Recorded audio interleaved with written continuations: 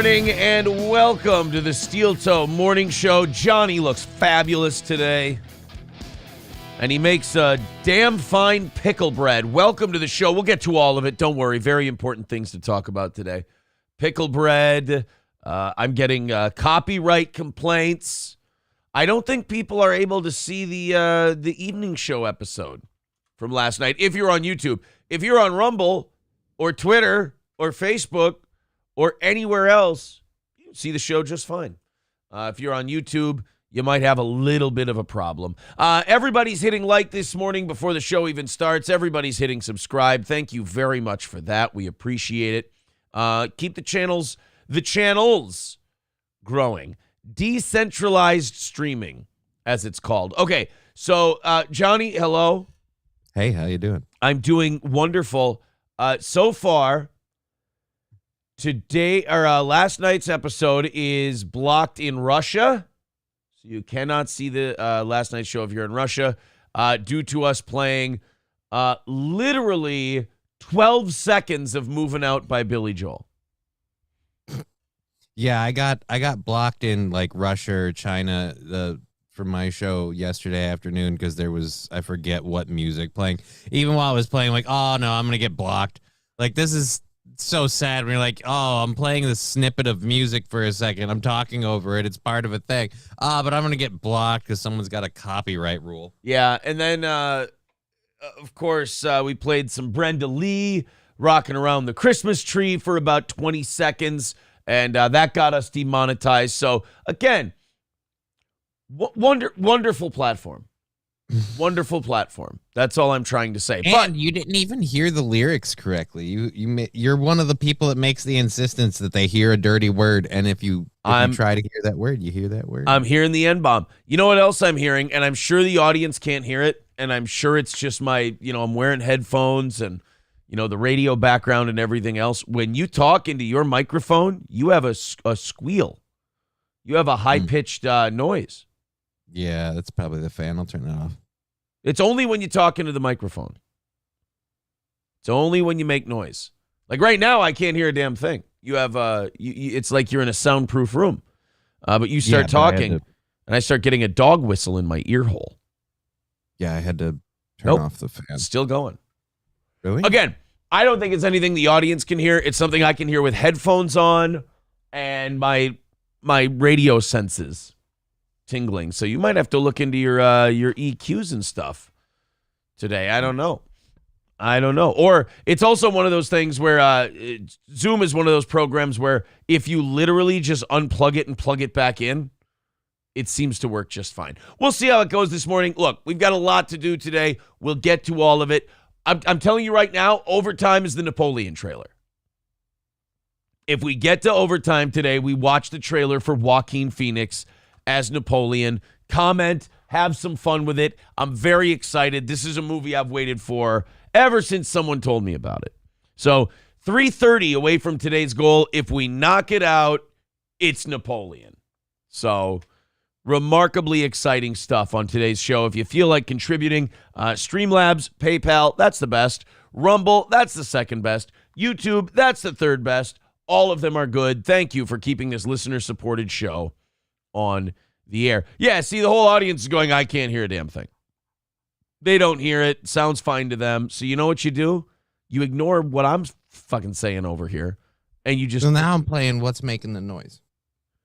It's... I don't hear it either. Well, you know what? You know what else it could be? And we have to keep this in mind. I could just be retarded. God, I should have thought of that. Yeah, so you didn't consider it. Okay, guys, we have so much to get to today. I'm worried that I might be in a legal situation here pretty soon.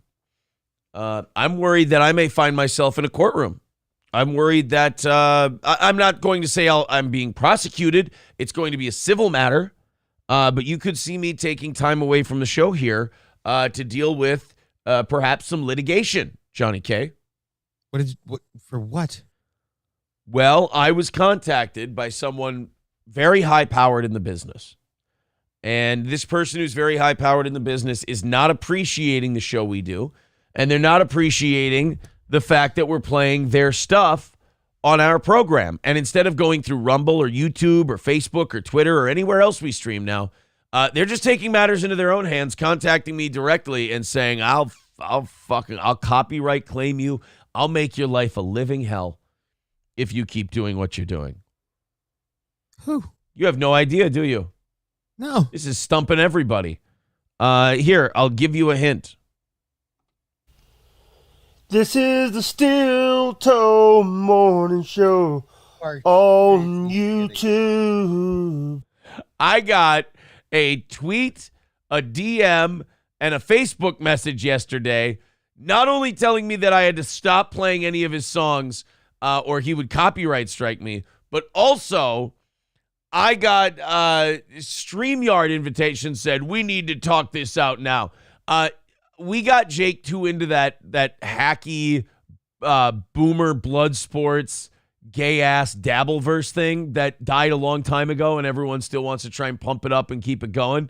He got way too into that shit, and now he's like, we need to talk right now. We need to do it right on StreamYard. Because, you know, the boomers can't do anything privately. They will, everything's got to be for blood sports. They're like where, what's his name, Andy Worski was 8 years ago. That's where kind of the boomer blood sports thing is. And now Jake got wrapped into it. He's like, you and I need to talk.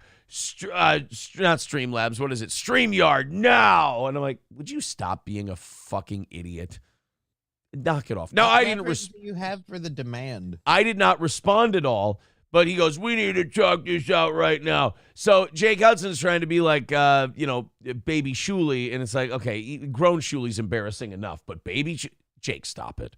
So if I play Jake's stuff on this program, Johnny, he says he's going to copyright strike me.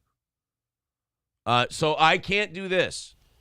I can't play. If I play this, I'm going to get in a lot of trouble from Jake Hudson. And the last thing I want is any kind of problem with Jake Hudson. So I need to make sure I don't play this. I need to make sure I don't play any of his other drops. I need to make sure that no matter what I do on Steel Toe from now on, that this man is left completely out of this program because I don't need that kind of smoke. Right. Nobody needs that kind of smoke. No. More importantly, Jake has a lot of ground to stand on because this is a song he made for this show, so we have no right to play it. Right. What I told him was I retweeted him and I said, Jake, I can't stop playing it.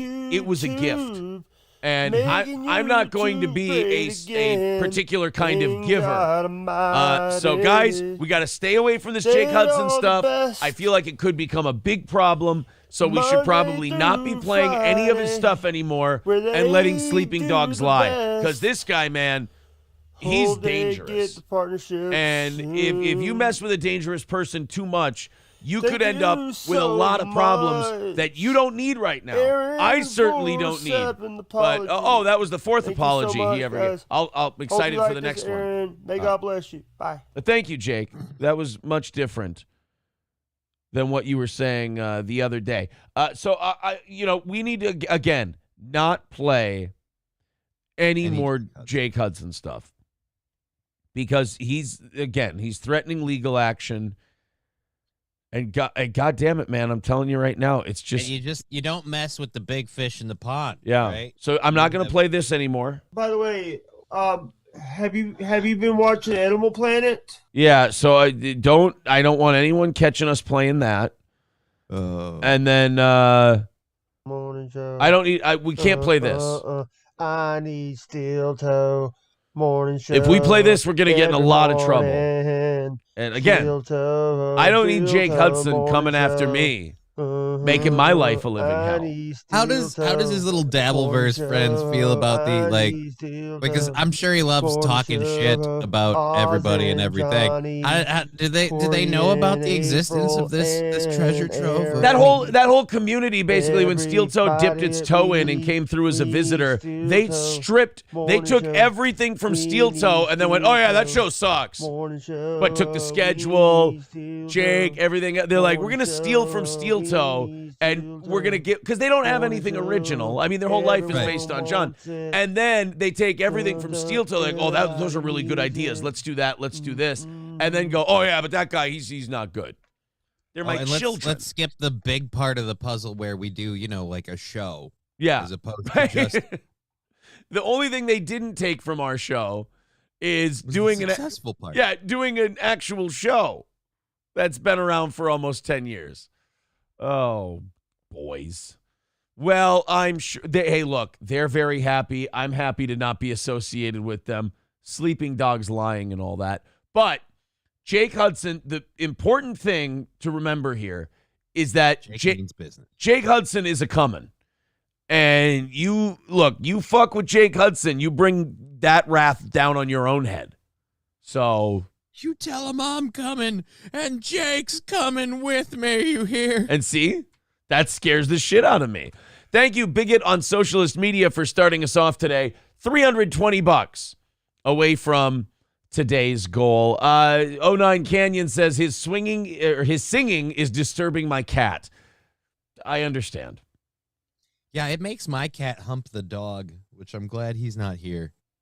Because it weirdly, the dulcet tones of Jake singing, my cat grabs a stuffed dog twice his size and angrily skull-f's it. And he has no testicles. So Jake singing is known to make animals horny. That's very true. Yeah, it's a masochistic act. And I'm just like, oh. Or, well, no, I guess Satan. You're a sadist if you like beating people sadist. up. Yeah, it's a sadist act. He's not hurting himself, but that poor dog. P.S. with Ari Jane writes, I miss April. I tell you when you don't miss April, when you got a show like fucking yesterday's on. Oh my God, yesterday's show. I'm gonna cut 6 things out. For a weekly best of, I could basically just play the clips I have from yesterday's morning show. And I felt confident in bragging about this because I was hearing it all day from people. Oh, my God. It was a good show. Yesterday's show was amazing. Oh, I'm just sitting down to catch yesterday's show now. It's incredible. It's wonderful. I hope you guys enjoyed it. And also, I have some big news regarding goals and whatnot. The goal will be much easier to attain from now on since I got the invite from Cameo to join. You're on Cameo now? Steel Toe is now on Cameo. All I have to do is set it up, get it all, up there so I can get you guys the link, everything else. And I will tell you this, every dime we earn on Cameo will go towards that goal. So I'm very excited to announce that if you want to do the Cameo thing with Steel Toe, this works really well if someone hates Steel Toe, if they despise this show, you buy them a Cameo. We say wonderful things about what a big fan they are, so on and so forth. Thank you so much. There's a lot of possibilities. That's all. So we are officially on Cameo, unofficially, because I, of course, haven't set the whole thing up yet. But it happened last night. I just got an email out of nowhere because, I've applied to Cameo a bunch, and I gave up on it. I haven't applied for months.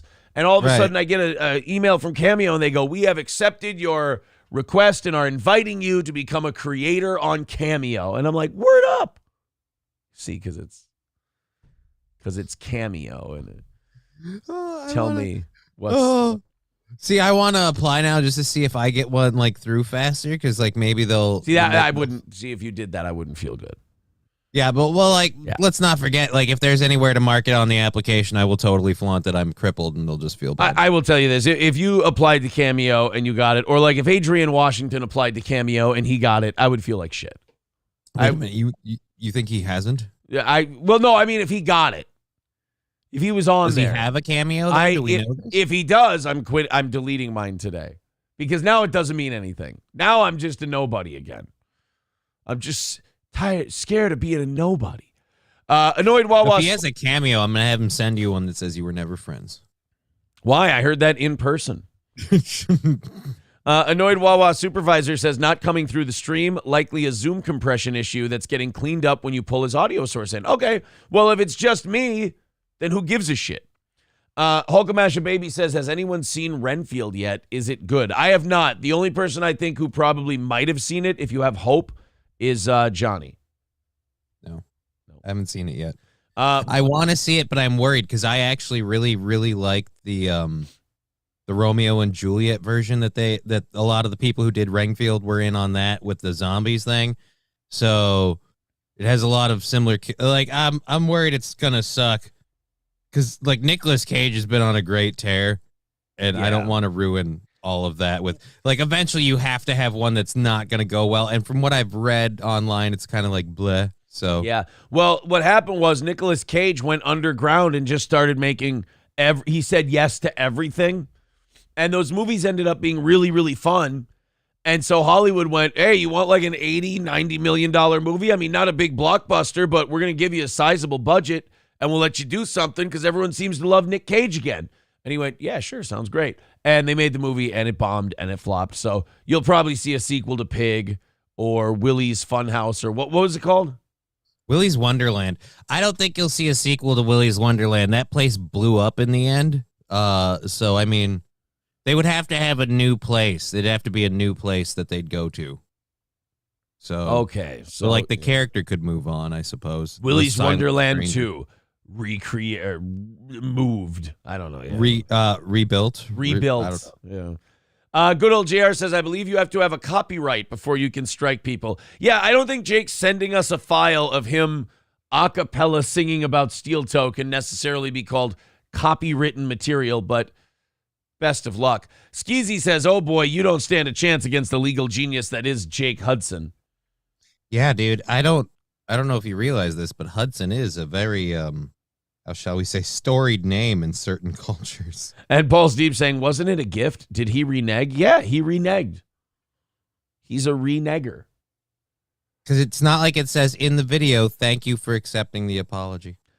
Nicholas, first name, Gur, last name, says, hey, brother, for some reason last night's show is not playable. Well, now we know that Nick lives in Russia. Yes, the only way you can not see last night's show is if you live in the lovely Russian Federation. Jake is a butthead. Jake the Snake. Stevie J says that Jake Hudson guy sounds formidable. I wonder if Wrestling Otaku could take him. I don't know. Lemmy says, well, he played you like a fiddle, Aaron. Yes, he did. Yes, he did. Is he Mick KM says, is he a professional singer? You're not going to believe this. No, he's not. Self-trained. He doesn't even use decent equipment. That's just all skill coming through. That's just that's heart and skill. That's all it is. Oh, someone wants a birthday, and I skipped it in the chat. I lost my chat again. Magic 8 Ball says ROTC is already on Cameo. Son of a bitch. Matt Joe says, well, can you wish me a happy birthday? I can do it all on Cameo. Are the Bad Luck Boys on Cameo? God damn it, if they are. God damn it. Balls Deep says, I got clips. Well, I'm excited for those clips.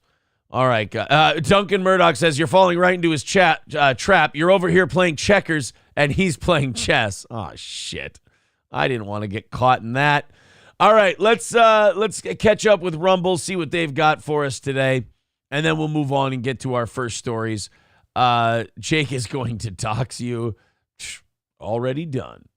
Renfield is funny, very over-the-top violent, says Labglass. All right, I'm willing to go for it now.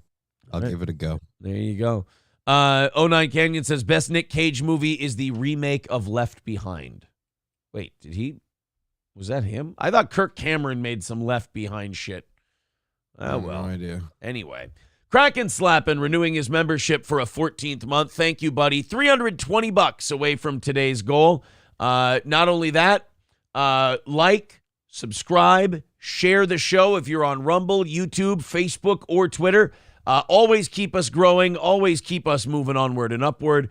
Of course, on any platform. Up over 500 people already in the first 20 minutes. That is awesome news. We never used to get that until we engaged in that decentralized streaming, which is nice. Pushing 12,000. Well, if you count YouTube and Twitter and Facebook, which I'm not going to for now, it's too much math because that's another 11,000 people, but well over 11,000 subs at the moment. Thank you, boys and girls. Follow, subscribe, all that shit. Hey, Johnny, you know what people like to wake up with? I've done audience research on this, And I found that when we, after we're done talking to the audience and going through the chat and everything like that, there are certain things that just move the needle audience-wise and that people love in the morning. And one of those things I've found out is clips from The View. If you play clips from The View, people are going to love it. They're not going to be able to get enough of it. They lose their mind over the shit, quite frankly. Well, I have some clips from The View. And Johnny, I don't know if you knew this about the girls from The View. They don't take any shit. These girls are dangerous. These girls do things that, like, you'd hear about it and you go, no, they didn't. There's no way they actually did. I mean, that's crazy. No, absolutely. Yeah, absolutely not with these girls. I mean, you watch The View, they tell their stories, and you know what you say? You go, no, they didn't. These ride or die bitches. Oh, by the way, I think I pinged what the noise is. I'll be right back. All right. Shane S. and Smoke Let's Go, both renewing their memberships. Thank you very much for membership renewal. That is wonderful. Trucker 18-Wheeler informing me that ROTC already got a copyright strike from Jake Hudson. Well, can I not have anything? Return Trip says about the women from The View, I believe the term is bad bitches. Yes, the women from The View are bad bitches. And the baddest of the bad bitches, you may not know this, is probably Anna Navarro. Now, Anna Navarro, I believe, was originally brought on to be the conservative of the group. Oh, look at that ass. Look at those ass and those pajama pants. Oh, this is just a stylish, sexy show.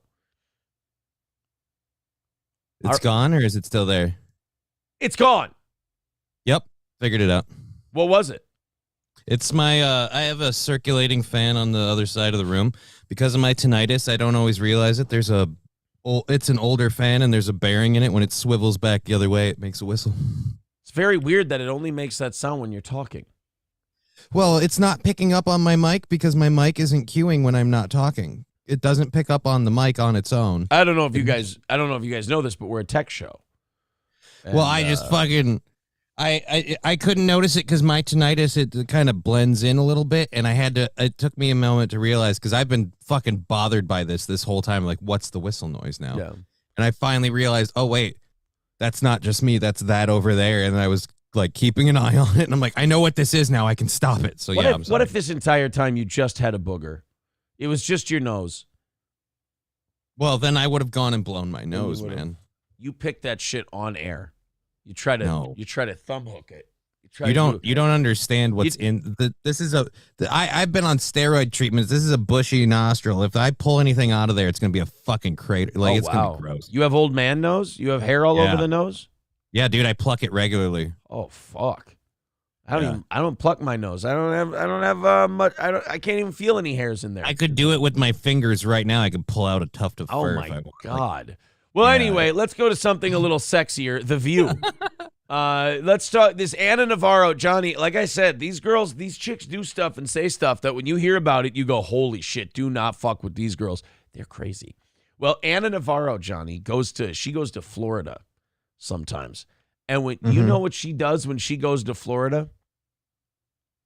Hooks up with strange and unknown men? No. Or women? No, of course not. That would be working blue. Anna Navarro, when she goes to Florida, she goes and she really sticks it to that Ron DeSantis. She really lets DeSantis and the whole state of Florida know how she feels about their oppression and their tyranny. And boy, I don't know how Florida's still standing with Anna Navarro. Hey, look, you and Whoopi Goldberg wear the same pajama pants. That's cute. Yeah, I really wasn't planning to flaunt the pajama pants. It was a comfort thing, but, It's amazing how all these women are dressed so professionally, and then Whoopi Goldberg is dressed like a picnic table at a 4th of July parade. With opinions to match half the time now, right. Too. That's the sad part. Yeah. So, because I used to respect Whoopi. And right. Anna Navarro, the Republican, quote unquote, I believe, on The View, listen to what she does to take that dirty state of Florida to task. You're not going to believe this. And by the way, this totally happened.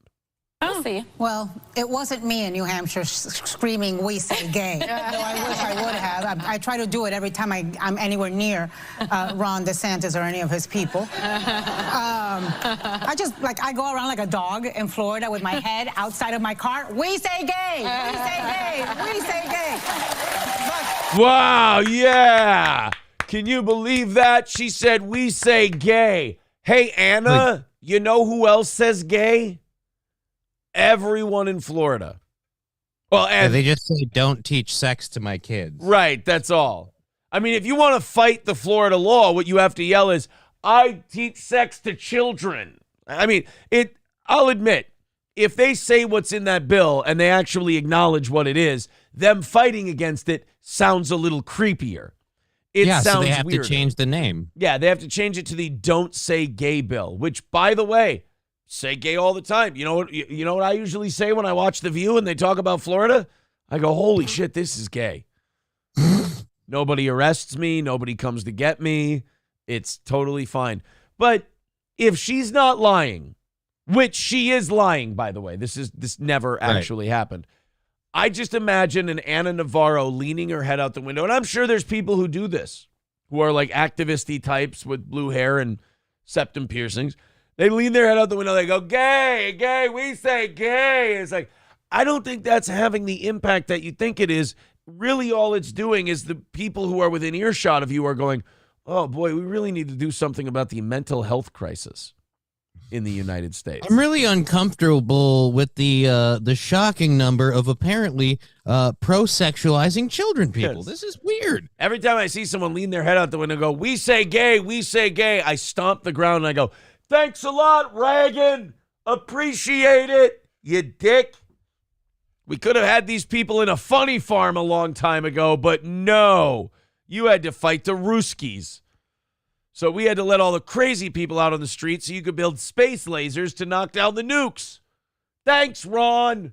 We could have had the right kind of, dictatoring society where we just, put all these people in a little camp and then we make sure certain chemicals are involved that they never are allowed to reproduce, and it's a self-solving problem.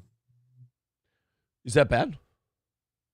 I mean, technically. Oh, okay. I don't like it when you say things that are meant to make me feel guilty, and I just go, I mean, have we tried it?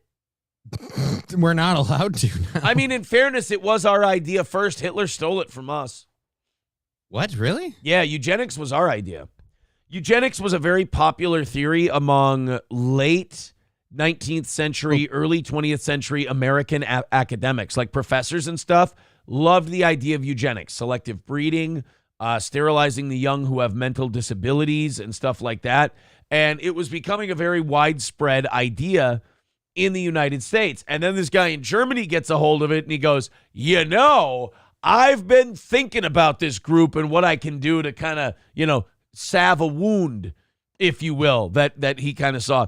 And so he looked at America and he went, wow, they're really smart. I should do what they're doing. And, the whole Nazi eugenics thing kind of came from us. So we gave the Nazis eugenics and they gave us a space program. Seems fair. Seems fair trade. I'm just saying there's been levels. No, this is great, and I love the history lesson I'm getting because now it just totally shoots a skit I have written out in the foot. But all right. Well, you know that speaking of that same kind of time period, the guy who made Kellogg's cereal, Dr. Kellogg, he's responsible for all of us getting circumcised when we were babies. Well, speak for yourself, homie. Oh, well, most of us. I'm sorry. The normal ones that girls don't think are weird. Dude, fucking weird. As long as you, this is the one thing I'm glad about with that. You learn really, really quickly to have a certain level of hygiene. Otherwise, you got problems. You got rotten cock. Yeah. Yeah, you gotta keep that stuff clean. And then ladies, as long as you do that, they're interested. Like, oh, this is weird. Yeah. Well, like Dr. Kellogg pushed circumcision as a way to get, like, he would tell the parents, like, oh, this way your kid won't masturbate and he won't have a bunch of sex. It was completely wrong, by the way. Right. There's no connection between circumcising or not circumcising and whacking off a shitload. You're going to whack off. But Dr. Kellogg told everybody, hey, if you trim these kids' dicks, they won't go whacking off everywhere. Which, if you're having a baby and you're thinking about that as a parent, you're a fucking sicko. And also, that even back then, that theory was shot to shit because this was, again, a cultural thing before this done traditionally by several different religions, including, I believe, the Jewish religion. The Jews. With the moil. Yeah. And they were reproducing rather well. So the idea that they won't whack off and they won't have sex, I'm like, there's a culture disproving you as we speak. Right. Like the Jews didn't see a lowering of whacking off by circumcising all these young boys. I mean, there was only one guy who came around who, found a way to get the Jews to populate less. Why do you keep bringing it back to this this had one? Nothing to do with circumcision. Nothing. So anyway, Dr. Kellogg, the whole country embraced this and was like, yeah, he makes our breakfast cereal. He wouldn't lie to me. And then they just started mutilating baby dicks, and here we are all whacking off, 150 years later. Yay. All right, let's let Anna Navarro finish her fantasy of driving through Florida yelling, I say gay, which, good for you, ma'am. I say gay. But anyways, Cha-Cha, Oh, that's it. Okay, that's the whole clip. That's literally it. Yeah, I feel like if that's what you do, which obviously, again, she doesn't, because one, that's a horrible, horrible way to drive. Yeah. Very distracted. But if you really go through that, like, I say gay, like, if you drove by me doing that, I'd literally be like, you should be saying IF kids. Like, that's more fitting with the bill that you wish to denounce. Right. The whole bill that you're supporting is, I want to teach kids about trans people and gay sex. It's like, okay, that's first of all, it's a lot more wordy to get out while driving down the road in a vehicle with your head out the window. Not very safe for traffic. But number two, it would be more accurate. Hobo chili recipe with $4.99 says Whoopi Goldberg is a cautionary tale on dieting. Don't you want your body to spill over a chair like human pudding? I mean, who has the time, right, to get a shapely body like that? Especially when you don't have like money or access to resources. Whoopi has none of those. Well, she has access to food, and that's how she's really gotten there. And, good for Whoopi for committing, as it were. Let's continue on here. Catch up with the chat. Zen Rhino says Margaret Sanger created Planned Parenthood as a eugenics program to exterminate black people in America. That is true. Mm-hmm. Margaret Sanger wanted to limit the amount of black babies there were. Magic 8 Ball says no show with such low ratings stays on the air, but to be a Democratic mouthpiece. I mean, those girls make a shitload of money, too. Yeah, and I love how a couple of them, like Sonny especially, love to throw out the race card about how black people can't succeed. I'm like, right. Go back to your really, really big house after you collect your paycheck and tell me how no black people are allowed to succeed. By the way, don't look at the entertainment landscape, the sports landscape, or anything. There are no areas. Right. You guys are all held back, and it's all racism. It's just, I think about it, and it makes me feel bad. I think about that kind of oppression. I feel so guilty as a white man. Yeah, as a white guy, I just feel so guilty every time I think of Sonny Hostin's oppression. It makes me very, very sad. $6 million a year is what Whoopi Goldberg makes to do that show. $6 million a year. Although I've heard from people that that's an inflated number and it could be closer to $350,000. That's not a lot. Sorry. Such happy names for such miserable women. Yeah. Whoopi, Joy, Sunny, all of it. And they're just... Anna Navarro's the only one with like a regular name, and ironically enough, seems to be becoming more the loopiest person in the bunch. Hobo Chili Recipe says Margaret Sanger too had a dream. Yeah, but her and MLK's kind of clashed and conflicted. 09 Canyon over on Rumble says, I hope to be half as awesome as Anna when I am post-menopause. Once it all dries up, if you could still have the good humor and good nature and sense of fun and adventure that Anna Navarro has, you'll probably be a happy person. Mayo Riot says, we safe over here on Rumble. Yes, you do. Yes, you do. That's S62LUAP on Rumble says that's also why Dr. Kellogg made cornflakes. See, I didn't know that. He made cornflakes so you wouldn't whack off either. I guess if you're full of all the wheat that they put in the cereal, you're going to be bloated and heavy. You won't feel like whacking off. The stuff they make now is not at all what they made back then, too. Like, I forget, like, what was it, like granola bars or something? There was something that they made back then that was just this lump of shit, and it's different now, and you think about it now, and you're like, that's great. It's just like, yeah, no, Kellogg made this and other stuff because these foods were supposed to help keep you pure, which would keep you from masturbating. Is that and that's a real thing? Like they made food to like. Yeah, make I saw you a not... thing. Ironically enough, I don't know if you've ever seen this show. There's a show called Drunk History that has a lot of fun doing stories and topics, and one of them was the whole thing with Kellogg and how him and his brother started the company together, whatever, and they split and went separate ways, and he became this weird health nut pushing all this strange, like, don't let your kids have sex stuff, and then his brother, like, they ended up having a whole battle over the name. His brother ended up winning because his other brother went crazy, but so it's like a Gallagher 2 situation with the Kellogg brothers. Very strange. Yeah. Decent. It centers around keeping children from masturbating, which is the fucking weirdest thing. All of this centers around whether or not your kids jack off, which I don't think Dr. Kellogg should have been that interested in the first place. And nobody asked that question. Like, why do you care? Right. Back then, everyone was like, oh, man, he just cares about the kids. It's like the follow-up question. A bit too much, man. Yeah. He's wondering if your kid's jacking off. Your kid's 6 months old. All right? Keep your hands off the kid's dick. That's it.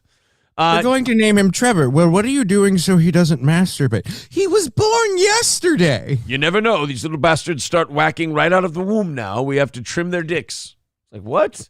Yes, like we bob the ears of a Doberman. We need to make sure that we trim your child's cock so he doesn't whack off. Pregnant lady going, ooh, I just felt him kick. No, you felt him beating it. We're going to fix him when he gets out of here, that little demon monkey. Little spanker. Oh, he'll get a spanking when he comes out. Don't whack off. He's turning blue. He needed the money. That's now Dr. Kellogg is dice. DC Cat becoming a steel toe bro. Thank you very much. 310 away from knocking out today's goal. Thank you guys very much. Napoleon trailer for overtime. And I'll sit here. If we don't hit the goal today, I will sit down here and watch the Napoleon trailer on my own after I shut the stream off. I'm very excited to see Joaquin Phoenix. So you keep saying the Napoleon trailer. And I know you mean, the character of history, the literal historical figure, yes. Napoleon, but I keep merging it with Napoleon Dynamite. So I'm picturing Napoleon Dynamite Bonaparte, and it's amazing. God, you don't even hit Russia in the winter. God, what are you, freaking idiot? Guys, I want to go to Austerlitz. God, you won't let me. I said shoot the people down in the streets with grape shot. God. Hey, what are you trying to do there, Napoleon? I'm trying to blow up the British ships in the port of Toulon. What do you think? It'd be a much better movie. It would be a great movie if fucking Napoleon Dynamite ran the French army. What are you going to do next? Charging, and he's just sitting there dancing in the... Yeah. What are you going to do next, Napoleon? I'm going to attack the Austrians at Lodi. God. The View. The View challenge, says Philip Sears. Watch The View and try to masturbate. I did, but only by pretending Whoopi was the grimace. Oh, well then, I mean, look, whatever you need to do to get done. That's what I say. Some admissions just make me worry for the people that give them. That's all. 09 Canyon says there is a movie about the hospital or health clinic that Kellogg ran. It's called The Road to Wellville from 1994. I feel like I've heard of The Road to Wellville. I feel like Oz had us watch that. Horton here's a who? The Road to Wellville. Anthony Hopkins, Matthew Broderick, John Cusack. That is a strangely good cast. The Road to Wellville. Let's check it out. Do you you masticate, Mr. Lightbody? Do I what? Choo, choo, choo, that is the... What the fuck? Okay, why I need this to maximize, but it won't. Is this... there we go. Do you masticate, Mr. Lightbody? Do I what? Choo, choo, choo, that is the... The Wellville Health Resort, a place for healing. Bend over a little bit, please. For cleansing. I like to look at the nude ladies. Oh, Dana Carvey. Most of all, sex. I hardly recognize you with your clothes on. Anthony Hopkins, Bridget Fonda, Matthew Broderick, John Cusack, and Dana Carvey in an Alan Parker film, The Road to Wellville, rated R.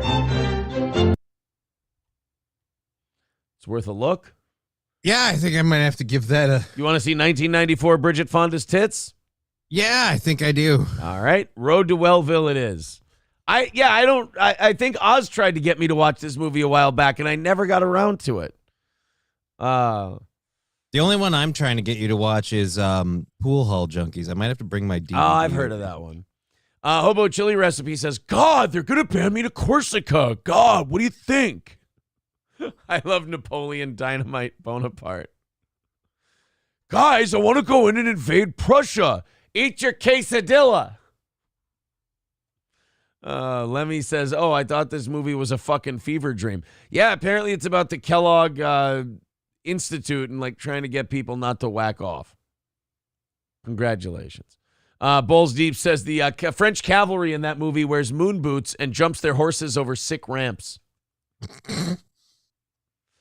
Oh, I'm trying, guys. God, I'm trying to get the loyalists out of France. What do you think?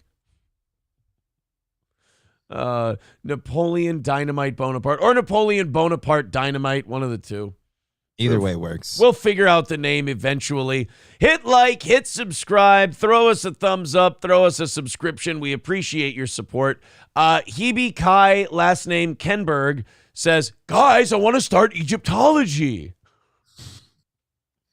I don't get it. Why can't you say, and thank you, Voice Crack, for sucking all my masculinity. Why can't you say that name together? I'm reading it, and it... Go ahead. Yeah, but I don't want to say it if I'm going to say something bad, but I don't think it's anything bad. Hebe Kai Kenberg. Wow. Okay. Well, maybe I have my racist antenna up a little higher. I'm just trying to figure out. I'm also a complete ignorant idiot. I'm horribly racist. I found out I'm a complete and utter transphobe, I guess. Clip that. And yeah. How did you find out you were a transphobe? Apparently, because I'm adamant about the idea that if you have male genitalia, you shouldn't be in the same bathroom, dressing room. Well, that is hateful. As my daughter, just a thing. You are a bigot, but can you live with yourself? Is the question. Yeah, I'm pretty comfortable. Well, then fair enough. Cynically Insane says, I wonder if Joaquin Phoenix will dance to Jamiroquai at the end. Yeah, see, we got all kinds of options for this. It's being explained in the chat how I'm. Yeah. Yeah. Do you understand now? Yeah. This is Mrs. Jacoby changing. Do you see? All right, guys. She did call a broken bottle. We are on our way to 700 already. Thank you guys very much over on Rumble, YouTube, Facebook, and Twitter. Wonderful decentralized streaming at its absolute best. 310 away from knocking it out today. Let's get it underneath 300 by the end of the hour. Pretty simple, seeing as we're at 310 and it's 6:43. Thank you, boys and girls. We have a sports firing over racism, Johnny. Uh-oh. I like a good scandal. It's always nice to see what qualifies for a fireable offense nowadays, because I remember when you had to be Imus and you had to call a gang of 20-year-old basketball players nappy-headed hoes, and then even then you had to have Al Sharpton on your show for like a week, and then finally they would fire you. Like it was a big debate as to whether or not the nappy-headed hoe guy should be let go. Now, I mean, if you just say you people, you're out the door. But a lot of, even before that, I remember when even if you were just like a kind of mid-level radio guy who was pretty hot in his market, and you made jokes about one lady who kind of sucked about how maybe she said the N-word in her spare time as a joke, and Right. then you got to go. And then you got to go. You're in newspapers everywhere. Everyone's writing about you. Number one morning radio host, not anti-Semitic. That came late. Misogynistic. That comes later. Goes on misogynistic rant. And I'm like, first of all, it was not a rant. I maintained that for an hour and a half. Second of all, it was, as Kevin Brennan would say, good-natured ribbing. That's all it was. Good-natured ribbing. And thank God they canceled that guy, and he was never heard from again. And he was never heard from again. He's not on. You didn't take him off radio, and now he's on 4 or 5 different platforms now, spouting his horse shit to tens of thousands of people every month. Yeah. Thank God you shut that guy down. Now he's just there. He's got his tin can. He's rattling it around. Alms for the poor, knocking out enough to get by, and doing his stupid little show. So this Northwestern coach, Pat Fitzgerald, got fired. And normally, if the head coach of the Northwestern football team got fired, I wouldn't give a shit. But they used 2 magic words that drew me in like a tractor beam and went, oh, I'm going to read about this. Hazing and racism. Now, I'm worried that as we get into this story, we're going to find out that Pat Fitzgerald is not the one being the racist and doing the hazing. There's this thing that happens in college sports where sometimes the coach needs to go down with the ship if the players do something fucked up. Like the players need the players. Right. The players don't necessarily get punished as much as the coach does. Like there was a real dirty deal that was done here in Minnesota not long ago where the University of Minnesota football coach was having seizure problems and having health problems. So his defensive coordinator took over for him. And he was going to be the interim coach that year. And the school, the university, already started looking for the replacement to the seizure guy because he wasn't going to be able to coach anymore. And they were looking for their dream coach, like, oh, this is the guy who's going to take us to the next level. Well, funny thing happened. The interim coach ended up having a really awesome year, and everybody kind of kick ass. He kind of kicked ass, and he won a bowl game, and everyone liked him. The players loved him. The fans loved him. They're like, this Tracy Claeys he can coach his dick off. So the University of Minnesota took a story from a young drunk girl at a party that 4 football players had their way with her against her will while she was passed out, and they used that story to fire the head coach so they could bring in the guy they wanted. The only problem was the woman was lying. It never happened. It was consensual sex with 4 different men. She felt embarrassed, so she made up a story. There was video of the whole thing. They filmed it. She was an enthusiastic participant in the whole thing. The University of Minnesota just used this incident to fire Tracy Claeys and bring in PJ Fleck. Now, I like PJ Fleck, but I think what happened to Tracy Claeys was done dirty. Real dirty. And the guy was doing well. Like, why did you need, like, no offense to PJ Fleck, why did you need to replace him? PJ Fleck is the guy now. Oh, yeah, no offense. Yeah, I know PJ Fleck. No offense to bringing in PJ Fleck, but no offense to, like, saying fuck off PJ. But, like, why did you need to replace the guy? Well, their whole thing was they thought that, what's his name, Tracy Claeys wasn't like he's kind of a big, chubby, ugly guy. They didn't think he was charismatic enough to recruit. They probably would have been right. Like, over time, he probably wouldn't have done a great job. Like he was coaching Jerry Kill's team, and they probably did need PJ Fleck. But just the way, instead of just saying that, instead of going like, we have a guy we want, we're really sorry, but we always called you the interim coach, and you did a bang up job. We'll write you a glowing recommendation, whichever school you want to go coach at next. Instead, they went, hey, some girl said she got R-worded at a party. Oh, good. Fire the head coach and kind of pin the whole thing on him. Wait, what? That's going to be devastating to his career. And also, yeah, but then we get PJ Fleck. Right. Well, you could have got PJ Fleck without railroading the guy for something that never actually happened. We could have got Japan to surrender without using the bomb, but we wanted to show Russia who's boss. I guess. So wait a minute. We framed Tracy Claeys for this Gang R thing to show the Russians?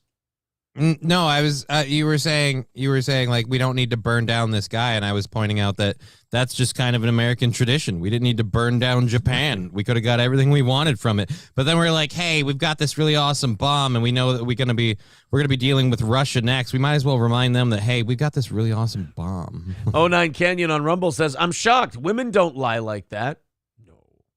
Never happens. It's fucking weird, man. Yeah, you guys are odd. You guys are strange ducks, let me tell you. 310 away from today's goal. Let's get it under 300 in the next 10 minutes. If you could, contribute to the show on Streamlabs, PayPal, Rumble, or YouTube. We appreciate all of your generosity. The only way this show stays on the air is to your generosity. Northwestern fired longtime football head coach Pat Fitzgerald on Monday following a new round of accusations describing a culture of enabling racism. You know how the football program enables all that racism by pretty much only having black players in there. That's no. We still have the quarterbacks and the coaching jobs and the punters. If we take away the coaching jobs, there'll be nothing left for the white guys. I love that. I love how they were so setting Jimmy the Greek up. But he was having such a good time with all of them. And he's like, hey, if you take away the coaching jobs, there'll be nothing left. Like, he thought all those guys were on his side. And he's like, hey, there'll be nothing left for the white guys. Am I right? And they're like, yeah. All right, we're recording, right? All right, good. Jimmy the Greek comments that got him fired. Reporter from WRC. Yeah, I don't want the news one. I want, like, the whole. In professional sports. I want the raw footage. Was fired. CBS Sports today ended its relationship with Jimmy the Greek Snyder. The popular betting man sportscaster got him to stay.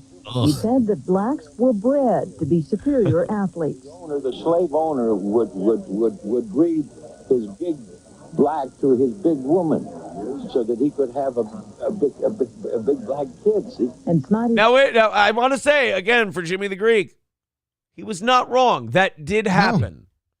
That is what we did. Eugenics.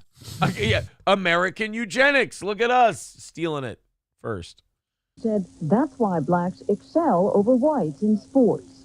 The black is a better athlete to begin with because he's been bred to be that way because of his high thighs and big thighs that goes up into his back. Snyder went on. Now, wait a minute. Is he doing the Leo DiCaprio from Django thing? Like, is he cutting old Ben's skull open and showing us the dimples? Oh, and you know what? I've always felt bad for Jimmy the Greek, rest his soul, because he never thought he was doing anything wrong. He didn't think he was saying anything mean-spirited. He didn't do it to hurt anybody. He wasn't disparaging. He was just pointing out that there's genetic advantages to some horrible shit, and hey, it's almost like that horrible stuff that's unforgivable. It's almost like you're reaping a reward from it now, like a form of like getting paid back. Like he wasn't saying it like out of, as George said to Lenny, I ain't doing it out of meanness. Like he really thought that. He thought that was fine to say. I don't know if it's fine to say, but again, the idea that there's never any sort of like advantage to people that maybe like how long have we been discussing how yesterday alone women can't be cops? It's almost like men it's almost like men were bred to be more masculine and physical, and the more dominant male had more women. And so that men were just naturally, until now, American society, we're going the other way now. Right. Now we're pussifying men left, right, and sideways. We're throwing her into reverse, yeah. I want to get to the part where he goes, there'd be nothing left for the white guys, because he like giggles with the reporter, and you know these rat fucks in the media were like egging Jimmy on, and they're like, yeah, and Jimmy. Laughing with him, just like, yeah, dude. They don't give a shit if you're ruining this guy's life in front of him while he's drinking at a luncheon at a racetrack. You're sitting there just like, keep Jimmy talking, not giving a fuck about what happens. That's why I can think that someone said something awful and maybe they even deserve to get punished for it, but I will never be on the media's side with this shit because they instigate a lot of it. And so fuck them too. Saying there's not much room left for, quote, the white guys in sports, except for a couple of coaching jobs. His dismissal seemed inevitable, given the widespread coverage and criticism. They don't have your clip in there. This isn't the one that has my favorite clip. Yeah, the one where he really... There'll be nothing left for the white guys. The one where he really gets after it, yeah. Reporter from WRC-TV, controversy as the statement. For the Greeks, the Jews, and for everybody. Oh, yeah, this this is the best part. Yeah, pretty soon they're going to have to equalize it for the blacks, for the Greeks, the Jews, and for everybody. I mean, let's make it equal for everybody, you know. And is it equal? What about in sports? Well, they've got everything. If they take over coaching like everybody wants them to, there's not going to be anything left for the white people. I mean, all the players are black. I mean, the only thing that the whites control is the coaching jobs. Now, I'm not being derogatory about it, but that's all that's left for them. The black talent is beautiful. It's great. It's out there. So the only thing left for the whites is a couple coaching jobs. Yeah, maybe we need to get more black coaches, don't you?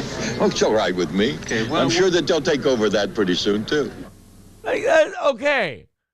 So he said with a smile that they'll take over that. Like, he's literally like, yeah, you know, like the sun is setting on white people in sports. We bred our competitors and they're better. That's literally what he's saying. And he's saying it with a smile like, it's going to be a better sport.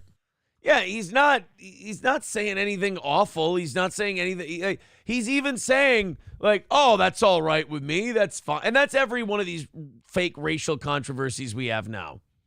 Is, you know, you go like, is that a race thing? There's always a guy like they're like, oh, he said this horrible thing. Meanwhile, at the end of it, the guy goes, I don't give a shit. That's fine with me. It's cool. It's totally fine. They're like, oh yeah, but we really need this to go somewhere. We really need this story to take off. So, oh, isn't it crazy the thing he said right before he said he's okay with it? Oh man. So this Northwestern coach gets fired for accusations describing a, quote, culture of enabling racism. The decision comes after a difficult and complex evaluation of my original discipline decision imposed last week on Coach Fitzgerald after his failure to know and prevent significant hazing in the football program, said the athletic director Schill.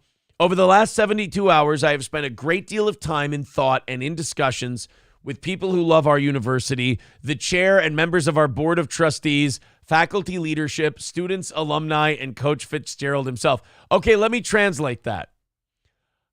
We're a doctor's school. We have a lot of wealthy people who went here.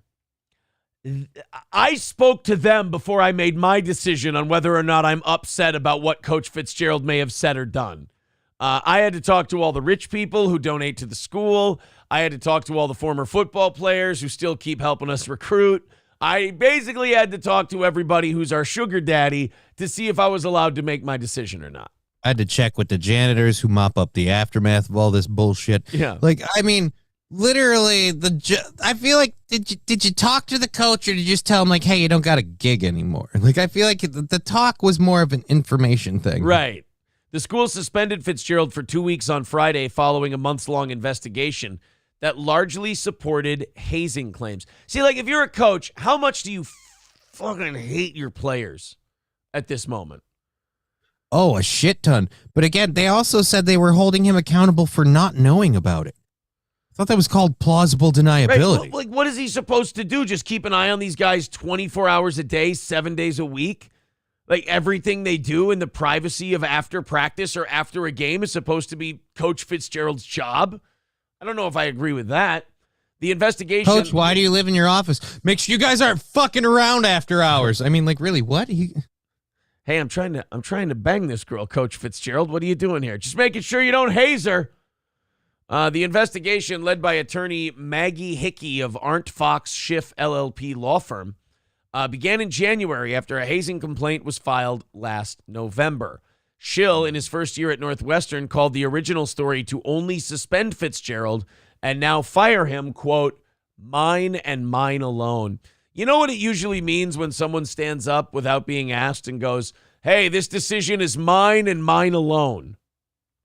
It wasn't their decision, but they're willing to go down with the ship. It was not their decision, but they've been told that they have to own it. That would be what that They have means. to own it or the check won't clear. Look, it was my decision, mine and mine alone. Mine and mine alone, nobody else. Don't look at Susie. She's fine. While the university president didn't go into specific details about what the investigation found, he did say that the hazing incident included forced participation, nudity, and sexualized acts of a degrading nature. Uh-oh. You know what we say every time a coach gets fired and there's hazing involved? You know what I always say? Stuff? Something got shoved up somebody's asshole. Somebody rode the wrong end of a mop. You can always rest assured that if there's a coach that's in trouble and there's hazing involved, that something definitely got shoved up someone's asshole. I don't know what I'd do if someone shoved a ping pong handle up my ass. Wasn't the handle. Been shitting pancakes ever since. If you're lucky, it's the handle.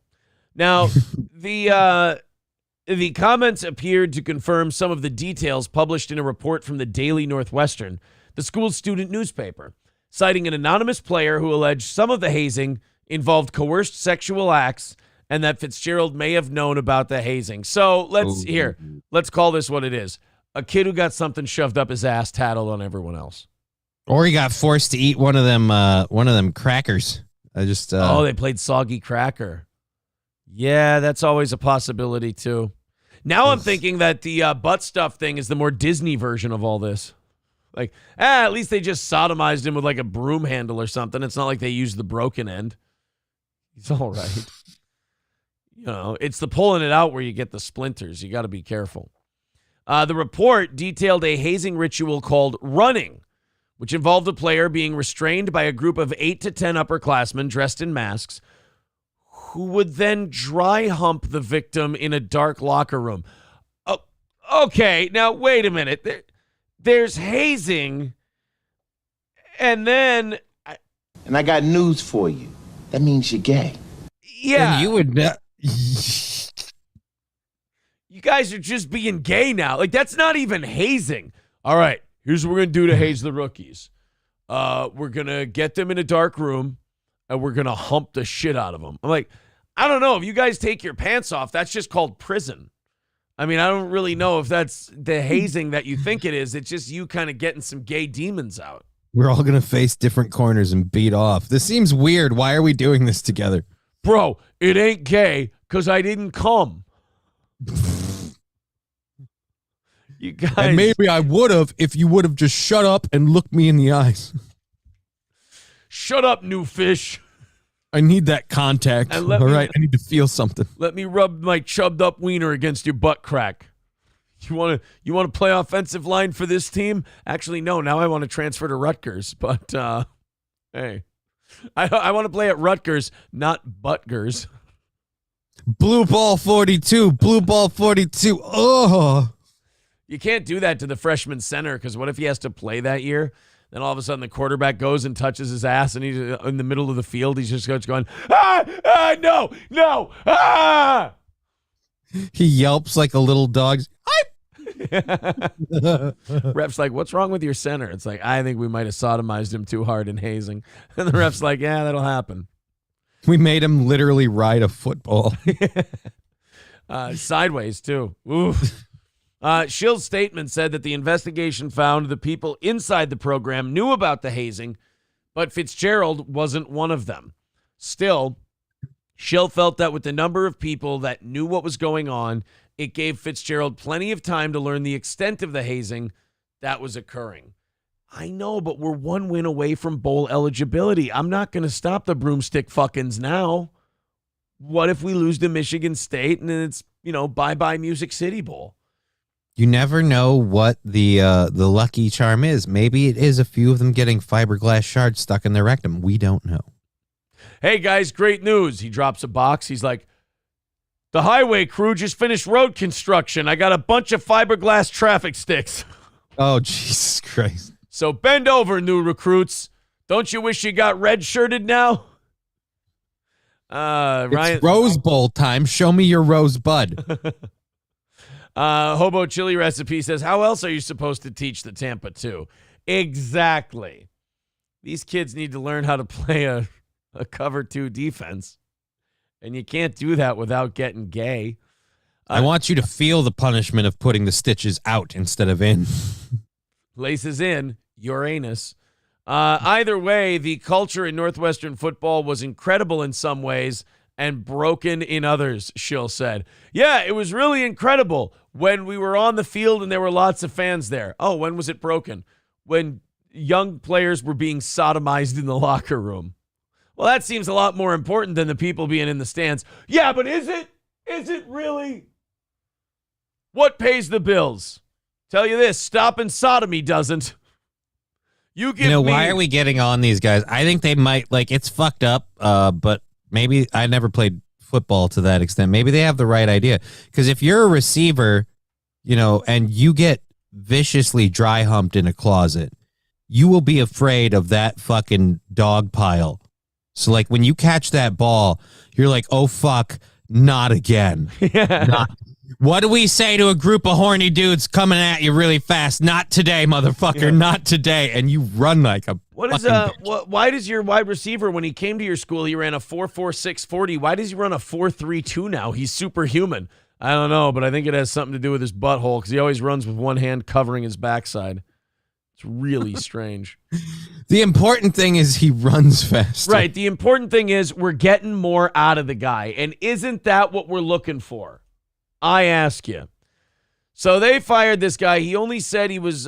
He also said he was only learning many of the new details of the 6-month investigation, and that he had spoken with the parents and the student who made the complaint. While some student athletes believed the hazing was in jest and not harmful, others viewed it as causing significant harm with long-term consequences. Schill said, "Yeah, here's how it breaks down: the people shoving the thing up the 19-year-old's ass view it as in jest and not harmful.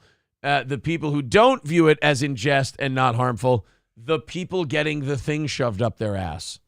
That's usually... Dude, it's all in good fun. Stop crying." Yeah, exactly. By the way, this is how you know that we could easily have made college kids into Nazi soldiers to this day. Because nobody, on your own, you wouldn't go, here, hold that guy down. I'm going to shove a cumbersome object up his anus. But if you get a bunch of them together... It's not an idea you just have for no reason. No, but that's a clip I'm going to need. Hold that guy down. Shove this. Well, I can see where that would be fun. Could be useful. Yeah, I understand. But you get a group of them together and they're like, oh, you know what we should do? We should butt fuck that guy with a broom. And you're like, yeah, you fucking hold him down. Let's butt fuck him with a broom.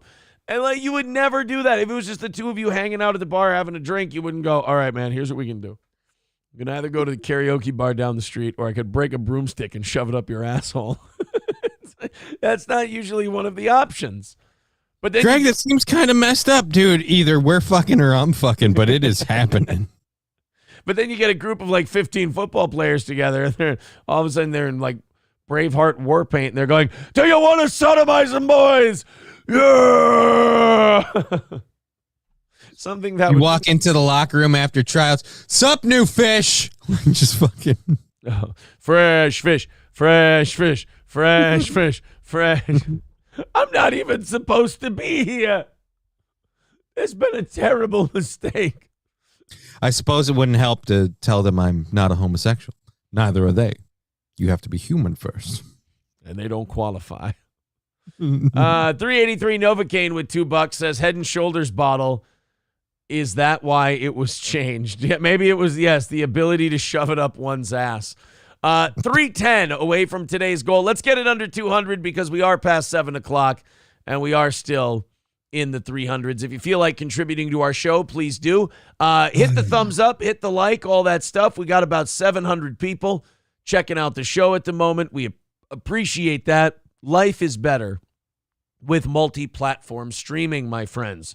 Now, Fitzgerald, the coach of Northwestern, released a statement late Monday night reiterating that he had no knowledge whatsoever of any form of hazing within the football program and that he has hired legal counsel to take the steps needed to protect his rights. Now, look out. If they don't have proof that he knew about it, there could be a judge out there that goes, no, this was an unlawful termination of his contract. You got to put this guy back in there. You know, this happened at Minnesota State Mankato. The football coach there a decade ago, they found on his work phone pictures of naked children, and they accused him of being a child pornographer, and he was fired from coaching the football team after they had a great season. And then 2 years went by. They had 2 whole seasons. A new coach came in. He was coaching the team. The team had gotten used to this new coach. a judge overturned it because the coach didn't have child porn on his phone. He took pictures of his kids during bath time.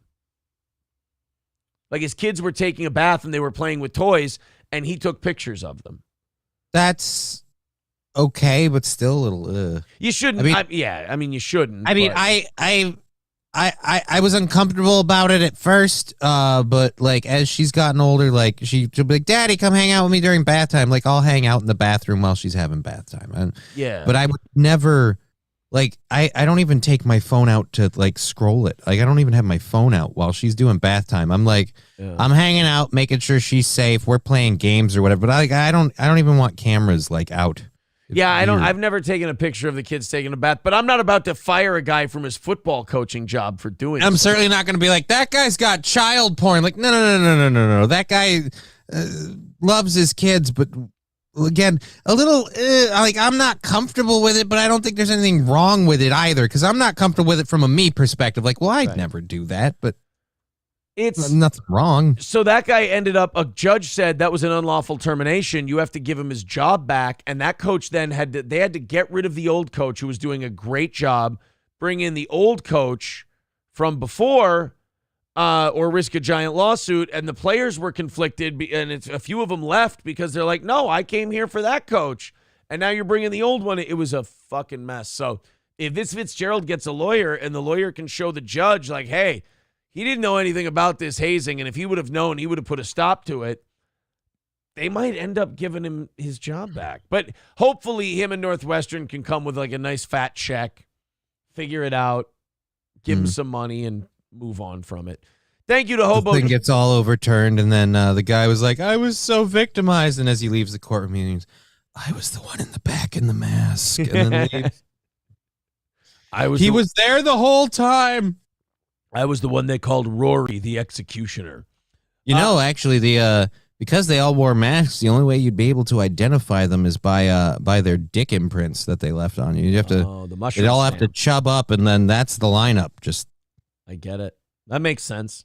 Cocktiff says, so the coach needs to watch over 100 players 24/7. I mean, that's kind of the standard that's being set here. Yeah. Hobo Chili. Hobo Why Chili are the with guys who did it $4.99. not? Sorry, Hobo Chili with $4.99 says, I should have been nervous when I found out the secondary was called the Sisters. Yeah, that was kind of a dead giveaway. 3:05 away from today's goal. Let's keep chopping away at it. Streamlabs and PayPal. I'm sorry, Johnny. I just say it. Why does the special team have so many condoms? It just doesn't. It doesn't seem right, does it? Now, he said he was caught. Fitzgerald said he was caught off guard by his firing, considering he and Northwestern came to a mutual agreement regarding the appropriate resolution, which was a 2-week suspension. Therefore, I was surprised when I learned that the president unilaterally revoked our agreement without any prior notification and subsequently terminated my employment, he said. Now, this might have helped too. Northwestern last year went 1-11. So, I mean, you had to know they were giving you the door at that point. I mean, it's bad enough you've got this whole scandal going on, but you're not exactly setting anyone's hair on fire here. Yeah, I mean, hazing and broomsticks up buttholes are for winners. I mean, if you're a guy, Nick Saban can get away with it. You hear that at Alabama, people were getting sodomized with broomsticks. They were like, yeah, we got 3 national titles to show for it, motherfucker. Bill's scared. They would say in Alabama, well, boys, that's just Bill's character, and that's why you're winning all of them titles. Meanwhile, you go 1-11 and you're getting butt fucked by household cleaning items. Something's got to give. Sodomy is for closers, God damn it. Sodomy is for bowl eligibility. That's what you got to do. You got to make all the sodomy a celebration after you get qualified for the bowl game. That's all. Look, guys, it's been a long season. I know you're looking to pound in some of your teammates' ass. We're not going to do that unless we win this game. 6 games, and you can just sodomize until the cows come home. Packerbacker on Rumble says, we hold our football coaches to higher standards than our politicians. Fuck you, dude, says, that's not hazing. That's just gay. Right. It always ends up being, like, the hazing always ends up being shit involving people's buttholes. And it's like these football players want us to believe that they're not closet cases. Yeah, it's pretty fucked up. I don't understand where we're supposed to we're supposed to like hold the judge we're supposed to hold the fucking coach accountable for what the players do. How is he going to prevent this? How is the new coach going to prevent this?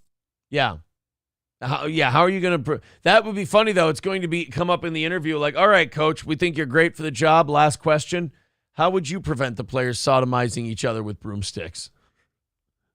I would I don't know, I'd cover all of the broomsticks in a very sticky substance so when the person grabs it to put it in the guy's ass, it just sticks to his hand. That's the best I can do. I'm a firm believer that if I'm up every player's ass, there won't be room for a broomstick to join me. Now, there's one player, Ramon Diaz Jr., who said he developed post-traumatic stress syndrome from his time playing at Northwestern because of allegations of racism. Diaz, who was an offensive lineman from 2005 to 2008 and became a clinical therapist, so he treated himself and found out he was all fucked up, described another incident when he was forced to shave the phrase Cinco de Mayo into his hair as part of a freshman tradition.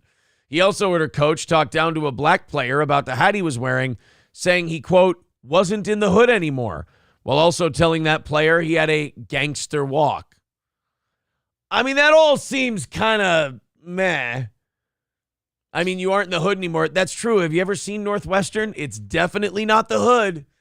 And you have again, this isn't a message that we need to get out at all. We don't have, professional level athletes getting into controversies because they can't stop flashing a gun on social media. Right. So, I mean, that just doesn't seem like it rises to the level of, oh my God, it's a scandal.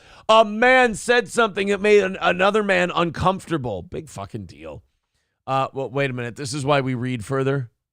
Uh-oh. This isn't good. He even said that he heard another Northwestern player tell a black teammate to show him how monkeys act. But that one's a lot harder to explain. Okay, but that's a player saying it to another player. That's like, kicking your daycare worker out of her house because a couple of kids got in a spat. I don't know. That just doesn't seem... Again, I feel like we could just punish the kids responsible, but then that would be kind of... Although, are we kneecapping a team? I mean, 1-11, what are we losing That's here? just what I'm saying. Like, why not? It's kind of like the Gopher coach that they fired. It's like, why don't you just make it about the 1-11 thing and we can save all this, like, ticky-tacky, add-on, tack-on shit? How about you suck as a coach, your team went 1-11, get the fuck out of here, your locks have been changed. Fauci's Pangolin says Northwestern's new motto, there will be blood. That's about it. Zen Rhino says he was there more than 15 years ago, but he's only bringing it up now. Sounds like somebody wants a settlement check coming his way. Yeah, and Drunk Engineer says that's just the pile on after the hazing thing. That's definitely how it looks to me. Yeah, it doesn't seem like it was... So he wasn't sitting there at the door screaming, we've got a problem, and the hazing happened. I told you. Like, no, it's just the hazing thing happened. And he showed up like a crisis chasing lawyer and just went, hey, by the way, exactly. Like a check. That's exactly what he did. 3:05 away from knocking it out today. Let's contribute to the program, continue to knock out that goal. We do appreciate it. Nearing 700 people watching the program at the moment. Keep hitting like, keep hitting subscribe, keep sharing the program, and let's grab some new fans on all these different platforms. And let's knock out today's goal because today, Napolean. We're going to check out the Napolean trailer during overtime. I'm really excited for it. I'm saving it for overtime, even though I'm literally scratching my arm thinking about playing it at the moment. So everybody throw in Streamlabs, PayPal, YouTube, Rumble, whatever it is. 3:05 away. Let's make sure we chip away at that in a nice pace here so we don't get worse as the show goes on. Hey, remember our U.S.-Israeli citizen that was telling us yesterday about Hunter Biden and Joe Biden and all that shit? Yeah. You remember that he said, well, now that I've spilled all the secrets about how they're working with the Ukrainians and how they're working with the Chinese, they might try to fuck me up. Well, U.S. prosecutors unsealed an indictment yesterday charging the co-director of a think tank with illicit arms trafficking, violating U.S. sanction laws, and other charges 5 months after he was arrested in Cyprus and fled from authorities. Wow, it's amazing. So this weekend, this gal Luft, the guy who blew the whistle on, one of the guys who blew the whistle on Hunter and Joe Biden, a couple of days after he tells the New York Post all of his secrets, everything he knows, he gets hit with arms trafficking charges. That's really interesting. Yeah, and he also explained earlier that he had been accused of being an arms trafficker, even though he's never owned, sold, or passed along so much as a bullet. And it seems really, really weird that this guy has an arms trafficking past that only made itself relevant when he pointed out issues with this administration. Not only that, check out the balls on the Biden administration. They're accusing this guy of being a Chinese agent. Of working with China. So not the guy that went on CNN and kind of passively swept under the rug that Xi Jinping is like trying to take over. Not the guy who kind of went like, oh, well, they're trying to take over and it's just we aren't doing a good enough job. Like not the guy who literally went, maybe China should be the new world power. No. This guy is a Chinese. This guy's the guy who's exposing the president for being on the take from the Chinese. He's actually working for China. You see, it's brilliant. The U.S.-Israeli citizen Gal Luft, co-director of the Institute for the Analysis of Global Security, is also someone House Oversight Chairman James Comer, a top Republican, has described as an informant claiming to have incriminating information on Hunter Biden. Boy, you know what's going to keep him from exposing that information? Being thrown in jail as an international arms trafficker.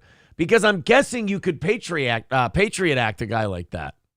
Yeah, I'm sure there's no way that an arms trafficker could be somehow curtailed to avoid due process. No, why would they do that? The guy has very important information for us. I'm sure they'll let him speak freely and fairly. Luft has tweeted denials of the allegations, saying in February, quote, I've been arrested in Cyprus on a politically motivated extradition request by the U.S.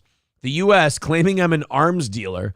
It would be funny if it weren't tragic. I've never been an arms dealer. DOJ is trying to bury me to protect Joe, Jim, and Hunter Biden.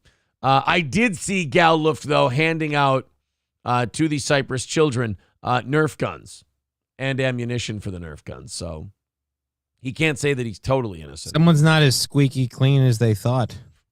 Now, Luft is a fugitive, according to prosecutors. He was charged with failing to register as an agent for China in the U.S., including in 2016 acting through a former high-ranking U.S. official who was then advising President-elect Donald Trump. He was also charged with acting as a middleman to aid Chinese companies buying weapons. The indictment also alleges Luft violated U.S. sanctions by attempting to broker sales of Iranian oil. I'm highly skeptical of this one, to say the least. So the Chinese agent is out to undermine the most pro-China president we've ever had. Yeah, even if you don't want to buy the fucking Biden's on the take or whatever thing, he is literally the most pro-China president we've ever had. They're going to go after him. And Trump was apparently on China's take, the guy who was going after, calling it the Kung Flu virus and all that other horrible stuff. He was on the take from China. So, but Biden's not. The Biden family, when it comes to accusations of working with the Chinese government, is basically their defense from that is, I know you are, but what am I? I'm rubber, you're glue. Everything bounces off of me and sticks to you. Yeah. They're going to keep this guy from testifying. They're going to keep this guy from doing anything because international arms trafficking, like you said, they're definitely going to fuck with due process on something like that. And it's almost like it's not even subtle anymore. No. Like it's kind of blatantly obvious. They're like, we're just going to fuck with the justice system and keep people from testifying because then we have to start explaining why we're not prosecuting the guy who is going to the ends of the earth to prosecute Donald Trump. So, yeah. For having some documents in a safe. Zen Rhino says, but not Eric Swalwell, who literally slept with a Chinese spy, or Dianne Feinstein, who literally had a Chinese spy as her chauffeur for more than 20 years. Got it. Yeah, no, they're good. But this guy who has damning information on Joe Biden and Hunter Biden being directly involved with taking bribes from the Chinese Communist Party. They have an important job to do. But this guy who's ratting on the Bidens being Chinese agents, he's actually a Chinese agent. Papa Dan says, yeah, he says it right. Your government has such little respect for the American people that they do all this cloak and dagger bullshit and they don't care if you know or not. It does. I mean, especially since COVID, they really have gone off the deep end with that shit of just right in our face going, oh, yeah, this guy's totally. Well, what are you going to do? Yeah, this guy's totally an arms dealer. I've never seen him sell so much as a handgun to anybody. Yeah, he didn't register as an agent. Well, was he an agent? I don't know. I know he didn't register. Is that a thing? Do all secret agents have to register? Like, hi, I'm a secret Chinese agent, but I want you to know I'm registering with your government because I'd hate to break the law. Yeah, I don't. Gathering espionage information. It's just like Papa Dan said. They're just doing it right in front of your face and going, "Yeah, fuck you." We're like, "Hey, that's really crooked," and they're like, "Yeah, we know. We're trying to protect ourselves. Go fuck yourselves." All right, fine. Mike Erb says almost 100 likes. Yes, grape the shit out of the like button. Subscribe to the show. We are 305 away from today's goal. So if you feel like chipping in, throw in a couple of bucks. Let's knock out our goal on a Tuesday and have some fun during overtime today. Who's going to pop our cherry on Streamlabs and PayPal today? That's the question. We've also got Rumble Rants, YouTube, etc. If you want to chip into the program, please do. Everybody chip in a little bit. We'll go on a little rally here. We'll get it around 200, and then we'll be on a good pace for the rest of the day. But hit follow on Rumble. Hit subscribe on YouTube. Hit like. And let's make sure that we're doing all right here on Steel Toe. Portland is bound and determined, Johnny, to murder the radio business. And they're going to get help from the people working in the radio business. The reason that the writers' strike is going on right now is because the writers are worried that AI is going to take over a lot of their jobs. In fact, Sarah Silverman has now filed a lawsuit against OpenAI ChatGPT, saying that they're using her material to kind of process and feed the AI and help them, write things. And proving once and for all that AI truly isn't funny. Right. But it's going to be a landmark case. Say what you want about Sarah Silverman. I think she's got a case there. Like if they use if they can prove it, yeah. Yeah, if they can prove they're using your material in the programming of this AI to write TV shows and stuff like that, then yeah, that Sarah Silverman deserves a credit. She should be able to give permission or not give permission to use her work, and they could shut down this AI thing. Well, there's so many people that they put on this. Because again, the people who made the AI, and they tried to keep this kind of under wraps, and now that it's coming out, it's biting them in the ass. The people who made the AI kind of went, hey, we'll just have the internet teach you everything and not worry about whose content we're stealing from to do it. Exactly. And that's where Sarah Silverman's lawsuit comes in. Well, in radio, you knew radio would do this, knowing the radio business like we do. The minute they could get an AI host to program music and, do the voices and, seg songs and do a show. And didn't we already cover this with AI Ashley? Well, we've got an update on AI Ashley. So remember AI Ashley was taking over the radio station, and the jock that was on at the time was like, oh, now I just get to go do whatever I want. Now I can just go to the beach and I can just have AI Ashley take over. It's like, and we were sitting there yelling at her like, yeah, you dumbass. You're going to have a lot of time to do whatever you want. They're going to fire you once this AI Ashley is, the training wheels are off. You're literally training your replacement and you're celebrating. Well, I think, didn't she sound kind of like she was forced in it with the celebration? Like, we'll see how this goes. Like, we're kind of like, oh, she's aware this is not good. Well, but also she's going along with it. Like, she's not running out of the building. She's not fighting it. She's not fighting against it. That's radio people in a nutshell. Radio people buy in and they're like, oh, yeah, our boss says this is really good for us. And our boss says this is really good for the station. Meanwhile, they've done it. They've went along. They've not rebelled at all. The stations have gotten lamer. They've gotten more boring. Radio is harder than ever to listen to because all of these people just listen to their bosses, do what they're told. If the AI comes in, they help out the AI. Anything they can do, they cuck it up. And now they won't get rid of me. I'm a good little soldier. Right. That's just it. They think, oh, man, the boss likes me because I say yes to everything. Yeah, you know what the last thing he's going to ask you to say yes to? Packing up your shit and leaving. Give us all your socials. And, well, Johnny, we have an update on AI Ashley from Portland's 95.5. Let's check it out. Seattle, I do nights at Move In 92.5, so I'm all over the place. So if I can't be on the second that news breaks, say they have like an active shooter situation in Portland, they want to be able to go live with that right away.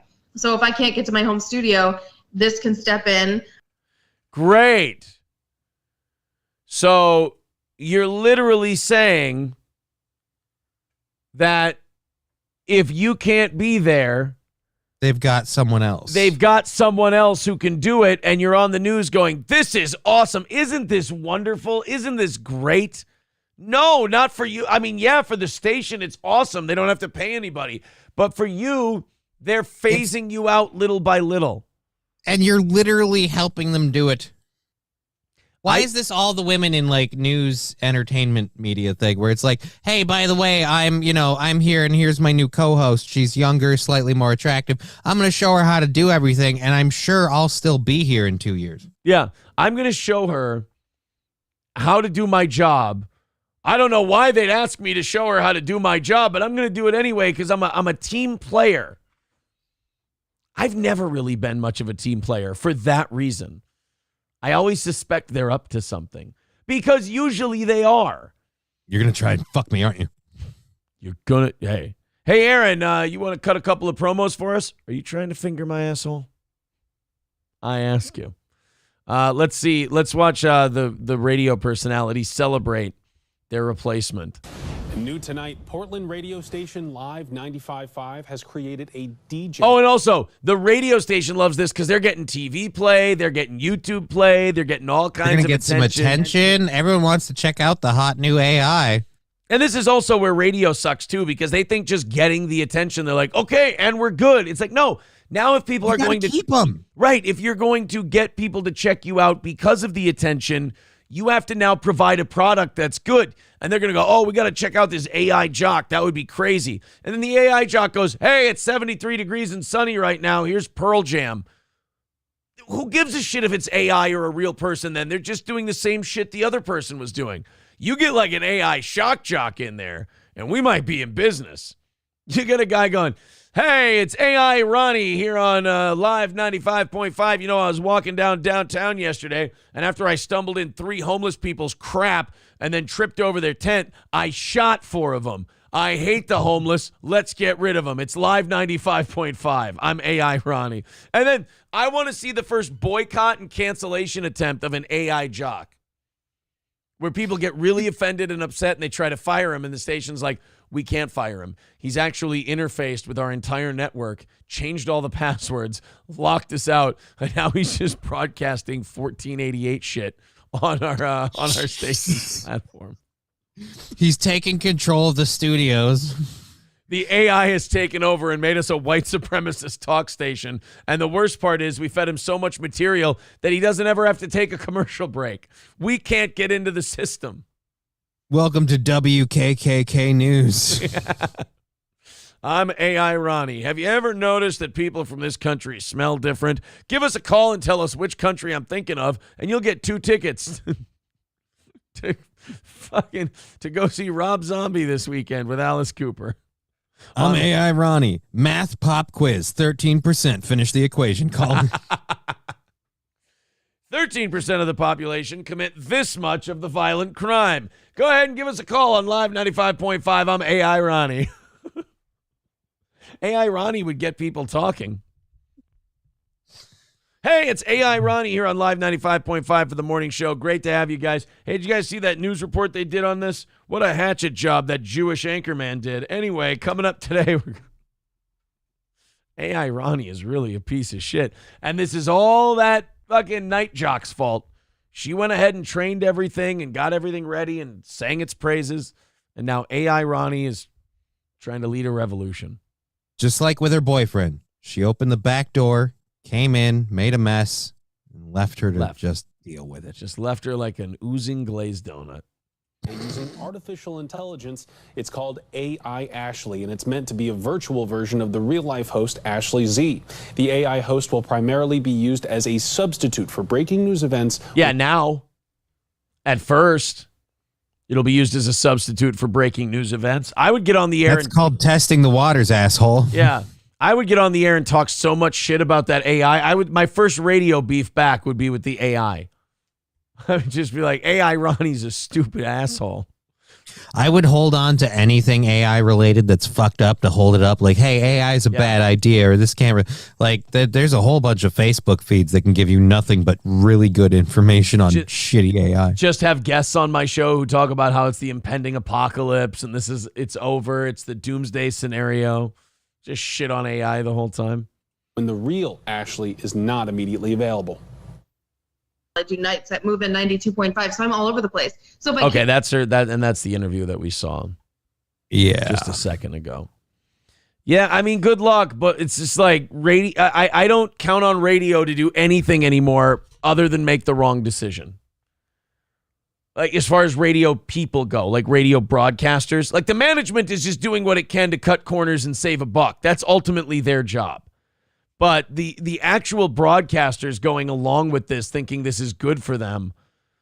Oh, man. But ironically, it's what the people that are, just trying to save a buck doing their job. It's the rules and the kind of handcuffs they're placing on the broadcasters that are making it harder for them to make a buck. Right. Good luck, guys. We'll check in on you in a little bit. Well, you know what? We'll check in when Ashley Z is gone from the station. They announced that they no longer require her service. She's now starting an OnlyFans. Yeah, when does AI Ashley get an OnlyFans account, says Laughing Lions? No, Ashley Z will get the OnlyFans. AI Ashley will end up getting her job. That's not true. AI Ashley could get in front of her and start the OnlyFans too. If you're going to corner the market on Ashley, you might as well get out in front of it. Plus, if you're AI Ashley, you could do some really crazy OnlyFans shit because you're not real. Cheeseburger Pie says, didn't Jack FM come out like 20 years ago? Closer to 30 at this point. But, yeah, that's a little different, though. That's like a programmed voice, whereas AI can just kind of take it on its own, which is the scary part of it. Trucker 18 Wheeler says it would be better than Steel Toe. Oh, come on. Sir, how dare you? I don't think anything is better than Steel Toe.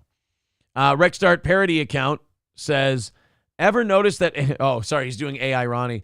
Ever notice that antivirus software causes more system crashes than it fixes? This is AI Ronnie. Yeah, like what if AI Ronnie just becomes a normal radio hack? Like that's his natural progression because they used in his programming a lot of radio people. So it's like limitless possibilities. And Ronnie and AI Ronnie comes on one day. He goes, "Hey guys, you're never gonna believe it. We got a guy who his girlfriend thinks that he's cheating on her, and so she's gonna make a phone call to a restaurant or to him saying that we're from a restaurant, and we're gonna see who he makes the reservation for. You're not gonna believe this one." It's like, oh no, AI Ronnie does War of the Roses. Shit. Hey, it's AI Ronnie, and it's 5 in the morning. Before we kick off, we want to know, how do you take your coffee? It's AI Ronnie. Hey, no, not AI Ronnie. Oh. Hey, everybody, it's AI Ronnie coming up. We're going to talk about, hey, what's your favorite memory of the kid's first day of school? And then after that, we got a twofer coming your way with Lady Gaga. Shit, you programmed him to be uber jock and he just sucks shit. You guys really are the most uninventive people alive. Hey, it's AI Ronnie, and this Valentine's Day, we want to ask, what's the first time you Dutch ovened your loved one? Hey-oh, it's AI Ronnie. Mr. Tony Soprano gifting a membership to Jesse Kling. Thank you very much, buddy. Still 305 away from knocking it out today. If you feel like contributing, we would appreciate it. Little slow today. PayPal, Streamlabs, YouTube, Rumble, the whole deal. Let's knock it out. Great start to things yesterday, guys. Thank you very much for that. Johnny, we had a local politician get in a little bit of trouble here in Minnesota. Whoops-a-doodle. What happened? Yeah, the guy who, he actually might be your representative. I don't think he's mine, but he might be your state representative.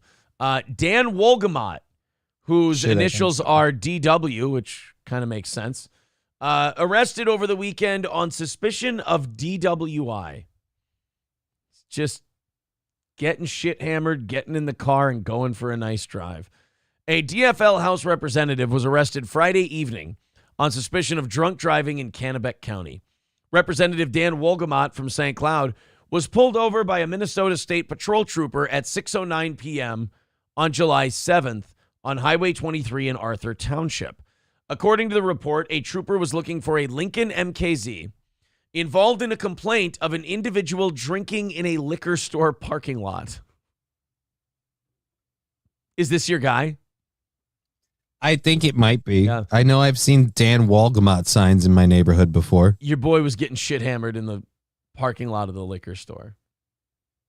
I mean, you couldn't at least just like go to a park or something. Like, you couldn't wait a few minutes. You couldn't in wait. liquor. He couldn't wait. He got out of the liquor store. He got in his car and he opened it up like a construction worker on his lunch break. He just popped it open. Boop. Oh, and just down the hatch. Oh, it had to feel so good. He was so thirsty. I didn't buy it because I'm saving it for later. God damn it! Oh, there was actually still some. According to the report, a trooper was looking for a Lincoln MKZ involved in a complaint of an individual drinking in a liquor store parking lot, which was called into Kennebec County Dispatch. The trooper observed the vehicle did not have a front license plate, expired registration on the rear license plate, and appeared to be weaving within its lane. Why don't you just set off a giant set of sparklers and fireworks going, hey, illegal activity happening over here? Why don't you literally find a way to invent and install a cop magnet onto your car, and you could have just pulled them right to you? They wouldn't have had to chase. They wouldn't have had to hit the sirens. Just hook them up right up to your vehicle, bumper to bumper, right there. Just had a whole bunch of unregistered pugs in the back. Look, I'm just trying to offload these pugs, goddammit. Observed no front license plate, expired tabs on the rear license plate. Oh, and by the way, these are the people who were charged with spending a $17 billion surplus for you this past year. These are the people with the judgment that we trust to run the state of Minnesota. This guy can't even put fucking license plates and tabs on his car. Now, during the trooper's interaction with Wolgamott, the trooper observed signs of alcohol impairment. Okay. Wolgamott was subsequently booked at Kennebec County Jail on suspicion of fourth-degree DWI. And you know, it happened. Dan Wolgamott intoxicated. And you know, it happened on Friday. So you just know that this guy's sitting there all weekend and he's trying to convince himself. He's like, maybe it won't come out. You know what? They'll appreciate that I took my licks. You know, I did the wrong thing, but I took my punishment. I'm a good guy. Yeah. At least he didn't like do anything really embarrassing, like yell, "Do you know who the fuck I am? I'll have your or run badge somebody for this." over. Yeah. Like he didn't do anything to, I mean, he just, he got a little shit-faced in a liquor store parking lot, as you do. What I would like to do is really talk to this guy about how his life is going, because I want to know what drives a man to drink in a liquor store parking lot. I want to sit down. I want to go, hey, Dan, how are you doing? How well is it going that this is where we're at right now? You realize that's just it's just a bottle of Tito's. You're not going to find any answers in there. Just an empty bottle. Silverwolf says, okay, but to be fair, he does represent St. Cloud, Minnesota. All right, look, fair enough. This might actually ingratiate him to voters. They might actually like him more this way. Zen Rhino says, I'm from Stearns County, and my sister. Hey, he's going to get reelected. Zen Rhino says, well, to be fair, if I lived in St. Cloud, I'd be drinking during the daytime every day as well. You live in Pennsylvania. Don't sit there and lecture me about shitholes. Thank you very much. I'll have you know, St. Cloud is a lovely place. How fucking dare you? I have Zen Rhino right in the chat. Oh, Pennsylvania today. Fuck. It's St. Cloud, Minnesota. I got to take that from people who live in Orlando, pal. Doc Brewski says, can we arrest the rat that dropped the dime on him? He's clearly married, thus the drinking. Oh, here I was toying with the notion that he's gay. Yeah, I mean... Doesn't mean he's not married. Just means he's hiding something. It's true. But like, who rats on a guy having a little drink in the parking lot of the liquor store? You don't rat that guy out. Clearly, he's got something going on. Yeah, but he's driving without a front license plate and expired tabs. I mean, at a certain point, you got to be like, this guy doesn't have anything together. I don't know if someone should check on him. Not me, but someone. Right, yeah. No, I don't want to check on him. But yeah, I mean, you're calling in the guy who's drinking in the liquor store parking lot without even asking any questions, figuring out why he might be drinking in the liquor store parking lot. Kind of presumptuous. Somebody writes in the chat, who the fuck calls that in? Exactly. A buzzkill. That's who. Ben Wynn says, I live in Southern California. Day drinking is a sport at this point. Well, how do you deal with the homeless, you know? It's a survival skill at this point. K. Fallon says he is drinking away the shame of being a Democrat in Minnesota. Oh, I mean, there is that. Zen Rhino writing in the chat, he has officially been the first one to try April's Magic Bean Coffee from crescentmountcoffee.myshopify.com. crescentmountcoffee.myshopify.com. That's where you can find April's Magic Bean. It is officially here. Steel Toe Coffee is available in ground coffee or whole bean. Right now, April's Magic Bean available in ground coffee, a smooth blend of coffee from South America. Check it out at crescentmountcoffee.myshopify.com. The link is right there in the chat. Mods, if you want to put it in once more, crescentmountcoffee.myshopify.com. Switch what you drink over to Steel Toe brand coffee. Whether it's April's Magic Bean or Steel Toe, you're going to love it. That's crescentmountcoffee.myshopify.com. Again, crescentmountcoffee.myshopify.com. Go check it out. We got starting to pick up on the orders for April's Magic Bean. So thank you guys. Perfect coffee to have while you watch the Barbie movie because the pink matches. Absolutely. It is your Barbie movie coffee. 3:05 away from today's goal. Guys, I hate to be this guy. I hate to be Mr. E-Beggar Supreme, but you know me. It is time to start knocking down that goal. We are $305 away.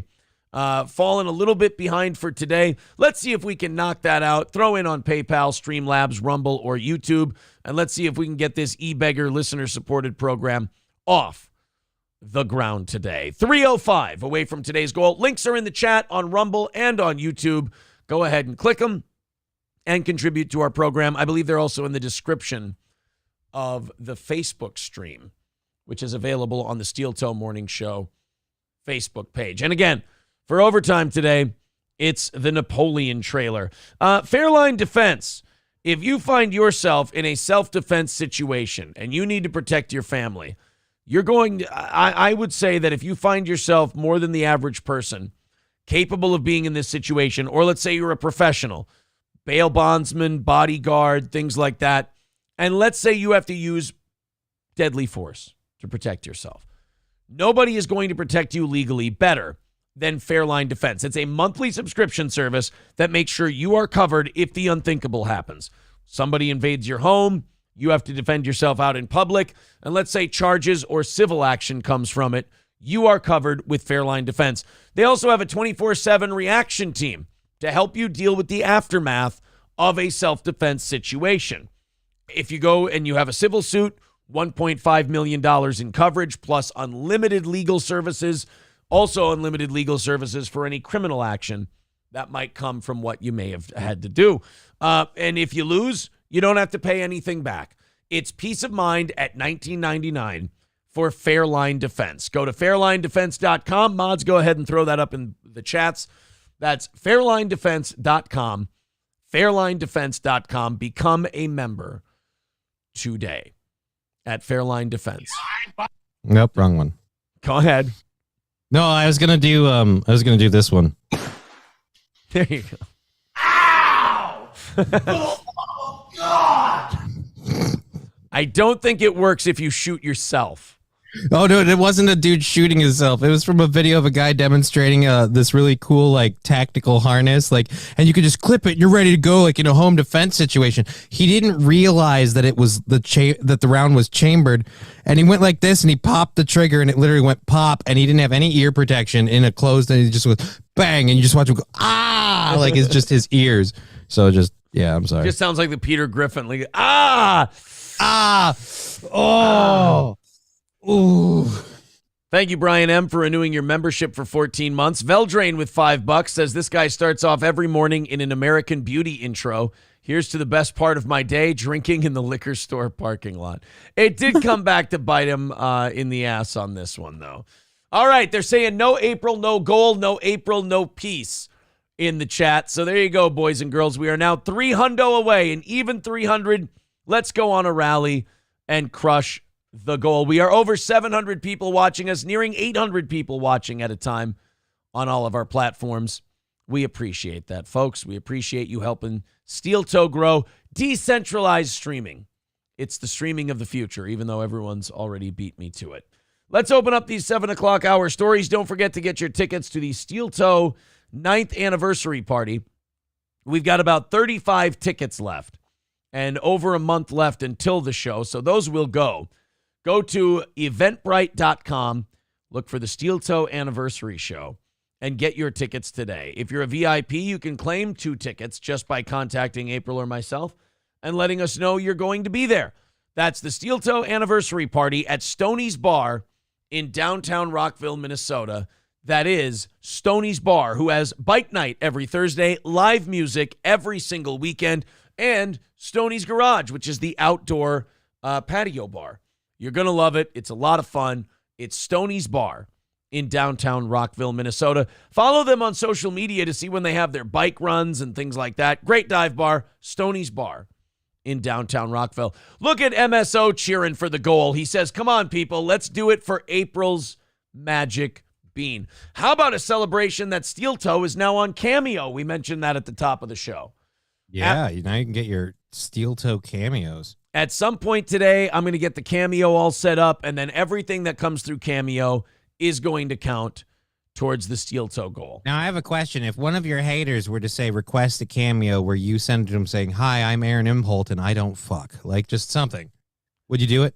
I would have to put my own creative spin on it.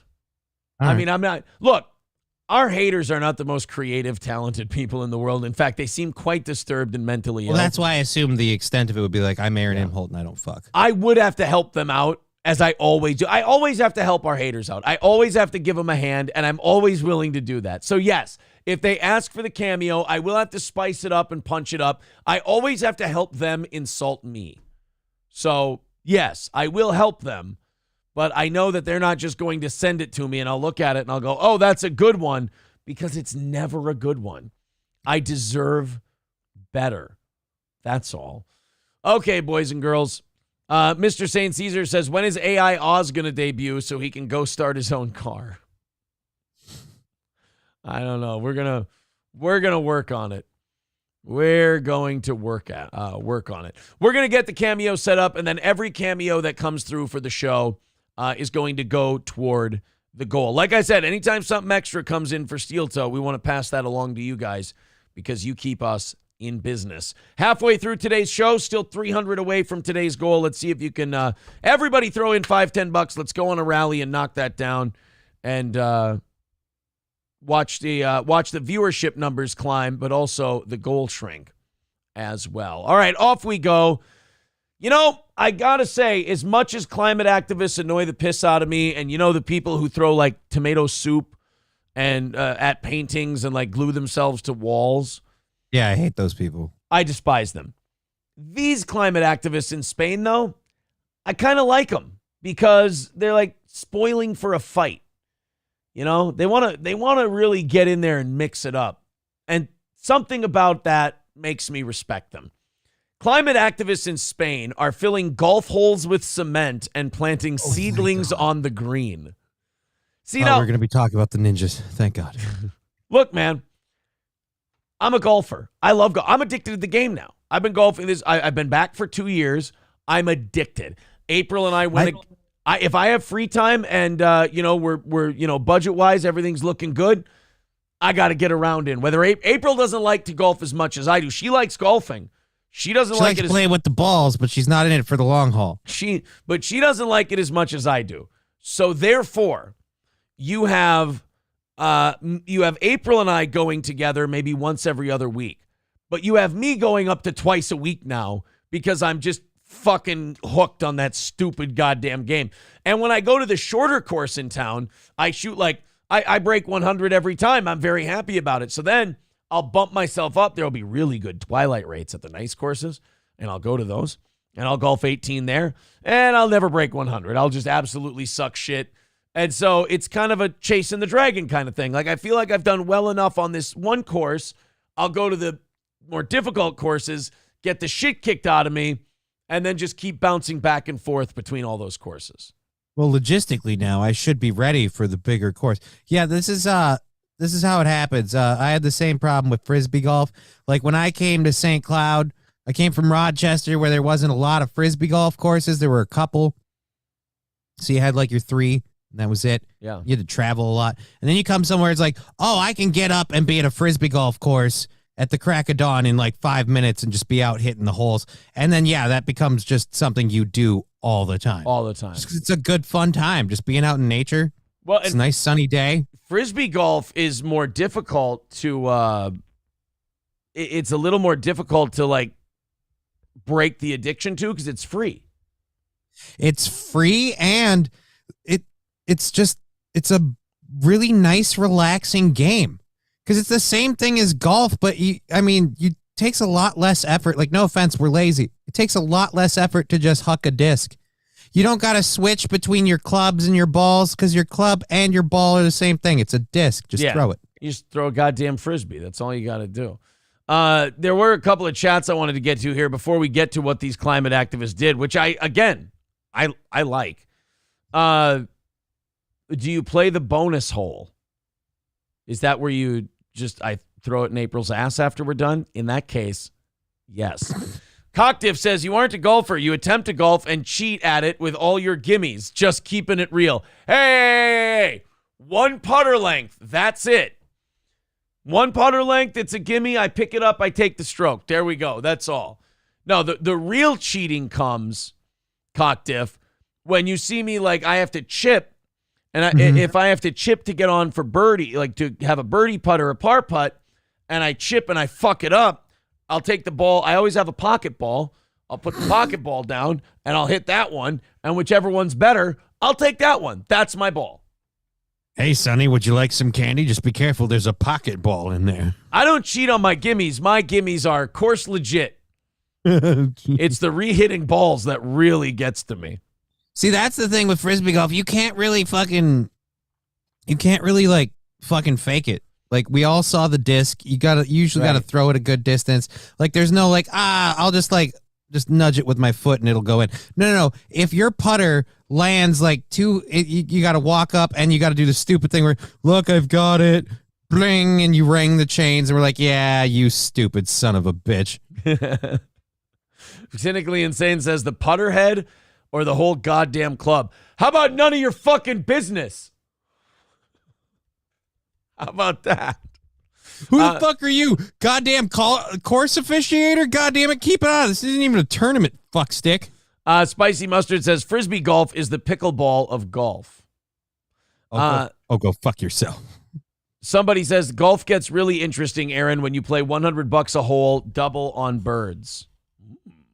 That is interesting. I got to get a little better though. Like I have my driver in mothballs. I hit my 3 hybrid off the tee every time. I can't fucking hit my driver.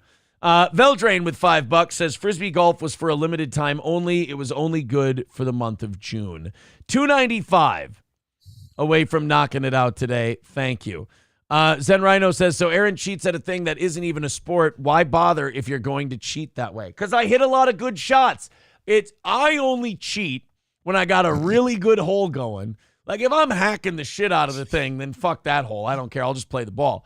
But if I'm like set up, if I crush my tee shot and it's on the fairway and I'm like, I can chip on and be putting for birdie, and I like top it and leave it short, or I hit it way over the green, I'm like, well, now we got to play the pocket ball. I'm Aaron Inholt, and this is dating advice. I only cheat when I've got a really good hole. Exactly. Isn't that when you cheat? Frisbee golf is the superior golf sport because it's all year round. You can play it in the middle of winter. Few things are as fun as throwing a disc and watching it land in the ground and just sticking up like a fin in the water. Yeah. Hebe says, coming up, Melton's going to sell, oh my God, Aaron Sheets and golf merch. Yeah, that is kind of a washwoman thing that he would do, I think. But then again, I think, isn't he kind of done? I don't really hear anything about this show? Or just not in general. I don't really hear anything about the guy. But then again, I don't really hear anything. So. Yeah, I don't hear anything about much of anybody. Golf rule, minimum 1 beer per hole. Ooh, that's a hell of a pace you're setting there. Doc Brewski says, I normally end up drinking and driving the cart recklessly by the 4th hole. Well, look, everybody enjoys the game differently. Who am I to judge? I'm not your dad. How long is a gimme in golf? Let's settle this. I always say 2 feet. Oh, look, this says 2.5 feet. So you're technically giving yourself a little bit less space than you should. I'm actually playing a little more honest than the rules say. 2.5 feet. If it's inside the length of the putter. See? Now, do you measure from the edge of the hole or the center of the hole? That's the question. Well, there you go, guys.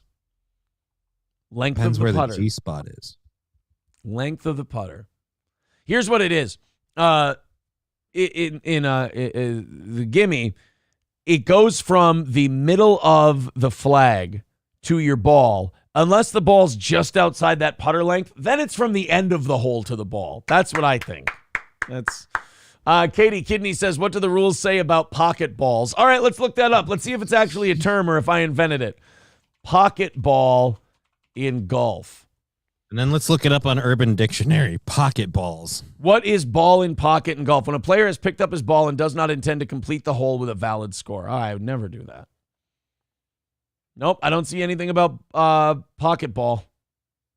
Extra golf balls in pocket. Tees in the right pocket with phone, divot tool in the right. Nope, I'm the pocket ball guy.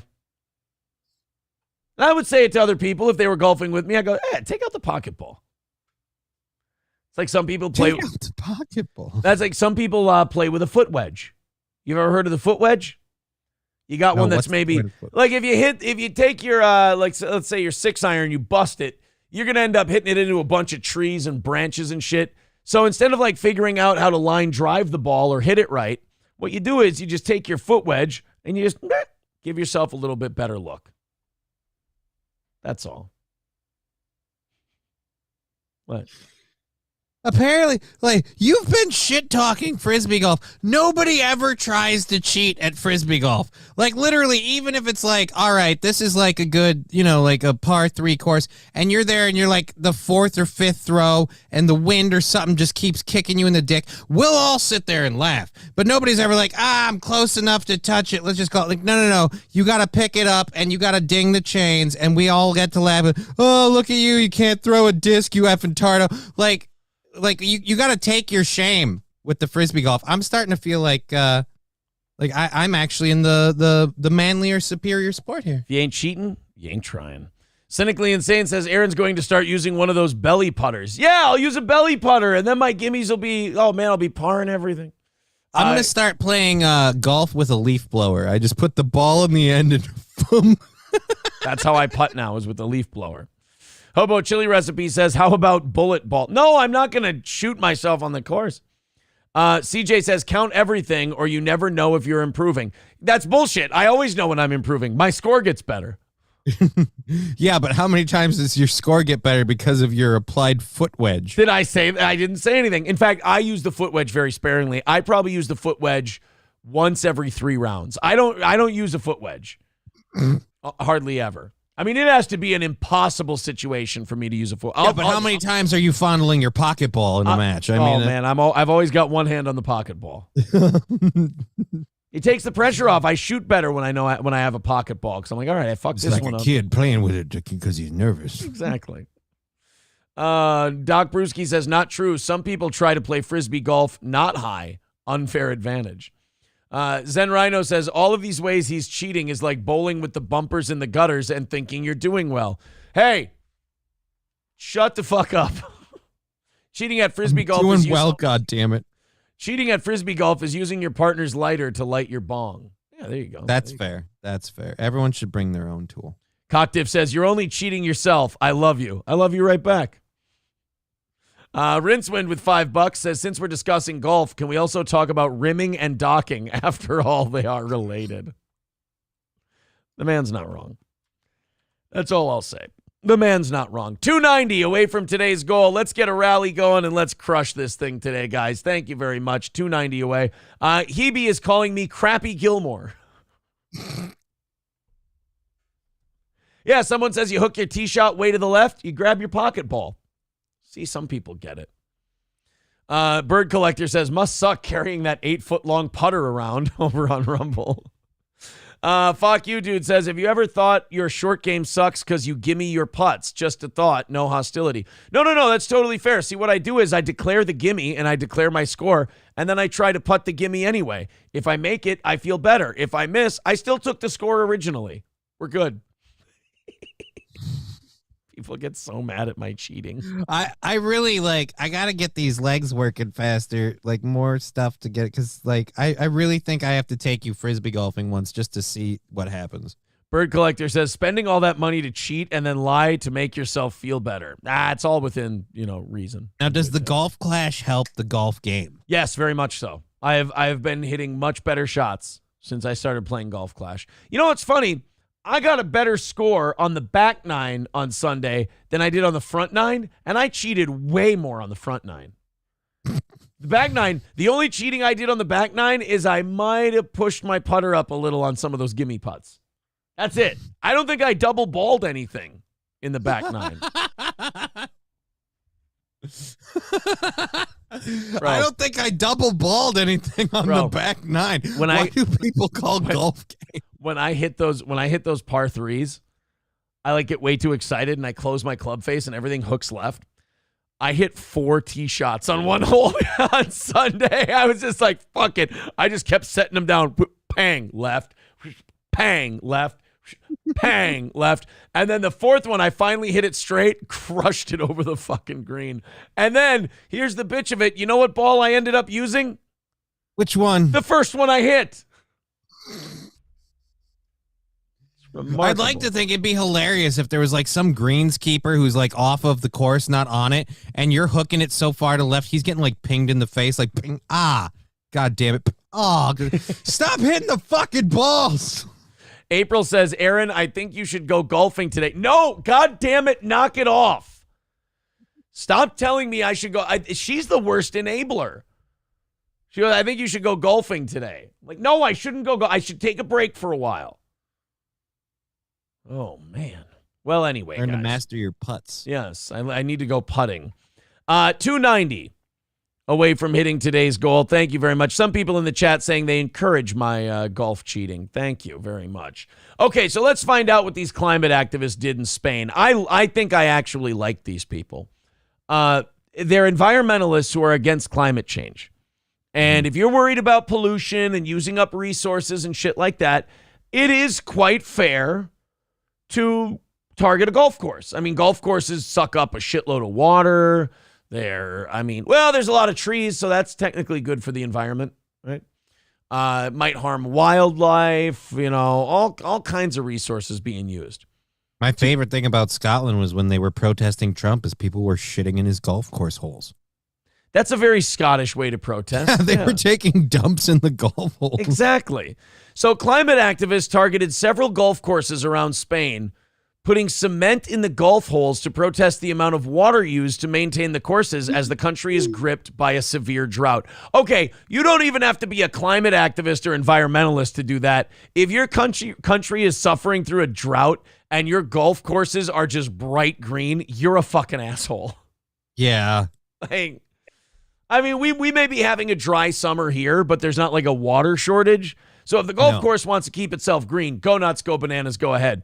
But if you're having a severe drought and you're rationing water, but the golf course looks pristine, you're kind of egging people on.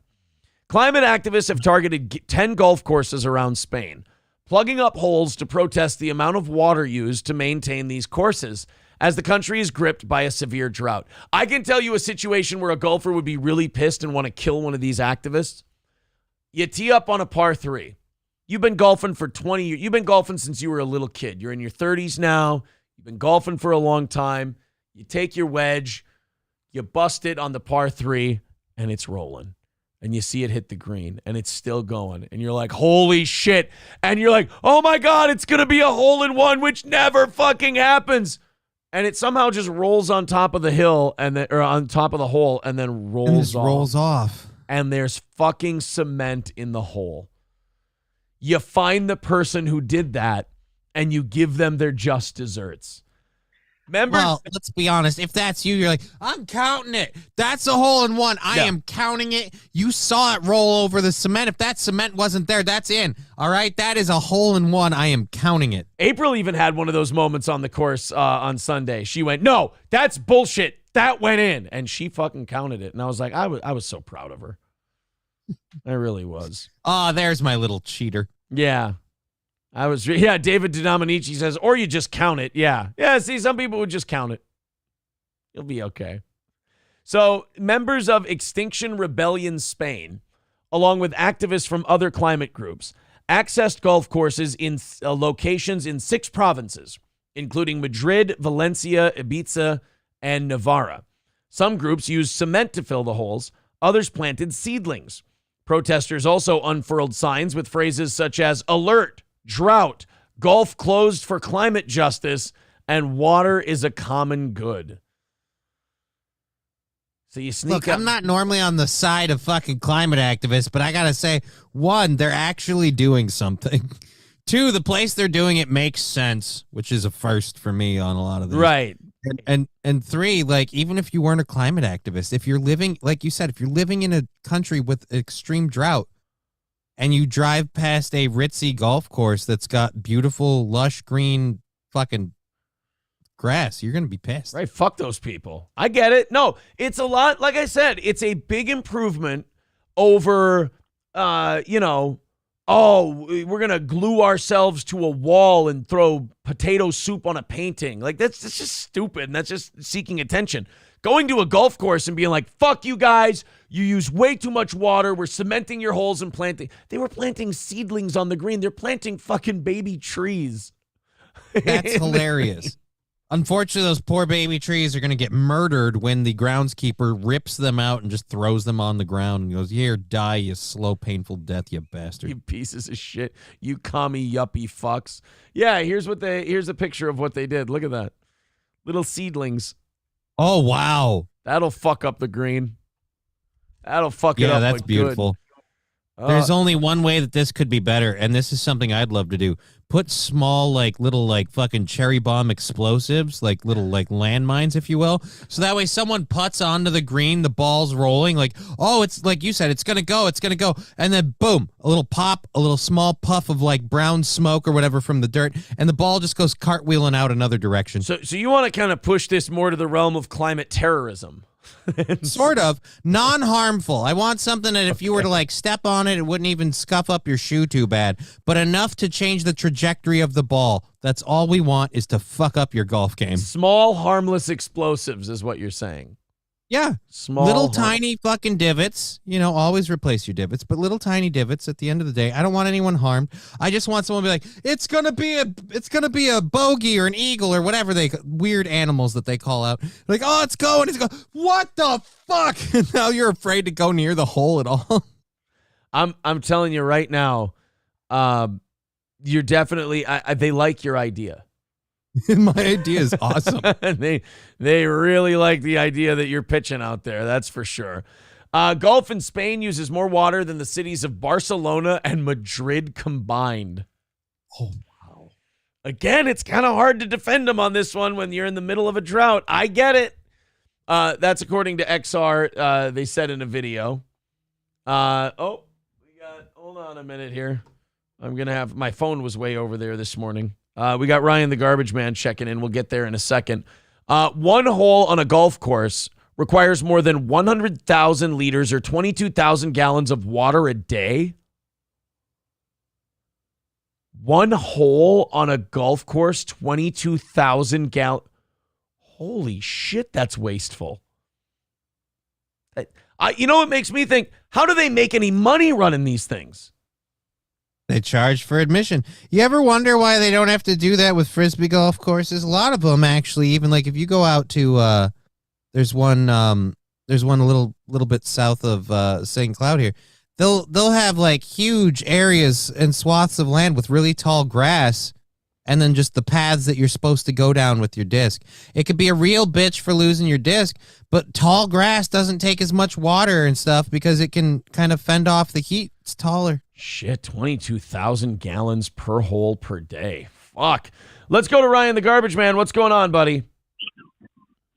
Good morning. These climate activists were thinking what they should have done instead of planting seedlings, they should have planted endangered or protected species of plants, therefore making it illegal for them to be removed.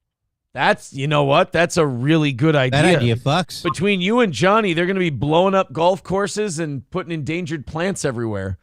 You guys are really giving them some ideas. You guys ruined my golf course. I'm going to kill you both. I'll say this once again. All of that stuff done to a Frisbee golf course does not affect the game. Nope. Still play. Still have your explosives. In fact, you guys are so high playing Frisbee golf, you step on a landmine, you'll just blow the leg off, tie it up, and limp away the rest of the course. Like I said, I don't want that high level explosive. I don't maybe it'll. By the way, there's a lovely Frisbee golf course at Robbins Island in Wilmington. All right. Well, as soon as my leg works, I will be ready. I will be sure to check that out. Thank you, Ryan the Garbage Man. Appreciate it. Ryan the Garbage Man sent a message. I'm just seeing it now to Jake Hudson today. Oh no. He just sent me a screenshot of a message he sent to Jake. It says, "I hope you're ready for a fight. Aaron has retained the services of Winkin, Blinken, and Nod law offices. So now Jake thinks I hired a lawyer to wage the great war against Jake Hudson." Scarface with $20 over on PayPal. Thank you for getting us jump-started, Scarface. Appreciate that.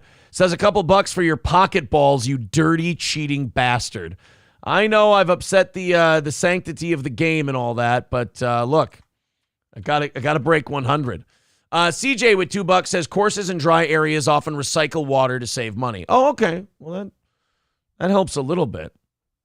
Because 22,000 gallons a day per hole seems like a high number. Seems excessive. If I may. I gotta say.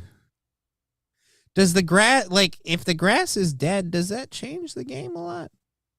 I suppose the game of golf, if the grass is dead? Oh yeah, the ball will fucking roll forever. Again, this is I hate to brag about the superiority of Frisbee golf, but because it's a thrown disc, I mean, as long as the air is still there, you can play.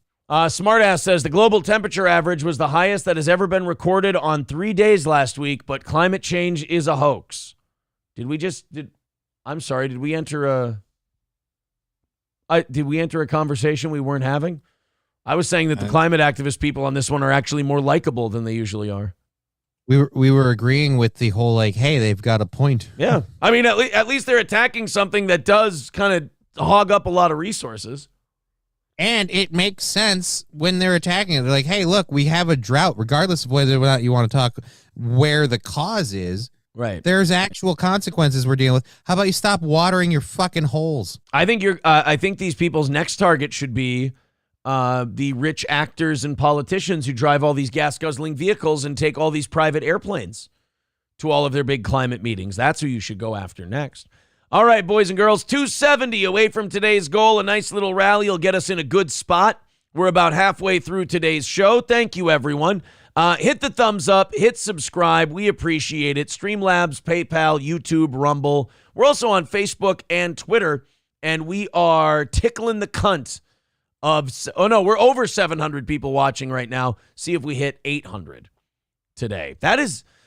I'll tell you this, I had to really get over my ego problem. I talked about this yesterday.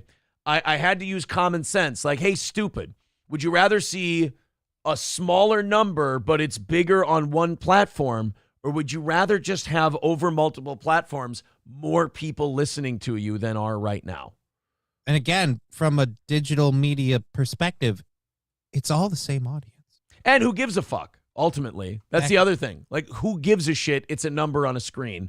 Plus, we're going to need these other platforms when one or more of them cancel us. Exactly. It's always good for us to have multiple platforms, so when we are inevitably canceled, as we always are, we have somewhere else to go. Hobo chili recipe with $4.99 says, here's some shekels to this cheating Don Knotts looking golf hustler who keeps his scorecard as a trophy at mini putt-putt. Wow. This conversation about golf got way more riled up than I thought it would. I have to agree with Skeezy. One, Frisbee golf is not for the poors. Frisbee golf is just economical. You can just want to save money. That means it's for the poors. I don't want to be around you smelly peasants. The smelling thing is usually because there are, like I said, potheads, and then you have the other ones where it's like the hippie potheads, and they smell like patchouli. Look, I can't defend Frisbee golfers and the aroma there. There's a reason it's an open-air sport, all right? Because a breeze helps if you're not downwind. Packer Backer upset at Smartass on Rumble. They're fighting about climate change in the chat. Packer Backer says, oh my God, 3 days. Get a grip, morons. We've kept accurate weather data for 130 years. Ever measured is hysteria-generating nonsense. He does have a point. Like, the Earth's been around for a shitload of time, and we've been tracking accurate weather data for about a century now. So I don't really know if you can say on record, like, it's holy shit, what are we going to do? Ironically enough, with in places like Nova Scotia and stuff like that, where the ice and stuff is receding, they're finding evidence of like ancient human civilizations. It's almost like people existed in these places and then the ice expanded and now it's retreating. So again, I'm not saying global warming isn't real. I'm just saying, how do we know what all the causes are? Right. April says, I'd like to know how many people in chat get mad while golfing and throw a club. All right, let's see which golfers. Now, I don't like chuck a club. What I do is a little underhanded toss. I get frustrated maybe once every other round, and I'll do an underhanded, a little, like, God damn it, and it'll go down at the ground. I never throw the club up in the air. It's always just a throw it down at the ground. Again, not to tug my own dick again, though it does feel good. Frisbee golf, you get pissed, it only helps because again, you put more into throwing the disc. Just really give it that fucking motherfucker. You're gonna go there. I'm bound and determined to be the first person to introduce the pocket disc to disc golf. Because, let's say you get the disc kind of on its side and it hooks to the left. You're like, you know what? Pocket disc. Whew, mulligan. Actually, I hate to say it, but that's this one place this sport will work out for you because you literally carry a bag of discs. So right. You're like, oh, you know what? That's my my low wind disc and there was a breeze that caught it. I'm going to use, and then you get a different disc. Yeah, exactly. Richard says, I've snapped a putter before. There you go. See? Oh, now they're arguing about climate change. Okay, now the chat's going to argue about climate change. Golf is a caddy to death with before. Cocktiff says, I threw my cousin from a rolling golf cart once. Good times. Mr. Approachable says, there's the flip-flopping Aaron we all love. Corey told you to multi-stream as soon as you moved to YouTube, and you called him stupid, saying how dumb it was to divide your audience. I know, but now it's my idea, and I like it. Any other questions? Has anyone not noticed that this is a trend? Like, this isn't new behavior. Right. When did he start doing this shit? How long have you been watching? Yeah, exactly. I need to know how far back I need to go to let you know. All right, moving on to, this is fun. Hey, you know how you're born LGBTQ and there's nothing anyone can do about it, and it's not like a social development or anything like that? Yeah. It's not a trend or anything like that. It's just you're just born that way. Living their truth. Yeah, it's just people living their truth. Brown University took a survey of their students, and there was about 10% of the student body or 12% of the student body back earlier this century identified as LGBTQ+. A little over 10%. Johnny, how many students at Brown University now identify as LGBTQ+? I guess like 30? 40. Jesus Christ, I underballed it. Good God. 40%. I know, you were trying to look for a ridiculous number, and you ended up at 30. 38% of students at the Ivy League school identified as either homosexual, bisexual, queer, asexual, pansexual, questioning, or other. That's more than 5 times the national rate for adults not identifying as straight. And by the way, that number has gone from 1% to 7% in an awfully quick amount of time. Don't tell me it's not because it's become very fashionable for people with other mental illnesses to just process it through their sexuality. You know, we used to look at that as a bad thing. That was a sign of bipolar disorder. It's just like really aggressive sexuality.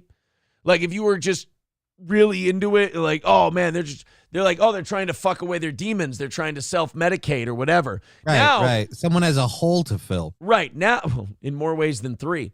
And now it's more like, oh, well, no, we have to respect their identity and everything else. And it's like, oh, by the way, the thing I learned about having bipolar disorder and, you know, getting hypersexualized when you're bipolar, I got that from a recent episode of Law & Order SVU that I watched from season 10, when Stabler's daughter breaks into someone's house and takes a shower. It's because she had bipolar disorder. Infernal Machine says giving new meaning to the Brown University. Yes, they're now renaming it to In the Brown University. It's going to be a little bit of a branding change, but they should come out of it just fine. I'm sorry, John, but you can't tell me that this isn't a social, a fad, if you will. You can't tell me that this isn't a social thing. And that it's just, oh, no, it's just all these people are being born this way. You know what? No, they're being born this way, but now that we're embracing it, they're finally able to come out and be who they were. You know, back when it was only like 5%, that's again when it was still more taboo. Now people realize, hey, it's okay to be gay, and they're just coming out of the woodwork. Right, at 8 times the national average. I mean, people in their early 20s aren't known to have any kind of like increased susceptibility to mental illness, so it certainly can't. And I'm be that. sure every single one of these people that is identifying this way won't change their mind later, or maybe switch teams or whatever, and then go, you know what? It was a fad. It was a phase. I'm sure none of them will do that. Nope. None will be like, well, I had a phase in college where I was kind of bi and I was into making out with chicks, but it never really went anywhere. And now I decided I want a dude, a big muscly man who has a job, who can pay bills and give me kids. Right. And when it becomes a fad or anything like that, I'm sure we'll acknowledge it, and I'm sure we'll say it was that, and then nobody will argue or yell or scream or throw a fit over that point. It will just be accepted, and we will all move on as adults. And we won't demonize the people who change their mind. Right. Precisely. We're a reasonable, rational society. Now, about 7.2% of American adults identified as being non-heterosexual, according to a Gallup poll. Now you see how skewed that number is, because 40% of college kids are convinced that they're like some form of gay now. 40% of them. And by the way, 82% of that 40% is chicks who just like to make out with girls when they get drunk. So let's go ahead and assume that everybody ages out of that program. Nobody sticks with the I make out with my girlfriends when I'm shit-faced. Nobody stays in that phase. You don't find those at 40. All right? So you age out of that program. You take them away. That 40% now shaves down to about 15%. Then you go with people who hate their dads. You got to shave that down a little further. Now you're down to 6 or 7%. And then you go with people who maybe have some undiagnosed mental illness. Now we're back down to our 1 to 3%. And all is as it should be. I don't know. I think some of it might have a lot to do with the fact that everybody, including the women involved, just find chicks making out to be hot. You know who you need. Guys are not make outable. You know, I think for this kind of data. I knew it. I was waiting. I think for this kind of data, you might need guys. Could you do you mind just giving me a minute? Give me just a second. I'll be right there. We'll bring in somebody to handle the numbers. We really need a numbers expert. Aaron isn't traditionally a numbers expert. Johnny, just give me a minute. I'll go get us a numbers expert, and we'll be able to. All right, you go ahead and handle that out. We need someone who might be described as a quote. Oh, Jesus. Oh. You can't unsuck a dick, Mike Trump. Coke Div saying, you can't unsuck a dick. This is taking a minute. Our guest is hard to reach right now. He has a hard time getting his glasses on over his accessories. What part of accurate is hard to understand, says Packerbacker? Ice core samples and Free rings are about as reliable as a radar gun that's only been dropped 10 times. Oh, we got our expert. Holler if you hear me. Yeah. This is Big Papa Pump, Scott Steiner. And I'm here to tell Johnny and Aaron and everybody in the Steel Toe audience that I looked at these numbers from Brown University, Johnny. And I know everybody's saying, well, Big Papa Pump, you were a member of NWO Hollywood. Today, I'm in a wolf pack. And you know, in a wolf pack, we make sure that when we're running together. Right? You see a wolf pack running around with all my freaks out there. All my freaks travel light and they travel fast. And my freaks are not non-binary. Because you're looking at the man with the largest arms in the world, and I'm a genetic freak, and I'm not normal. But Johnny, me and my freaks the other day were sitting up in my king-size bed, my Alaskan king, and we were reading the New York Post. Because that's what me and my freaks do. Right. We have lots of sex. And then we read the New York Post. And so when we were reading... Everybody knows that the New York Post had this study about Brown University saying 40% of their kids were non-binary. Well, I'm here to tell you that you take that 40% and you take out girls who are lesbians when they're drunk as sophomores, and that number drastically goes down.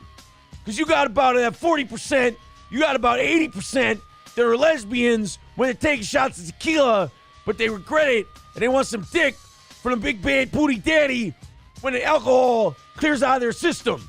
So then you got to take that 40%, you knock down 15% right off the bat. Then you take the people who got bipolar disorder and need to be medicated and they're just sucking dick to cope.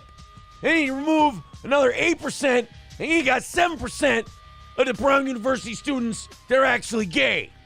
And then you take away the women who say that they're lesbian or bi or non-binary, but just haven't climbed the mountain that big bad booty daddy, Big Papa Pump Scott Steiner's living in, and they haven't gone to the top of the mountain with the big genetic freak. And then you got the next percent population comes off that number, and you're talking about 3% that are gay. And then you look at the big bad booty daddies that are pounding the other big bad booty daddies, and they just never known how to be a big bad booty daddy and get their own freaks, and they sign up for the Steiner Recliner Nothing is Finer classes, and then they stop being gay, and that knocks it down to 1.3%. So remember that if you take the advice of Big Papa Scott Steiner, you got about a 140% chance of crushing pussy. So, Big Papa Pump is your not being non-binary hookup. Holler if you hear me.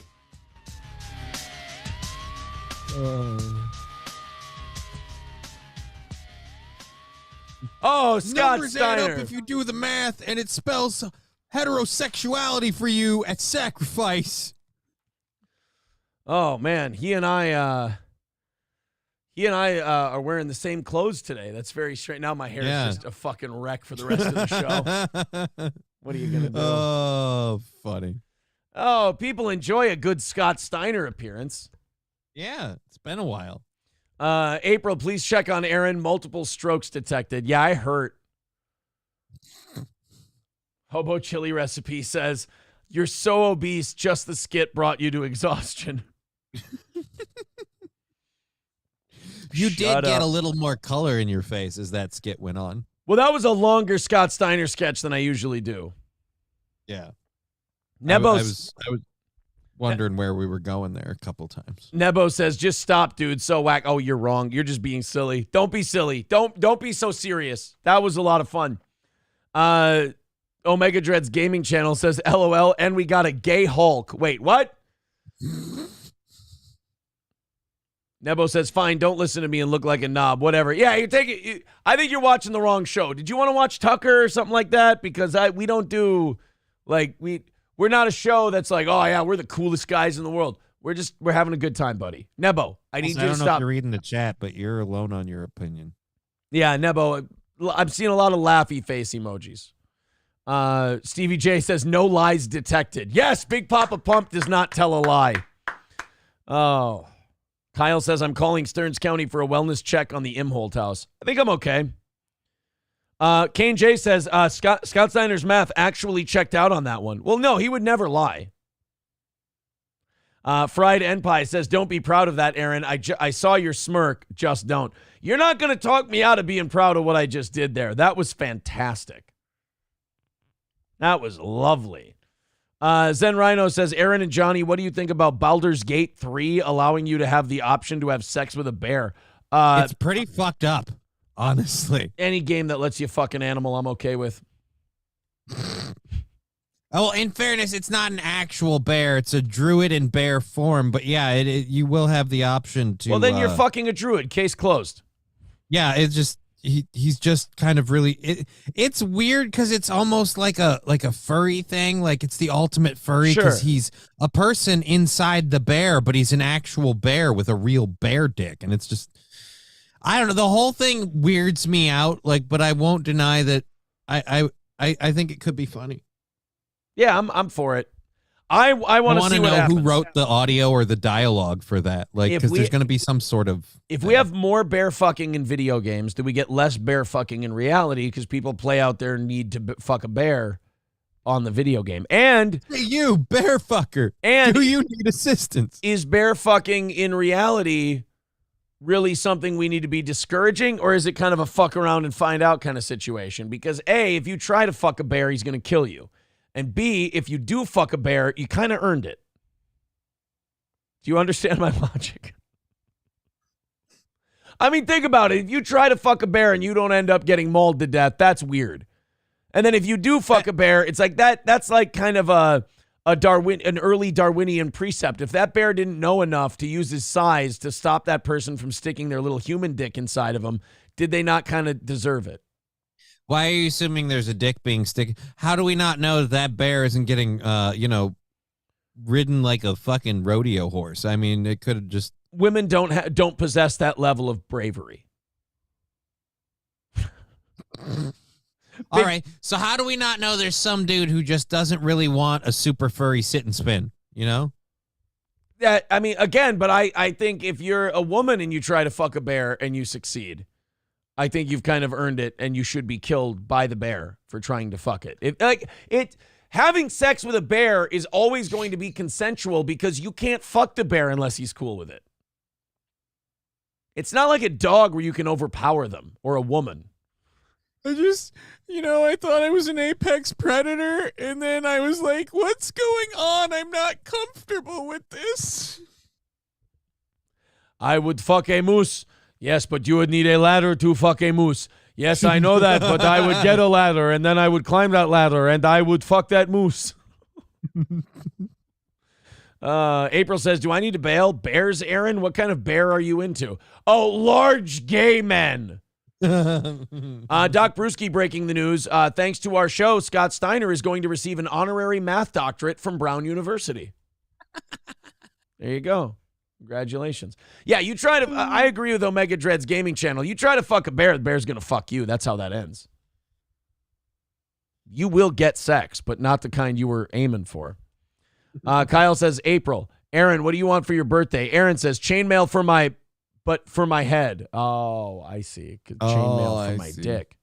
That would weigh down a boner, though, horribly. But I guess it would allow your dick to lift weights. Yeah, but honestly, assume for 1 minute you have the abnormal stamina to maintain a chainmail condom. Who's gonna enjoy that ride? That's gonna be a rough one. Yeah. Hebe says bear fucking is called hazing in Russia. Actually, it's called MMA training in Russia. But I'm not here to get overly particular. Smartass and Packerbacker in the Rumble chat still arguing with each other over climate change. I'm sure you guys will solve that. Bigot on socialist media with $10. Thank you very much, buddy. We're getting there slowly but surely. 255 away from today's goal. If you'd like to contribute to the show, please do. We got about an hour and 15 minutes until we rattle the cans and try to knock out today's goal with a little simple e-begging. That's it. Share the show, like the show, hit the thumbs up, subscribe to all the channels we're on. 255 away from today's goal. I tell you what, guys, we get this thing under 200 by 9 o'clock. I'm feeling good about getting within striking distance. 255 away, Streamlabs, PayPal, YouTube, Rumble. Check them out and contribute to the program. Still over 700 people watching the show. I appreciate that, guys. And I'm not even counting Facebook and Twitter, which I hear those are very minimal anyway. It might take a while to get the Twitter and Facebook ones off the ground. I'm thinking. We just kind of added that yesterday. Kraken Slappin says, arguing about climate change. That's original. Yeah, and those conversations always go really well. Yep. You know, opinions always change when you're diehard about your opinion. Right. People already kind of, change each other's opinions based on yelling at each other about climate change. It's perfect. Smartass says, I've already convinced him. Well, there you go. Packer Backer is now a firm believer, right in line there with Smartass. I think that's great. When Packer Backer and Smartass can come to an agreement, I mean, by God, it spells good things for the country. I think we can all solve our problems now. Those two fucks figured it out. T. Thompson does want to move on to a more serious question. What was the bear wearing? Did look like a whore. I got to be honest. If the bear looks like a whore, what are you supposed to do? Not fuck it. No, yeah, you don't want to get a bear disease. Tom, pummel that bitch and leave her laying there like a throw rug.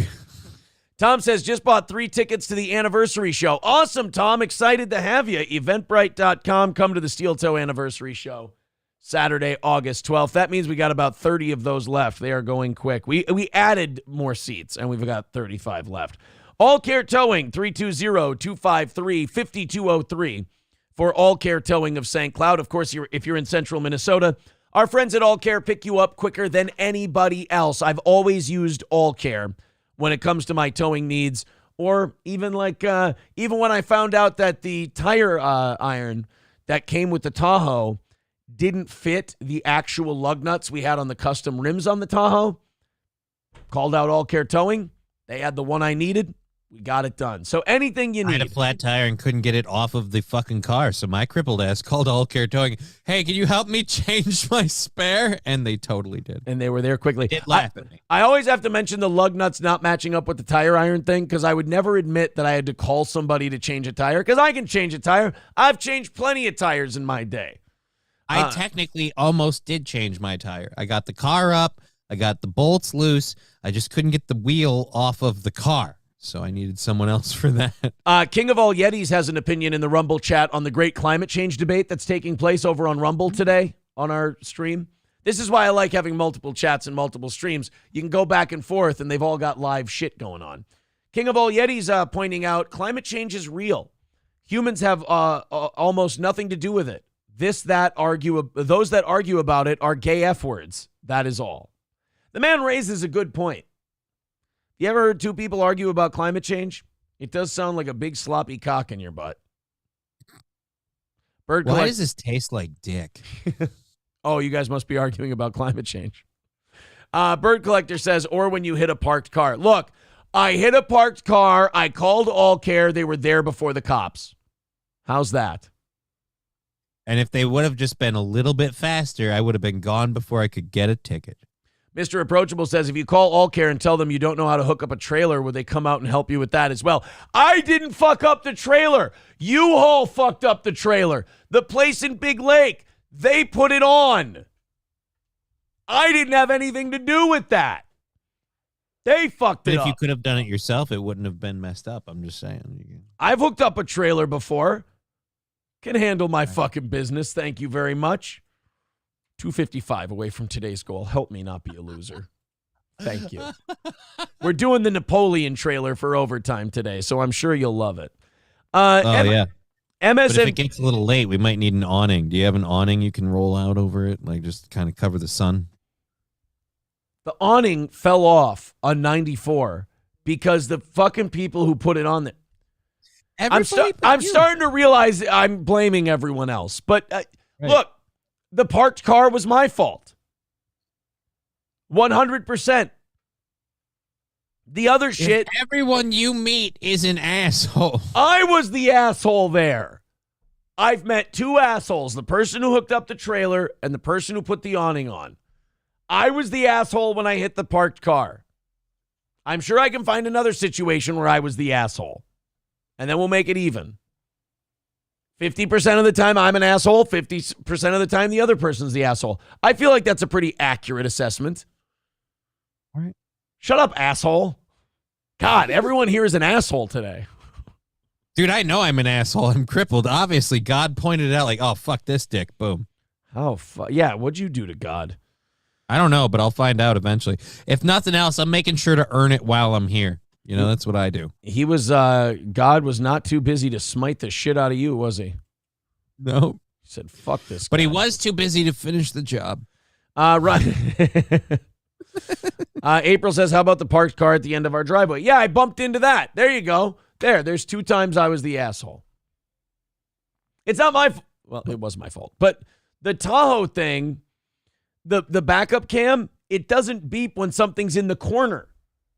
It only beeps when it's right behind you. Yeah, but you have eyes, right? Like, well, again, it's not like I can understand, like, a lot of vehicles were moving. It was a high speed situation.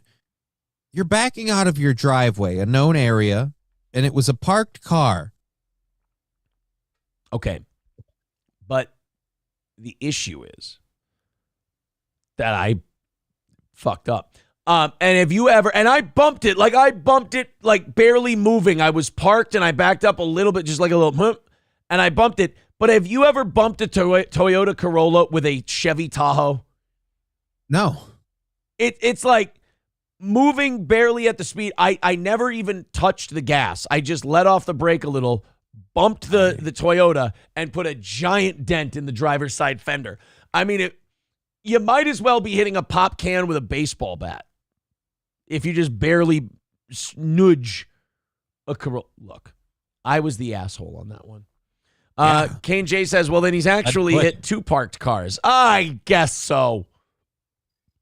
Even more says, you hit a parked car? I thought only women and old people did that.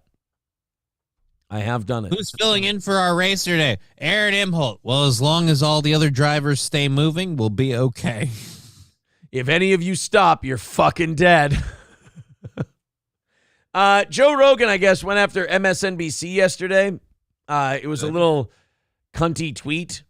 A resurfaced article that linked physical fitness to white supremacy garnered a shocked response from Joe Rogan after the official account for MSNBC posted it on Monday. MSNBC tried to ask, is the far right's obsession with fitness white supremacy? And it really just kind of reaches beyond parody where you're like, God damn it, man. We can't even make the joke that everything is white supremacy to you people because you just lean in and accept it, which is in a way kind of brilliant. Weights are black. What? All the weights are black. I don't All know the weights are black. Going to. All the best shaped people in that gym are usually of some other race. The white people are. I don't know if you've been in a gym, asshole, but white people aren't exactly like flaunting physical fitness in the gym. I have to say, there's usually a diverse mixture of people, and usually it's not the whites that are like ripped. Although David Denominici with a good point, physical fitness is definitely a big part of white supremacy. He is right. Like, if you're a white supremacist, physical fitness is a big part of it. But that doesn't mean that wanting to be physically fit. Okay, white supremacists demand physical fitness. Demanding physical fitness does not a white supremacist make. Does that make sense? If you want to be in really good shape, you're not a white supremacist. But if you're a white supremacist, you probably do want people to be in good shape. I mean, I don't know. Doesn't anyone feel like nothing sends a better message about white supremacy than, not being able to see your feet? Right. It's funny to look at a fat white supremacist and just be like, well, you're kind of dispelling the mean. You're kind of skewing the mean there, aren't you?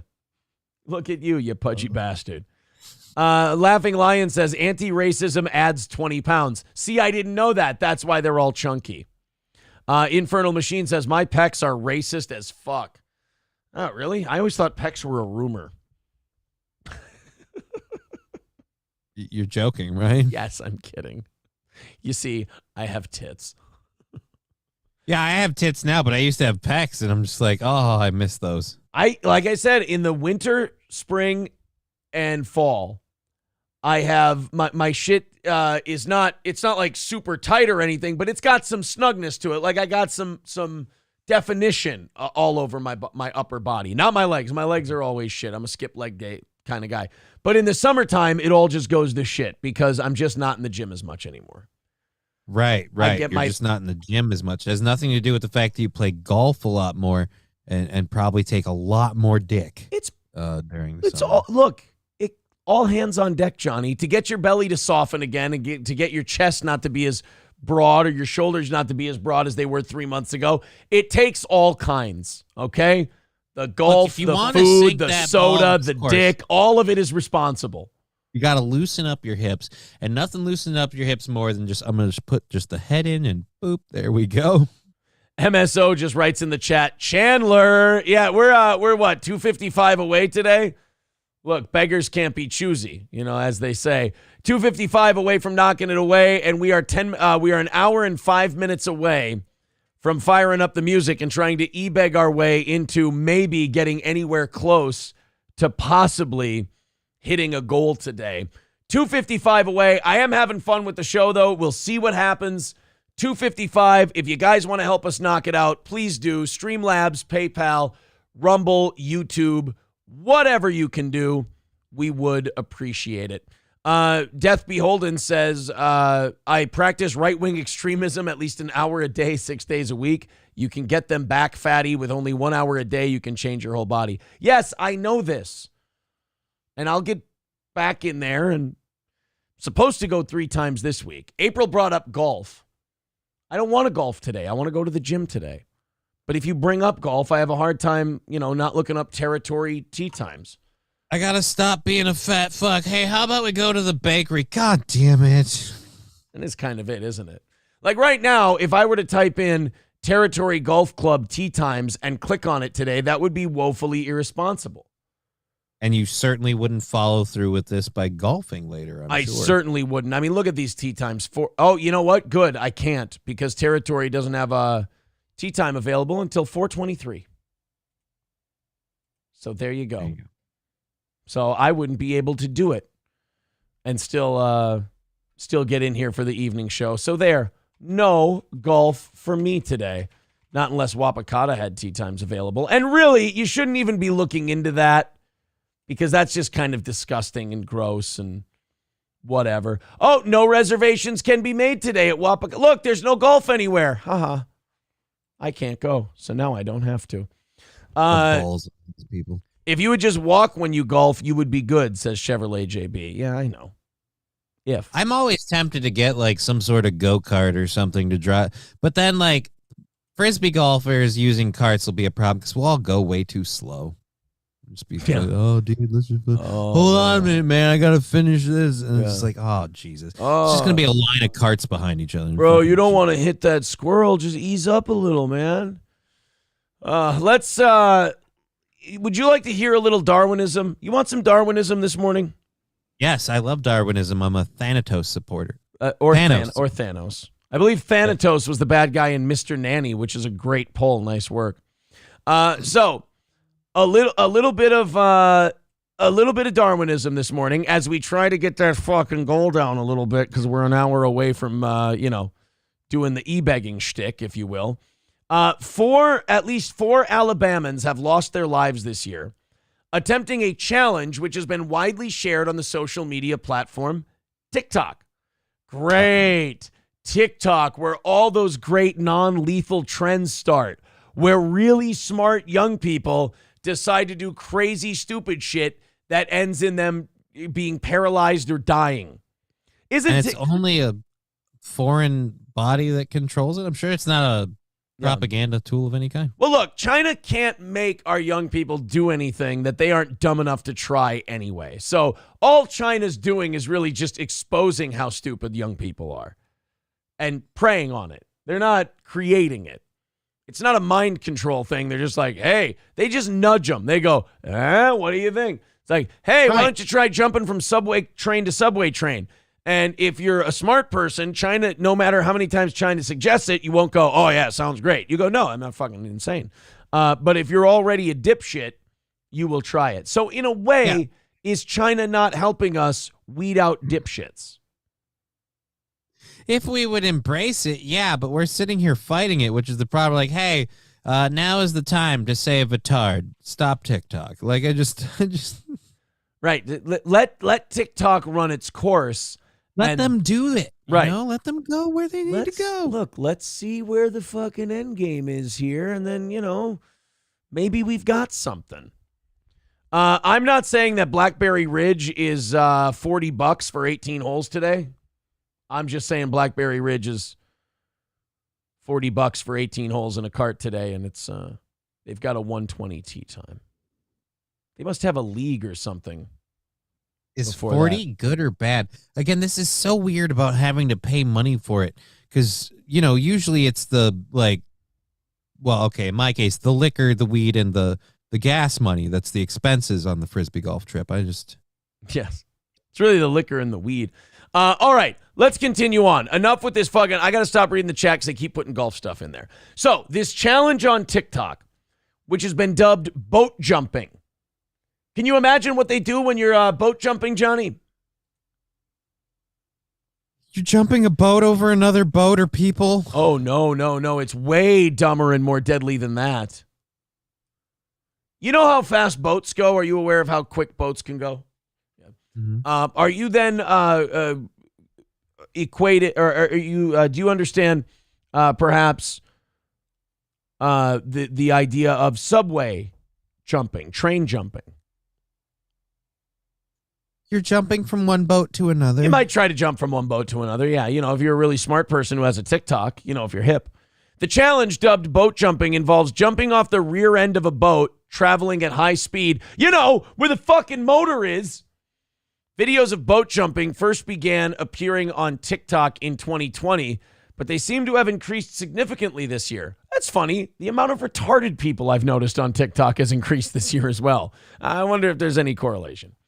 Though the stunt may sound appealing to whom? It sounds appealing to me. I'd love to watch some boat jumping. I certainly won't do it.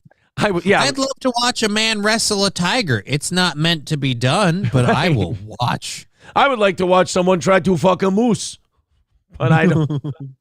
Though the stunt may sound appealing during the hot summer months, water safety experts say it's anything but cool. Well, if you're not going to listen to a water safety expert on what's cool, you kind of deserve your fate.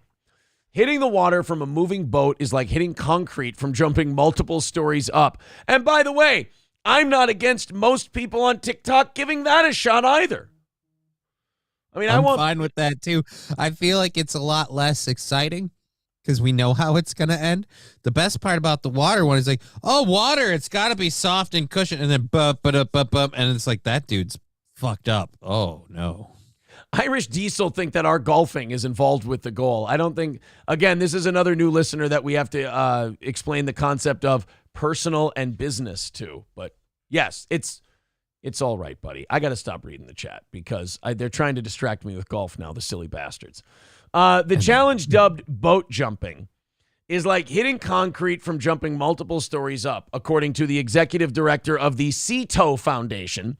You can wind up with broken bones, a broken neck, or you could end up running into the propeller of your own boat, or another boat could run you over. That would cause lots of damage, if not death.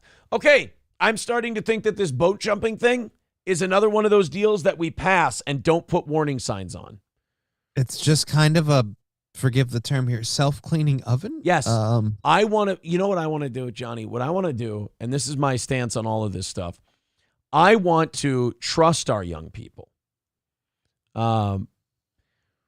We should be trusting our young people to make their own decisions, decide what's safe, and do what makes them happy, because ultimately I think that's how we end up with a healthy society. Yeah, telling people what to do and locking them down is only going to drive them to that behavior. Absolutely not. Right. If I tell some dipshit 19-year-old not to jump off the back of a boat at high speeds because they're going to cripple themselves, they'll just end up doing it. And then I might be responsible for, via reverse psychology, crippling that poor young man or woman. If I just let them make their own decision, we all end up better off no matter what they decide. Now, for Captain Jim Dennis of the Childersburg Rescue Squad in Alabama, those risks are all too real. In the last 6 months, don't say more than 3. Don't say more than 3. His organization has responded to the cases of 4 individuals, all men, who supposedly died as a result of boat jumping. That's one area, Childersburg, Alabama. They've had 4 people die from boat jumping. Dude, TikTok is influential as fuck. Here's what TikTok is good at. Getting people to engage in deadly stunts and turning your child trans. Those are the 2 things that TikTok can do extremely well. One of those men was a father out for a day of fun with his wife and children on the Coosa River, about 40 miles east of Birmingham, back in February. His wife attempted to capture her husband performing the stunt. You had children? You reproduced and you're willing to try to pull this thing off? And more importantly, you hear, hey, I'm going to jump off the back of a moving boat. Sure, babe, what could go wrong? We only have 2 kids. Alabama man. Holy shit. So she filmed the guy jumping off the back of the boat. Unfortunately, don't put unfortunately in there. That's your opinion. But unfortunately, she recorded his death, Dennis said. Yes, but his genes still exist. And it's important to note that she was accurate when she shared it to social media. She put it up on TikTok with the heading, "Just became a single mom." Yes.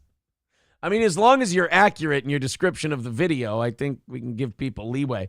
Let's hit play on this story. I guess the Today Show covered it.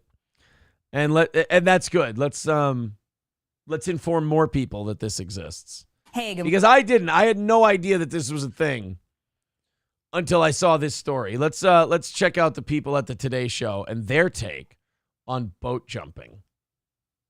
Hey, good morning, guys. The danger of this challenge is all about the physics. It's Newton's first law. An object in motion stays in motion until something stops it. Somebody wrote that down for you. Yeah, I don't believe you just had that one ready. I don't think Kaylee Hartung just had that one kicking around in the back of the old brain base. In this case, if you're hurling yourself off a boat moving at 30 miles an hour, that water is going to stop you like a slab of concrete. We want to warn you that some of the video you're about to see is disturbing. So, TikTok kids, here's a good idea. Test yourself on the boat challenge and smash your head against some concrete and see how it feels. And then you can tell me if you want to do the boat challenge. No, don't do that, because then we're going to have people who've got heads smashed against concrete. We're going to have half-hearted people going, I don't want to do the boat challenge, but now we got to help you get dressed every day. It's going to be a problem. It's almost like, as a society, it's becoming absolutely exhausting trying to save these retards from themselves. Yeah. At a certain point, you've got to start letting the lemmings jump off the cliff. Yeah. Otherwise, they just make more lemmings that are obsessed with jumping off the cliff. And all you're doing all day, now your job just becomes keeping lemmings off cliffs. So you're just like, at a certain point, you got to be like, you know what? See what happens. If enough of you go, you'll start cushioning the fall for those coming after you, and some of you will survive. It is like having kids where they keep trying to do a dangerous thing. You're like, stop it, stop it, stop it, stop it. And you care about them so much, you don't want them to do it. But eventually you get to a spot where you're like, all right, go ahead. I told you what would happen. Go ahead, find out. You know, at a certain point, I actually want to be like, you know what? Why don't you burn yourself just once? See what happens. A stunt intended to rack up views. It's I want to see someone just catch a propeller right to the mush. Yeah, dude. Like, you're on a moving boat, so I'm sure that surface is totally dry, and you're jumping into there's a blender back there. Jump into the blender, kids. It's fine. It's got plastic tips on it, I promise. Oh, have you ever seen people more deserving of their fate? They literally are lemmings jumping off a cliff. Yeah. Nobody made you do this. Jumping challenge. And it has people on social media leaping off speeding boats into the water. But the flips, again, you kind of deserve it. That's fine. I'm totally okay with people doing this. We shouldn't be taking any steps to stop this. I would be the horrible person where people are jumping off the back of my boat, and after all 4 of them do, I'd slow down and then reverse. For Hope likes you can has swim. led to Oh, tragic see, now that guy's results. dead. Over the last 6 months, officials in Alabama say the dangerous stunt has claimed at least 4 lives there. Drownings that one rescuer says were easily avoidable. The 4 that we responded to when they jumped off of the boat, they literally broke their neck and, basically an instant death. So they jumped in the water from a fast-moving boat and just snapped their neck and died. Now imagine the people who like break something or are rendered immobile and then just sink to the bottom of the lake. And you have to sit there and struggle because you broke your bones. Why? It's just, at a certain, do these people have to reproduce? I just feel like that. Who need, you know what? Life isn't exciting enough. I'm going to jump off the back of a speeding boat. First world problems. Woo! Fucking. Experts say if a boat is moving fast enough to create a wake, the water is not a safe landing pad. Hitting the water and a moving boat is like hitting concrete from jumping multiple stories up. So it's really, really dangerous. Gail Culp works to educate boaters and eliminate preventable recreational accidents on the water. You can wind up with broken bones, a broken neck, or you could end up running into the propeller of your own boat, or another boat could run over you. Yeah, I am not comfortable with how close to the propeller all of these people are. Well, the boat's moving forward, derpiter. Cause lots of damage, if not death.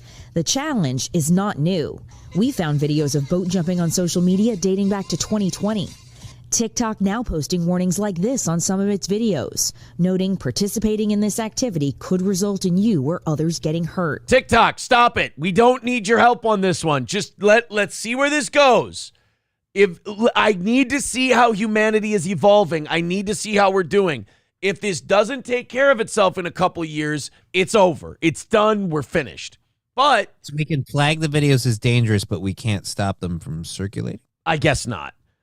But if enough people die doing this challenge and then people stop doing it, then I'm going to have hope for humanity again. So let's let this thing play out. Actually, I have hope for humanity if people start dying doing this challenge and people continue doing it. Now you know what's up? Good. Yeah. All right. Let's go to Ryobi. Ryobi, what's up, buddy? Hey, preemptive apology to everyone in the YouTube chat. I've been spamming the chat for the last, as you started this story. It's fake. No one's dead. Sorry. You should probably just move on. Yeah. Go ahead and read my linked article. No one's died. They said that these Alabama kids died.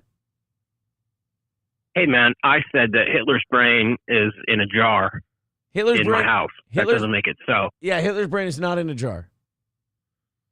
It could be. I said so. It's not. It's in my bedroom. Come on, man. Just because somebody told you so doesn't mean it's true. It's Look at the link in the chat that I put about 14 times just because I don't know why I'm so invested in this. All right. How about I finish this and then I'll check out your link. Good deal. All right, okay. Thank you. I'll hang up. Ryobi is saying this is bullshit. Let's see. With the Today Show, this is mainstream media. They wouldn't lie to me. He's reached out to TikTok about the boat jumping. Oh, now it said, look at that. Now the video's unavailable. Get the fuck out of here. Are you serious? Did they take it down because it wasn't true? Does Ryobi have a point? Not only does he have a point, did we catch breaking news and find out as the Today Show did? Ryobi, I don't see any of your shit in the YouTube chat. I do. Red Fox Mad says, have you looking at the St. Cloud Country Club 199? Where's Ryobi's stuff? I gotta go back up google.com. Here, I'll copy the link and send it to you through Facebook. CK, these guys are pimps. Jesus fuck. Google. Okay, there we go. I got it. I got the link. All right. No deaths. So this is, hold on. What's the date on this story? Updated July 10th, 8:08 p.m. So this is yesterday. Wow. So did the Today Show just take this down they just took it down as we were watching it? As we reported on it. Holy shit. All right, guys. Well, that's the link to the story that we were doing, but it's now horseshit. That's apparently. depressing. All right, let's check out Ryobi's. We got an update to this story. Guys, we are 255 away from today's goal. We are, for lack of a better word, fucked.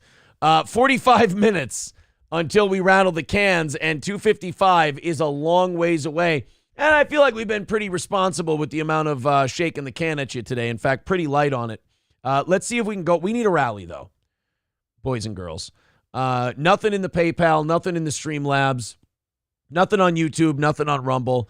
If you guys could go ahead and click that link if you feel like throwing in anything to your favorite show, if we are your favorite show. We are listener supported, and that means we got to knock out that goal or we run into a wee bit of trouble. Half hour of overtime, though. If we do knock it out, if we do get inside of $50, we do a half hour of overtime, and we're taking a look at that new Napoleon trailer today during overtime. If you'd like to contribute, please do. There's all the links in the chat. I'll ask you nice. Please, please, please. Let's contribute to the show and make it so we can keep doing the damn thing. 255 away from today's goal. Let's see if we can knock it out. All right, let's check out this the rebuttal to the boat jumping story. And then when I'm done with it, I'm going to check for a rally. And hopefully we're inside at 200 and we've got a shot at it today.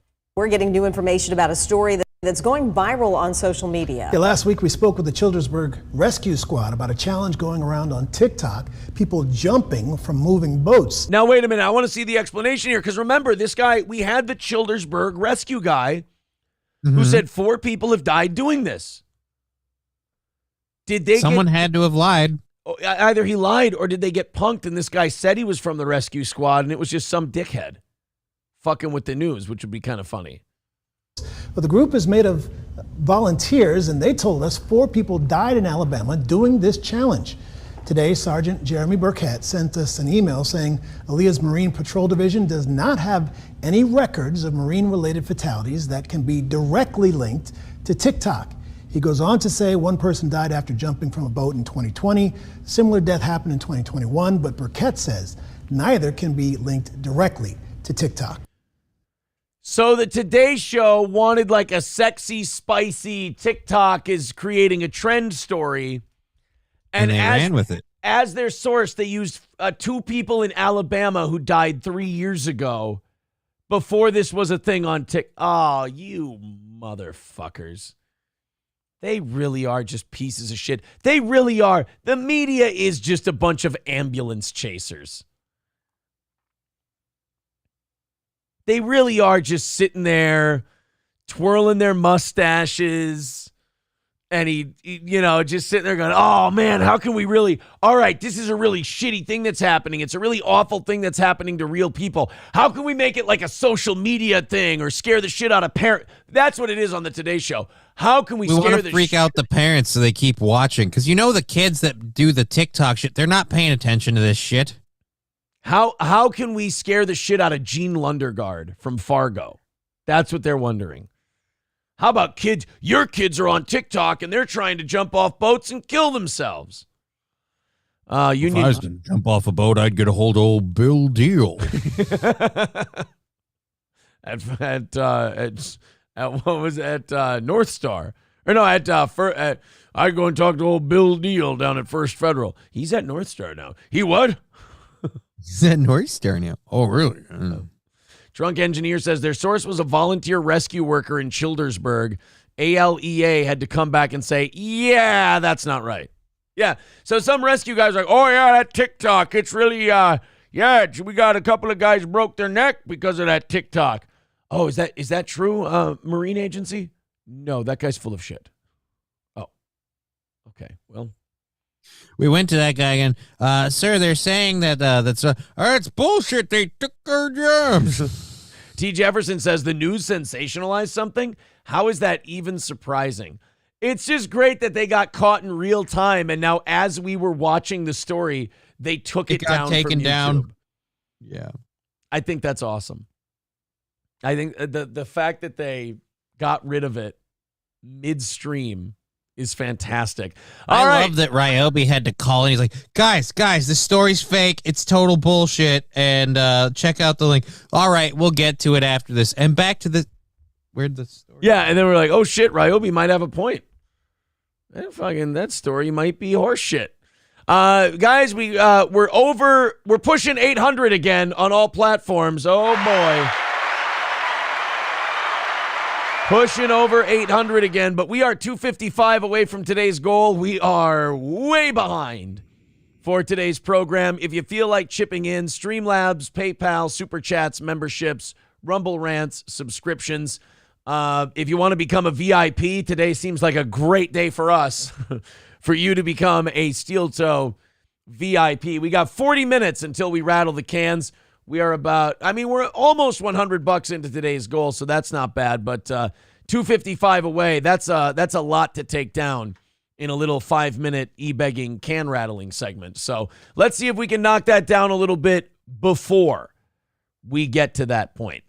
50 Cent has shared his thoughts on LA's controversial zero bail policy. He says the city is now finished.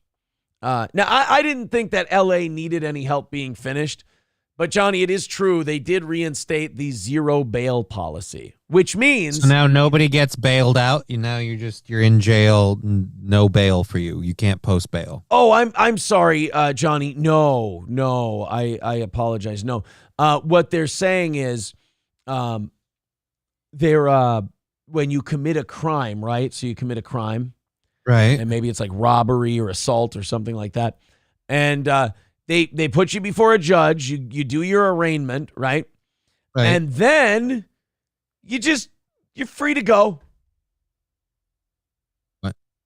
So yeah, you may have done something really horrible and you may have really hurt some people or fucked some people over or stole some shit from people. And you may still be unrepentant and you may be a danger to society, but that's okay because we're just going to let you go. The bail thing was how you made sure they came back for later due process. Yeah, they don't need to do that anymore. Now you can just go. It's pretty neat, actually, if you're the guy. Hey, so why don't you just cut out the fucking middleman and just not arrest anybody at that point? What's the point? Stop it. How many times has our sarcasm been like, why don't you just not arrest them? That turns into 6 months from now. We're going to try a thing where we don't arrest people, and we're going to see how that works. Thank you to Nicholas Krantz, my golfing buddy, with $5 over on PayPal. Thank you. Thank you. In a dry desert, a small drop of water is appreciated. 250 away from knocking it out today. Can we get there? We need some help. Streamlabs, PayPal, YouTube, Rumble. Thank you guys very, very much. All right, let's find out more about this zero bail policy in LA. I'm sure it's going to work out great. Alex and Marla, zero bail is not automatic. Judges must weigh factors like the type of crime and whether the person has a history of missing court dates. Regardless, the latest headlines are renewing the debate surrounding the policy. So if you have a bleeding heart judge, you know that judge, and I was about to say she because I would assume it's a she, you would assume that judge would probably go, oh, well, we need to give them another chance. Right. What kind of judges do you think are appointed and elected in Los Angeles, California?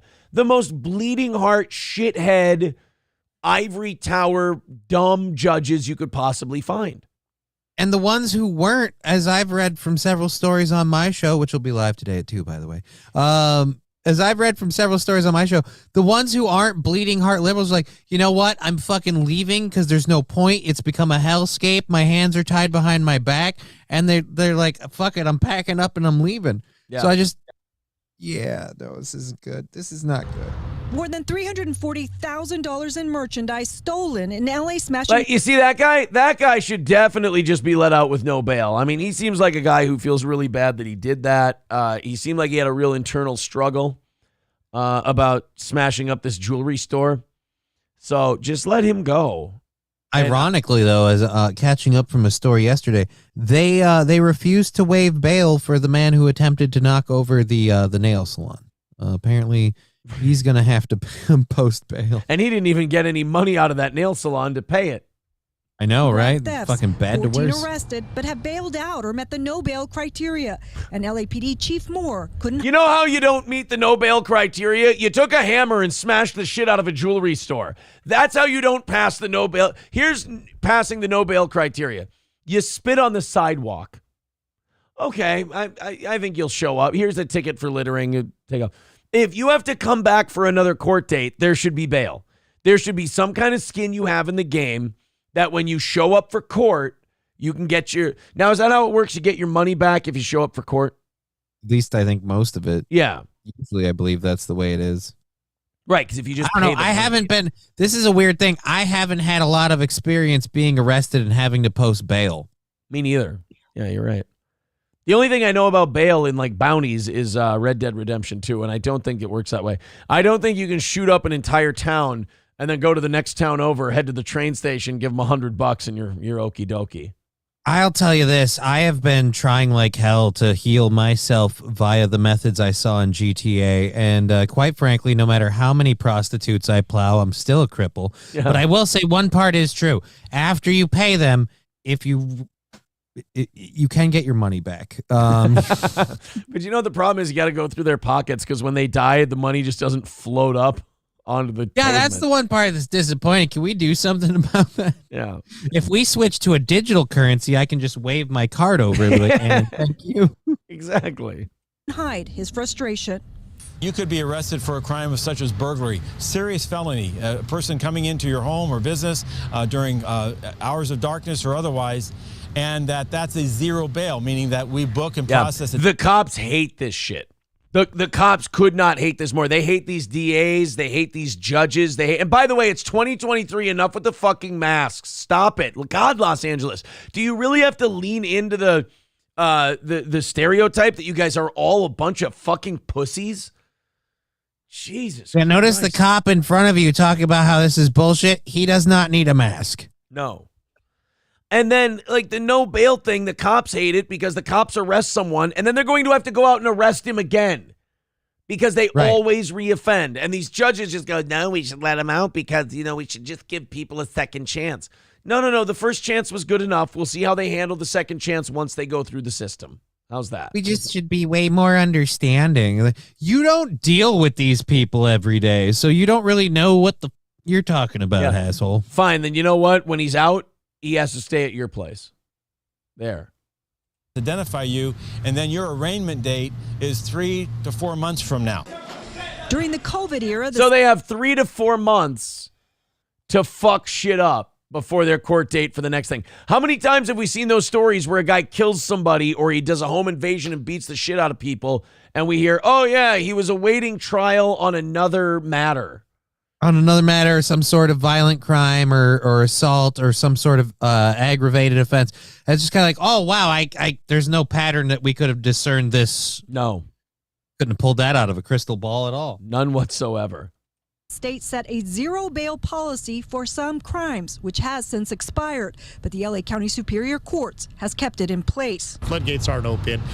Things are not changing as the public thinks they are because of what they're deeming to be a no bail situation.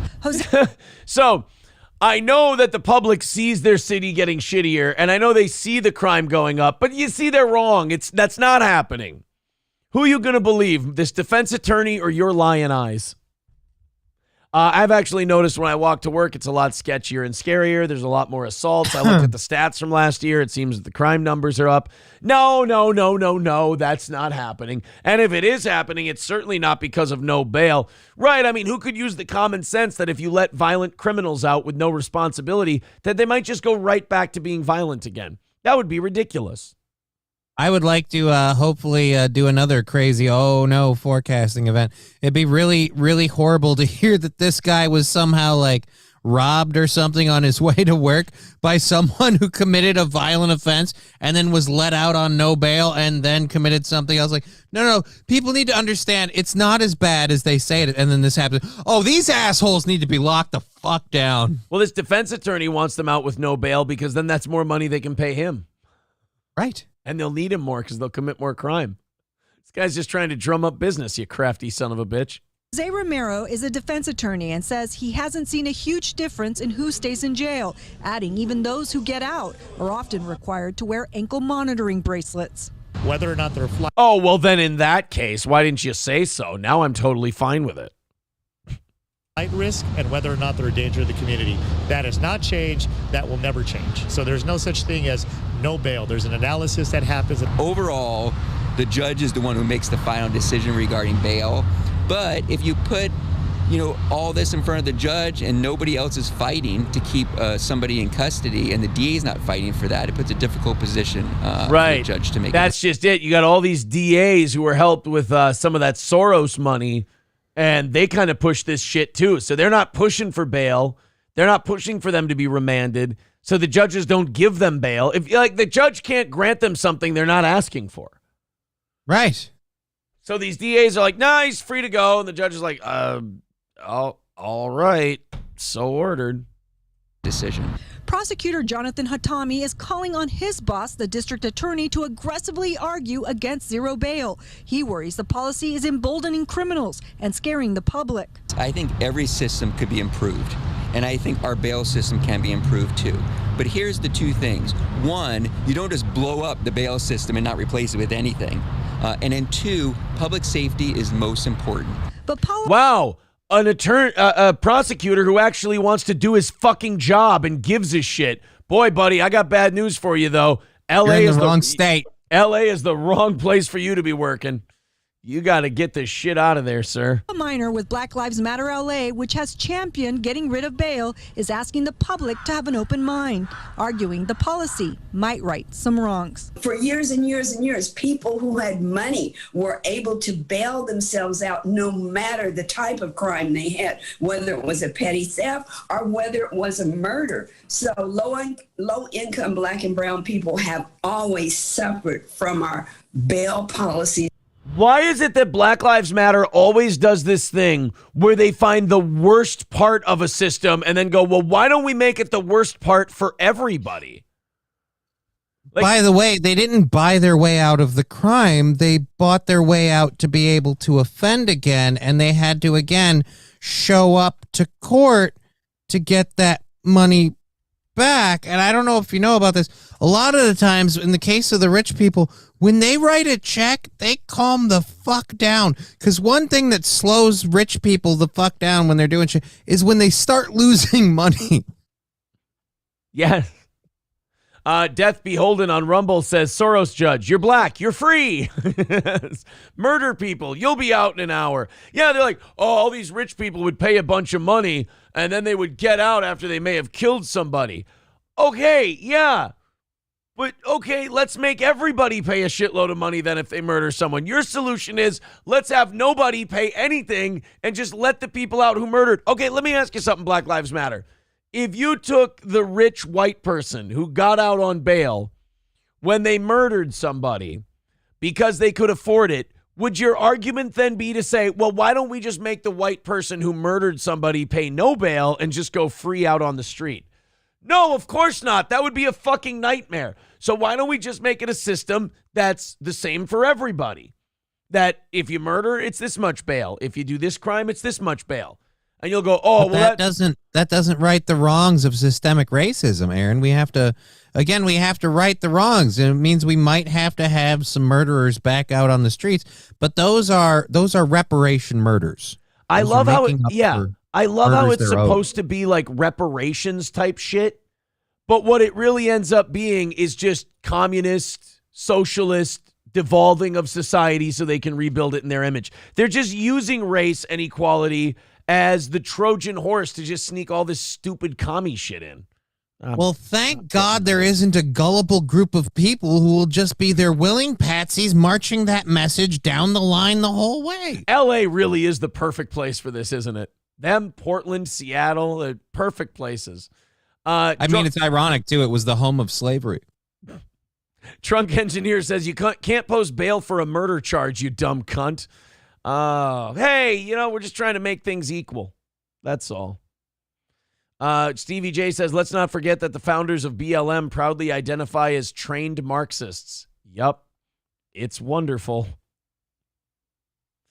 What a line of bullshit. Usually bail is set by wage. Yeah, don't tell them that. Don't tell them that. Oh, boy. No, it's racist. Look, there is some truth to some of that stuff. Like, things are a little bit, but it's not for black and brown people. This is one of the things BLM hates.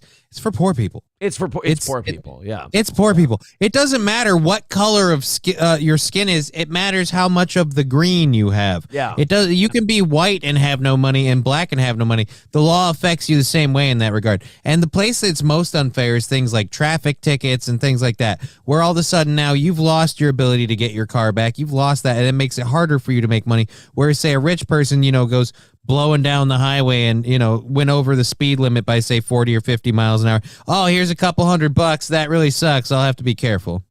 Fried End Pie says bail is not set by wage. There are mandatory amounts set for bail set by the crime. Well, there you go. I'm just saying, look, I don't know much about bail. Like Johnny and I said, we're not, we've never had to post bail or anything like that. But I will say bail is better than no bail. Let's just go here. Let's end the argument here. Common sense. Having some kind of bail in place for bad guys is better than having none. No bail in place for bad guys. All right, kids, 250 away from today's goal. I gotta shake the can and beg at you a little bit. We only stay on the air due to listener contributions. That goal is set for us to have just the thinnest of margins every month, so we ask for as little as we possibly can to do this show for you every day. If you'd like to contribute, Streamlabs, PayPal, memberships, Super Chats, gifted memberships, Rumble rants, anything like that. If you can throw in a little today, please do. This is the furthest away we've been in a long, long time. And I understand things are tough. I don't want you chipping into this show if it's going to put you in a weird situation. But if you can throw in a couple of bucks, please do. We are e-beggars. That is the path we have chosen. We are filthy, filthy grifters. That is the path we have chosen. But we're the honest e-beggars. We're the honest can rattlers. If you'd like to contribute, we've got 25 minutes until we play the music. I might need an extra long 10-minute one today where I sit around with my thumb in my ass rattling the cans at people. Also today, April is going to check on the arrival of the offering plate. It's on its way. We don't know if it's here yet. It could be. We will check on that. April's Magic Bean is also here from crescentmountcoffee.myshopify.com. But contribute to the show. Streamlabs, PayPal, those are the two best ways to do it. Rumble, YouTube, 25 minutes until we have to rattle the cans, play the music. 250 is a tall order to knock out in 5 minutes. So let's see if we can give ourselves a fighting chance here. Please, if you feel like it, contribute to our program and keep us going. Let me open up these 8 o'clock hour stories. While I do, Stoney's Bar in downtown Rockville has the anniversary party. Thank you guys for buying all these tickets. We will end up selling that out. There are less than 30 tickets now available. We had a few orders come in this morning. There are less than 30 tickets available for the Steel Toe 9th anniversary party at Stoney's. If you're looking for self-defense, you're looking for our friends at Midland Armory in downtown Foley, Minnesota. MidlandArmory.com. Of course, at Midland Armory, they have a great selection of handguns, rifles, shotguns, magazines, optics, knives, parts and gear, suppressors, and so much more. That's Midland Armory in downtown Foley. Take a look at that selection. If you buy a firearm from Midland Armory, make sure you use the promo code SteelToe. In fact, if you buy anything from Midland Armory, use the promo code SteelToe and get a nice savings. Not only that, if you're an FFL holder, you can just get your firearms delivered right to your door. If not, have it delivered to an FFL dealer near you. They'll send it to them. You go pick it up. That's Midland Armory in downtown Foley, MidlandArmory.com. Irish Diesel says Aaron needs those donations. He's got holes of golf to cheat at today. A, not going golfing. B, the goal does not go to my golf. You see, if you're a real show, you have a corporation. Then you give yourself a set paycheck every single month, like a real job. You see, Irish Diesel? So I'm sorry to burst your bubble. I'm sorry. I know you've got a big gotcha planned, and I'm sorry to kick it out of your hands like that. But I promise we're going to give you a good time in exchange. How's that? And I don't mean a gotcha. I don't know what the gotcha is there, but Irish Diesel thought he had one. And I'm really sorry that I had to do that. Like if you were a mechanic and you went to work somewhere, oh yeah, he's got to go, he's got to get that mechanic money so he can go to the movies later, this fucking splurge you do. Like, who cares how the fuck you spend the money you earn doing your job? Like, it's... Yeah. There have been haters of this show for a decade, and all of them, they all thought the same thing. I'm going to get this steel toe. I'm going to finish off this steel toe. We just beat another crop of them the last couple of weeks. Another crop. This is it. It's over. It's done. It's finished. They're done. And now we go on more platforms than ever, more viewers than ever at any given time, and they just continue to cope for themselves. I don't know what to tell them. I try to tell you guys, I feel like a parent. I try to tell you the same thing over and over. You don't listen, and then you just embarrass yourself. That's all. Guy Sartell says, well, do you pay yourself more when you get extra donations? Nope. It actually rolls into the next day, which probably not going to happen today. We probably won't be rolling anything into today. So I will tell you this, business owners know this. If we don't hit goals and we don't make it, we do pay ourselves less. That's for damn sure. All right. Oh no, Bigot on Socialist Media says that guy sounds like a wanker. Oh no, Irish Diesel. Now they're really turning on you. Chevrolet JB says every time I have needed bail, my employer has paid it. You know, That's gotta be nice. I gotta say, when we're this far away from the goal, I feel a lot less stress because I feel just eternally hopeless.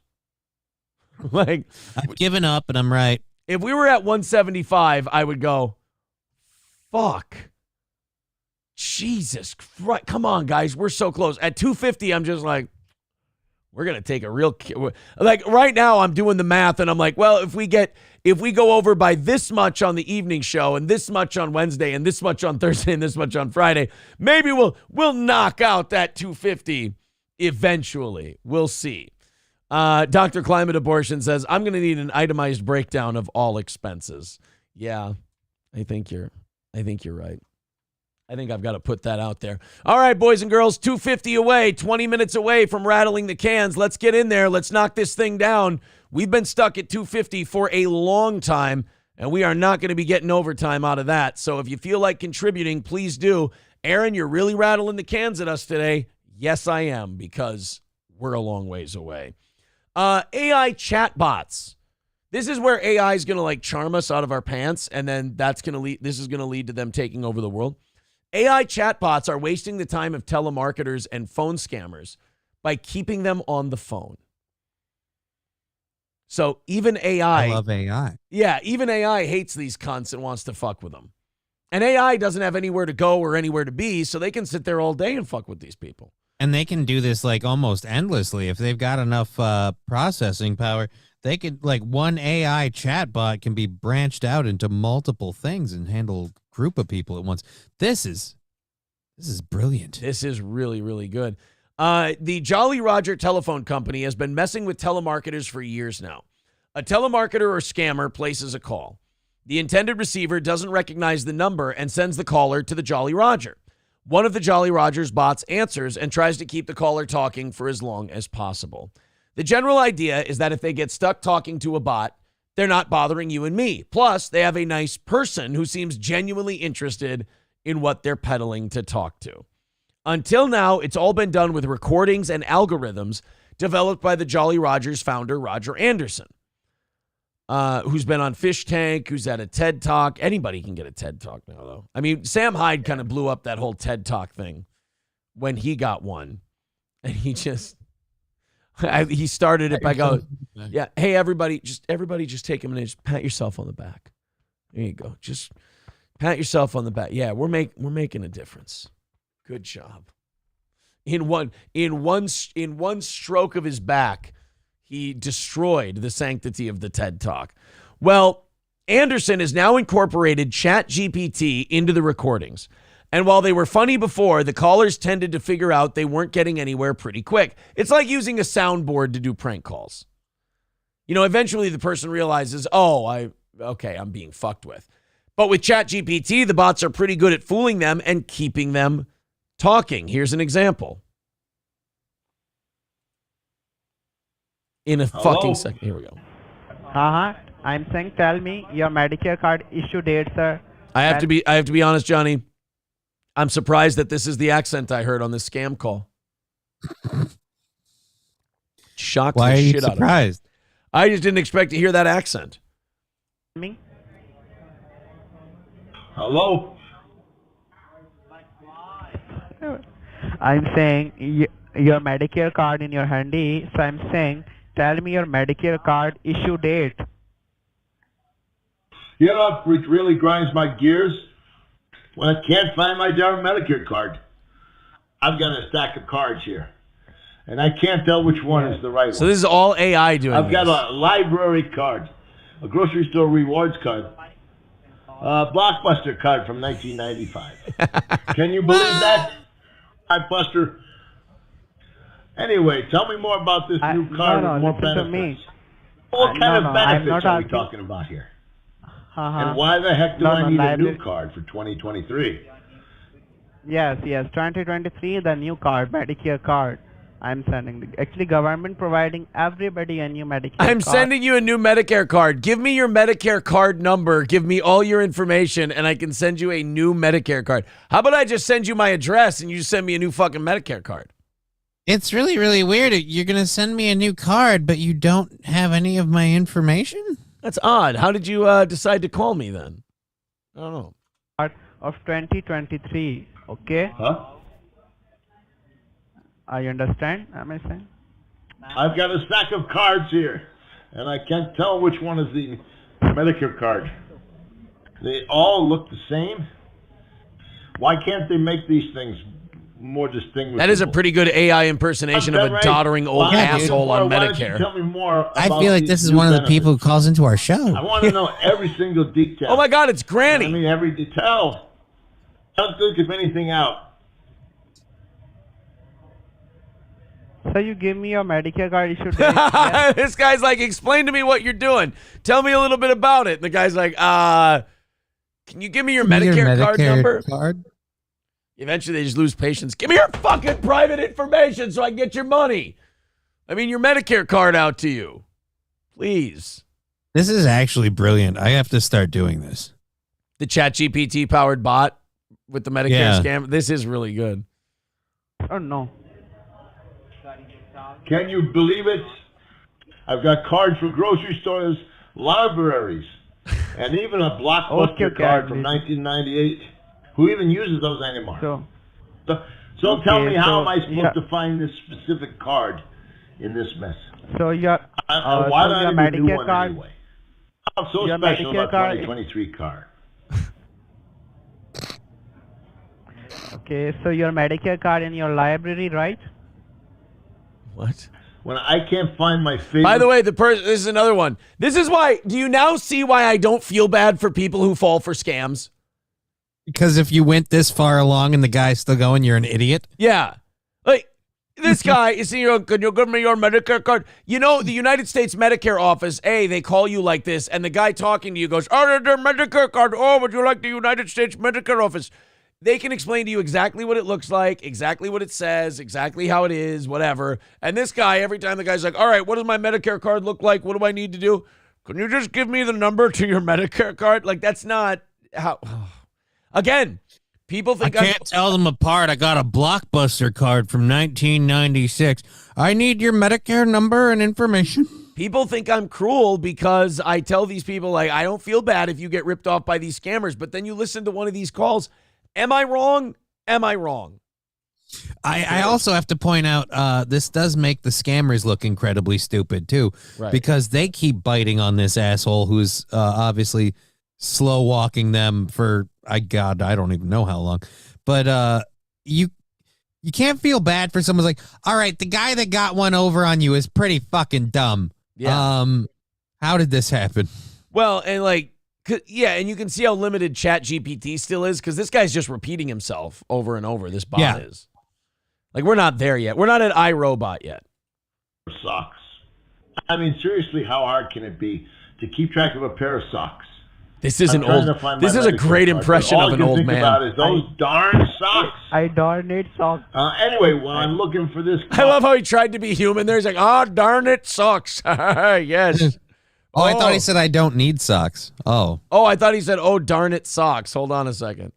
Medicare card, but all I can think about is those darn socks. I don't need socks.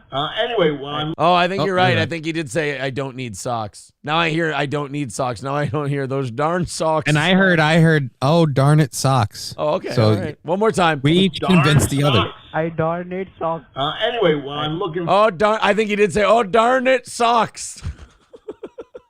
Let me try being human to see if this old cunt will give me his fucking money already. Oh, darn it, socks. For this card, tell me more about these new benefits.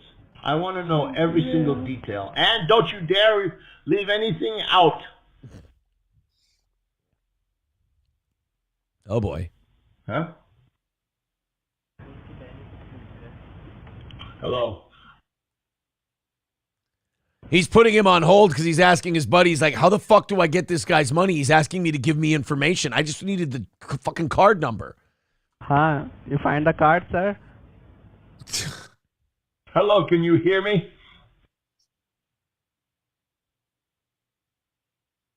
This is where these scammers show an awful lot of patience, and I almost feel like they earn their money.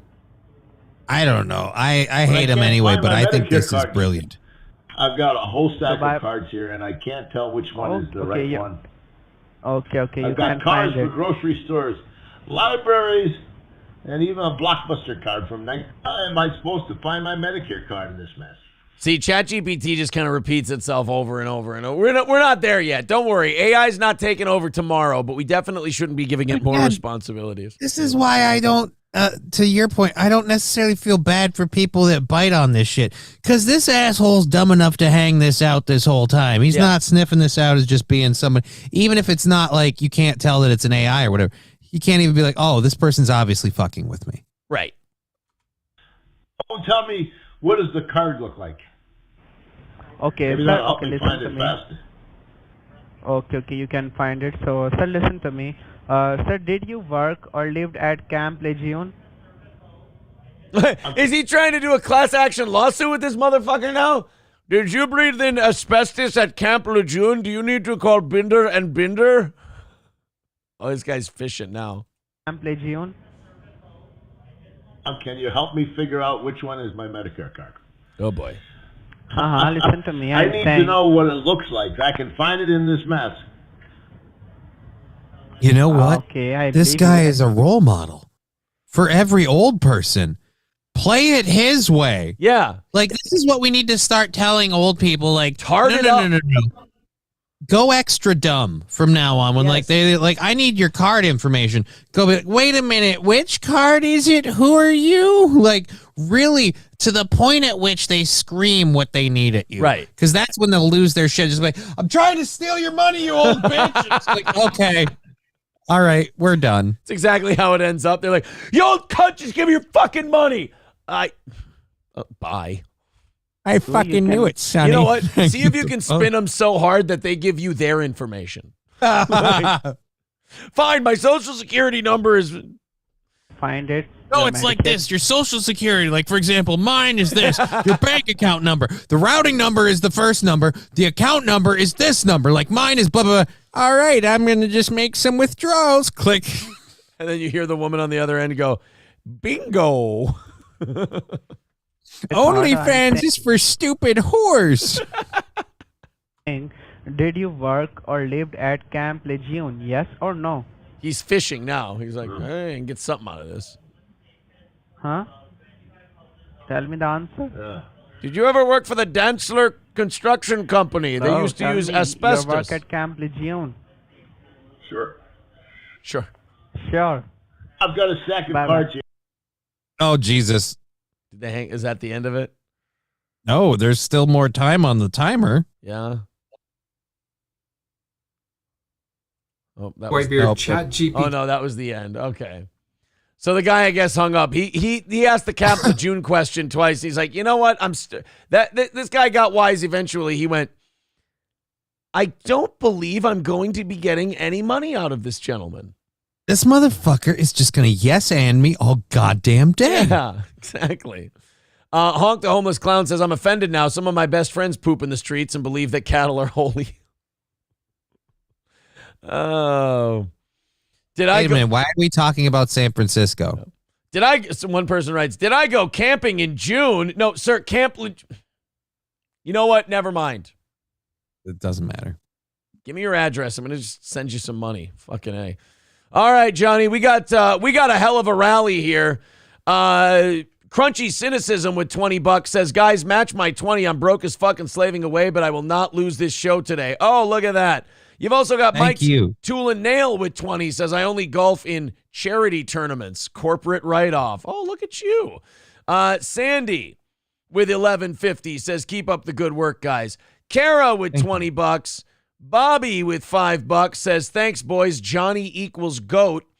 And we've also got, this is Whiskey Tango Foxtrot. Had our own mechanic shop. I get it. Awesome show. Thank you, buddy. That's 15, 35, 45, 60, and 80 off of today's goal. That means we are at 170. Oh, boy. Beautiful.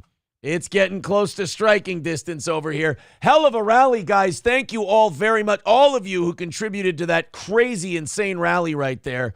Take a bow. Thank you very much. Union Jack now gifting 5 memberships. We're at 160. Thank you. It all seems to come together for Steel Toe at some point. Ghislaine Ayers, even more. Eddie S., Sean, Cody Thompson, all getting memberships from Union Jack this time around. 160. Away from knocking it out. So now we're very close to striking distance, and we've got 5 minutes until we rattle the cans and see if we can knock out the rest of this thing. 160 away from today's goal. Thank you, guys. Let's see if we can knock out the rest. And we have plenty of show left. People just like to see you perform in pain, like you're Harry Styles or something. That segment was very good, and I was definitely feeling a little, like, hey, are we going to do it today? Are we not going to do it? And look, we came out, big segment. People go, I do want this to continue an extra half hour today. Thanks, boys and girls. Very kind of you. The Undertaker. Yes, The Undertaker. Very few people are so cool that they get called by their character name their entire life, even after they've been retired for a few years. The Undertaker stared down a shark in the ocean and kept it away from his wife. Even sharks know that The Undertaker is a badass. Even the sharks. We have video? We do have video of this. We're going to play it in just a second. Freaky Deaky with $4.99 says, here you go, boss. Can I get my kids back now? I don't know. They're having a lot of fun, but I'll ask them. I'll check. As soon as they finish the garden. 155 away from today's goal. Thank you guys for that huge rally. If we've got one more in us, then we'll be doing overtime today. Let's get to this Undertaker thing. When duty called on Sunday, the legendary WWE wrestler wasted no time protecting his wife, Michelle, from a shark that was swimming dangerously close to her at the beach. Let's watch The Undertaker intimidate the shit out of a shark. Again, sometimes people just know who a guy is. Realtor.com. Shut the fuck up.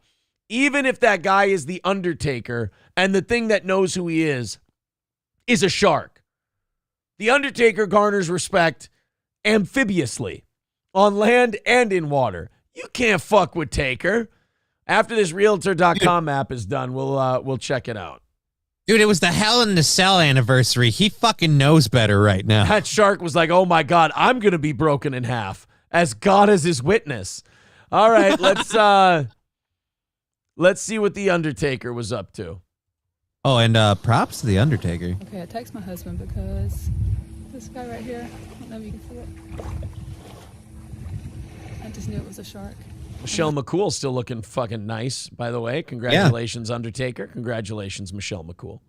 How close you are to land. Look at it. The Undertaker is staring down a shark.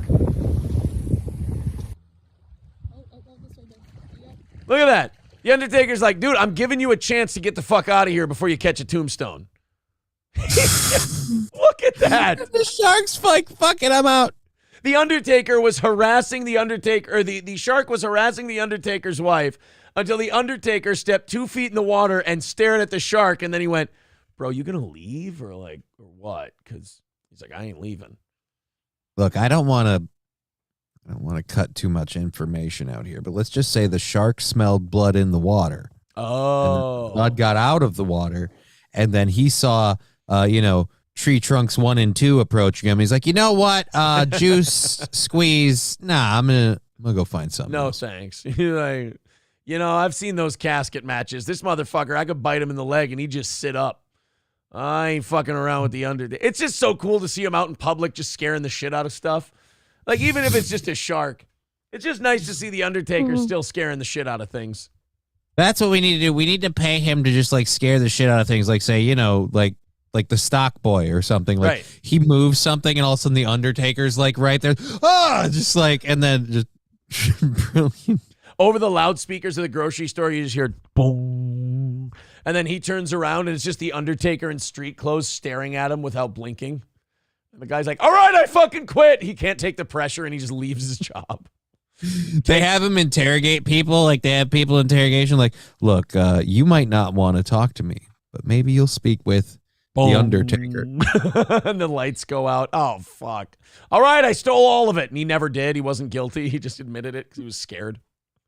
There he is. There's the Undertaker just staring down a shark. And look, he's swimming the fuck away. My God, he's got a case of the liver tail. Take a look at that. That shark had a family. My God, as God is my witness, he is broken in half. My God, the Undertaker killed him. Again, just nice to see the old Undertaker getting out and about, scaring the shit out of stuff. That's all. We are at 140 officially. Alex D with $20. You guys got in a very generous mood here at the end of the program today. Thank you very, very much. Let me just hit all the refreshes here, make sure we got the numbers right. We are 140 away. Time to fire up the music and see if we can knock out this last $140. We are within striking distance. Let's fire up the music. Let's see if we can do this thing. Here we go. Streamlabs, PayPal, YouTube, and Rumble. Those are all great ways to support your favorite program. And if we hit that goal, we are doing a half hour of overtime. If we get within $50 of that goal, we are doing overtime today. 5 minutes left in the program. Let's see if we can do it. Again, 140 away. There are the links in the chat, both YouTube and Rumble. The links are there. Thank you guys very much for knocking on the door of 800 people all fucking morning. Thank you. What were we doing on YouTube? Like 500 something when we were just doing YouTube? 5 to 6. We top out at 6 if we were good. 5 to 6. And now we're tickling the balls of 800. We're going over 800 every day and tickling the balls all day long. Multi-platform streaming. 'Tis the future, boys and girls. Thank you very, very much. Almost like you should have listened to Corey and then me. Thank you. The goal has been met, says, come on, you 2.6% can get me there. I like the honesty of a guy like the goal has been met. He's like, look, I ain't part of the 2.6% that keeps this show on the air, but I like the extra overtime.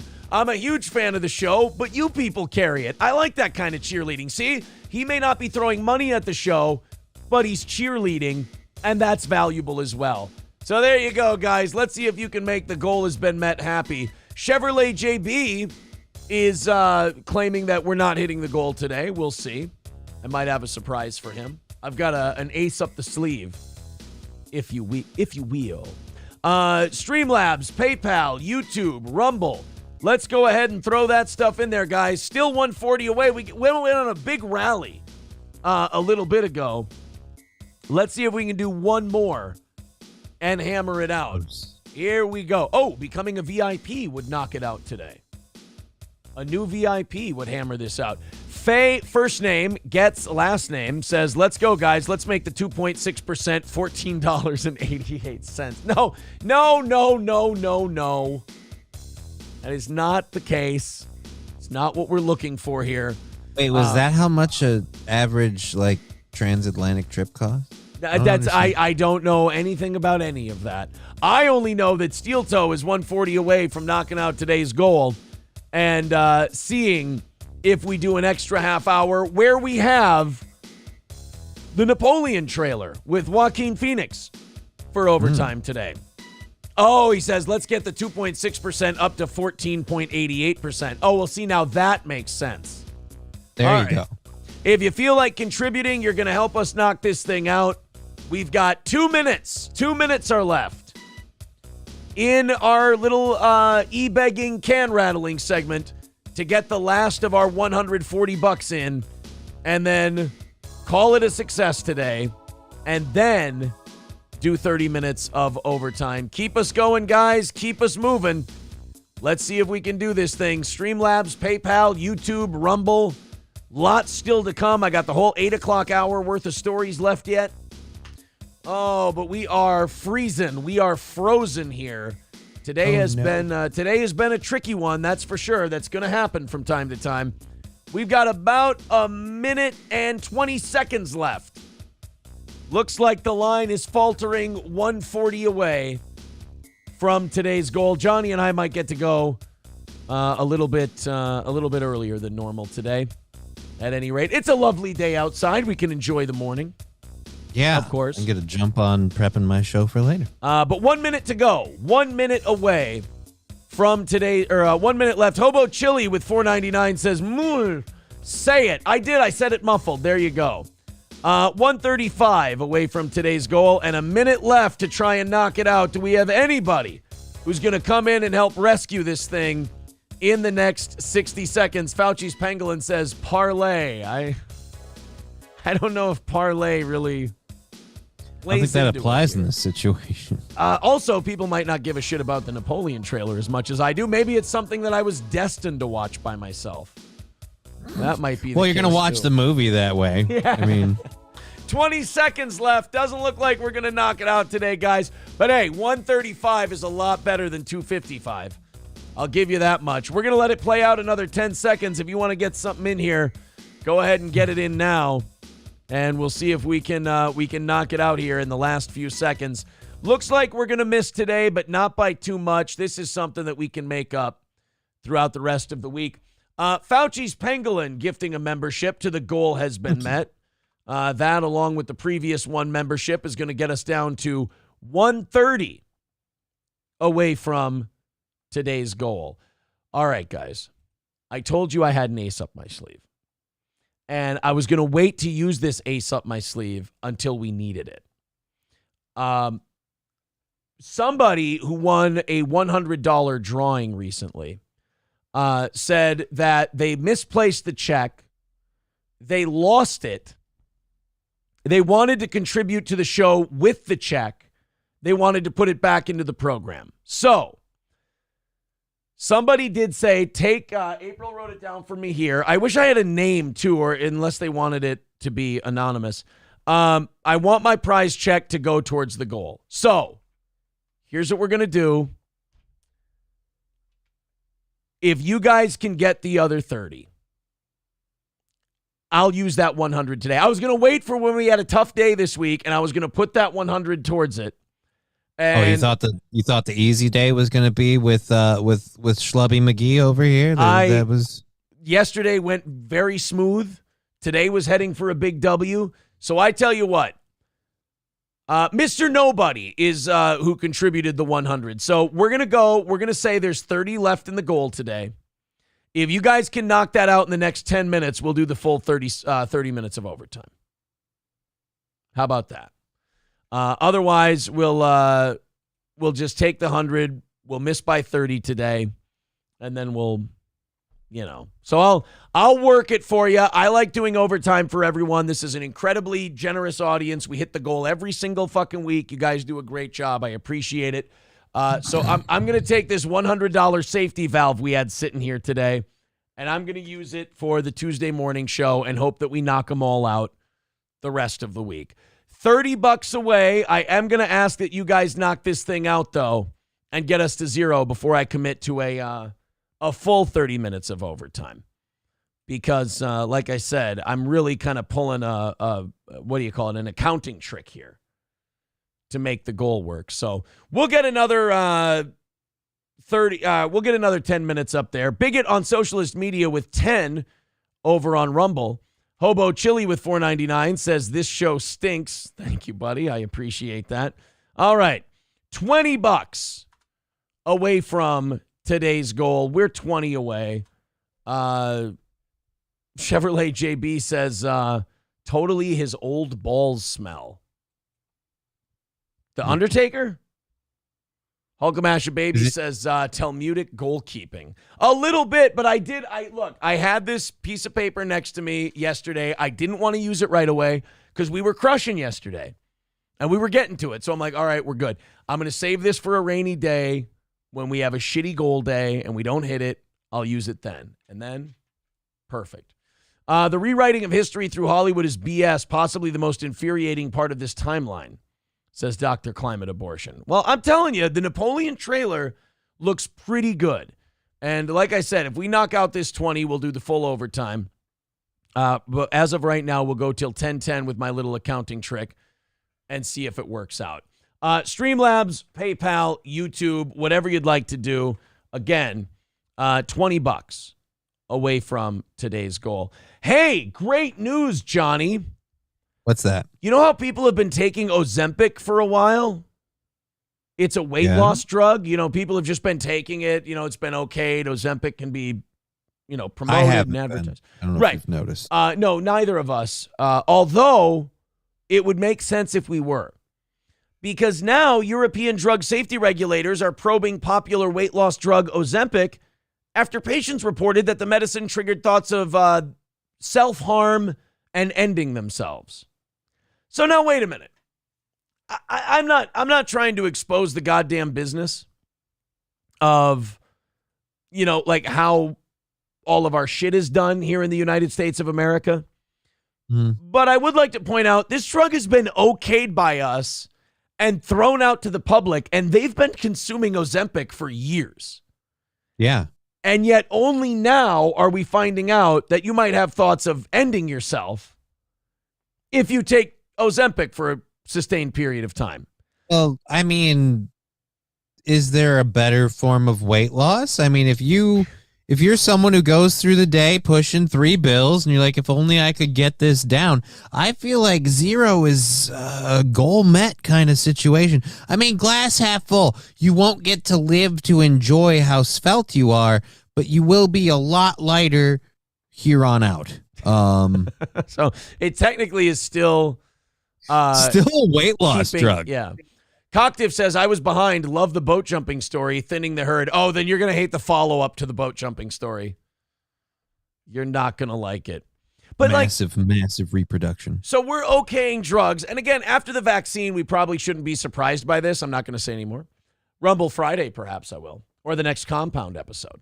But we should have learned this from the vaccine. We have no problem with just putting drugs out there and then finding out what the problems are later. But my issue is, I thought a drug like Ozempic had to go through tests and go through trials. I thought they went through this shit for years so that we knew what all the side effects are when it got out there. You would think so. You would think so. But no. We still find out later. And Europe has to tell us, by the way. Well, I mean, it's almost like our, despite all the benefits, our highly profitized medical industry almost has like a vested interest in say, look, so we lose a few fatties, right? But they're all on the drugs, right? They paid for them. It's another one of those things where I should stop being surprised, but I'm still surprised. Like it still upsets me. I'm still annoyed by it, as I think I'm allowed to be, They put a drug out there for people to, and like weight loss is a very important thing in the United States. We're fat as fuck. We're huge. So a lot of people are taking this drug and wondering why they're losing weight, but they're still depressed. Like, because your fucking drug did it to you. And these drug companies did all these trials and they tested it. And one of two things happened here. Either, and like you've been down the rabbit hole of like drugs and prescriptions and all that, and I haven't. So maybe me being more mad is just my naivete towards the drugs in general. You're probably just beaten down and accepting it at this point because they'll just stick it in your veins. You'll want to hurt something. Yeah. Give me a bag of squirrels. So, but for me, it means either Ozempic, And the regulators who okayed it either didn't test it thoroughly enough to find out this was a side effect, or they knew it was a side effect and went, well, if we list that, it's really going to hurt sales. Or, and just hear me out, they did the minimum amount of testing required, and as more and more evidence through, because they do concurrent testing after this stuff becomes FDA approved. Because again, like you said, they want to study what happens for years and years of usage. As they got more evidence proving this was a thing, they went, and we just don't tell anyone. That's the other one. Yeah, we just don't tell anybody because, as they say in Liar Liar, it's devastating to my case. God, just fuck them all to death, man. So we could face lawsuits. They could come running in droves. Yes, that's what they're known for, running. That's why they need Ozempic. And by the way, this is Europe found this. So we didn't even find it. We didn't even let everybody know. And Europe found it. So there's no guarantee that we're going to put it on the warning labels of Ozempic here in the United States anyway. Son of a bitch. Well, guys, Johnny, I have some great news. As usual, this audience came up big. Kara with $30. Small town MN gal says, love you guys. Best way to begin and end each day with $5. And then $25 from Timothy says, take my money, you grifting whore. So there you go. You guys might have actually come close to knocking out that goal without that extra 100. I might go ahead and I'm splitting the baby here. I'm going to keep $40 of that guy's check just in case we run into another tough spot at some point this week. I'm putting 60 of that guy's check towards today's goal and 40 towards another one because we didn't need the whole thing. Thank you, boys and girls. None of this will go up onto the hater versus, see, the goal's all bullshit. He fucking fanders it around however he wants. Funny math, I'm telling you, man. I'm telling you, look, if we don't need this 40 by the end of the week, it just goes to Monday. Simple enough. Carry it over. It's good to be over in the goal. Right now, we're heavy by about $40 because of Mr. Nobody who contributed his prize check back to the program. And what I've learned about our gaggle, our army of haters, is that they're going to grab onto something no matter what. I know. I like predicting them when they come forward. Just the stuff like, what was it? The dating stuff. I don't even like, I had to literally, what was it? I banned what's his nut? Zumach the other day. Oh, did you really? Yeah, because I didn't follow him in the first place, but I keep getting fucking notifications about the shit the guy tweets. And I'm like, I don't give a fuck. And normally before it was like I would ignore it because it wasn't a plus or minus thing.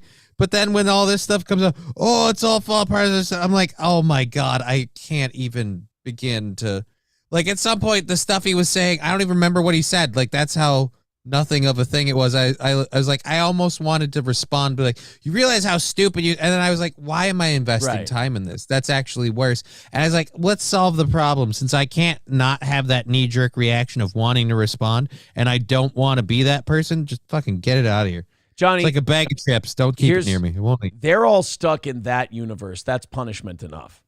You get to do a show where you have a community outside of that cancer ward, outside of the boomer blood sports, and you'll get to be doing this for years and years while this whole thing blows up on them. That's your victory. Don't go get sucked into that world. Trust me. They're just goblins. Well, like I said, I wasn't actively following it, but now I had to like actively block it. So I'm like, you know what? Just keep it away from me. It's like So why did you block it? Food, Something was what now? What was he doing? Fuck, I don't even remember the last tweet, but it had something to do with back with the you and April relationship stuff, like, oh, the relationship, he can't please April and all this other stuff. And I'm literally like, I forget what the comments were. I just remember, like, I saw the thing and I saw some of the reactions. People like, oh, and he said this, this, that. And I wanted to be like, dude, you don't have a chance to fuck him or April if it doesn't work out anyway. So, like, what? And then I had a fucking, like, moment of clarity where I'm like, why am I this invested in how invested you guys are? Like Cocktiff says, go get some vitamin D. That's what you do. Yeah, that's where I went. I went, you know what? I'd rather hang out with my daughter in the new set of glow markers I bought for us, which, by the way, oh my God, is that a fun time? Yeah. So, yeah, we just fucking hung out in the living room. We colored. It was great. I have had more fun going, I stepped off of a lot of social media since I'm not doing the DJ and the comedy stuff this summer. Yeah. And I've put that time towards me and my daughter, like hanging out with her, doing stuff for me, and it's been great.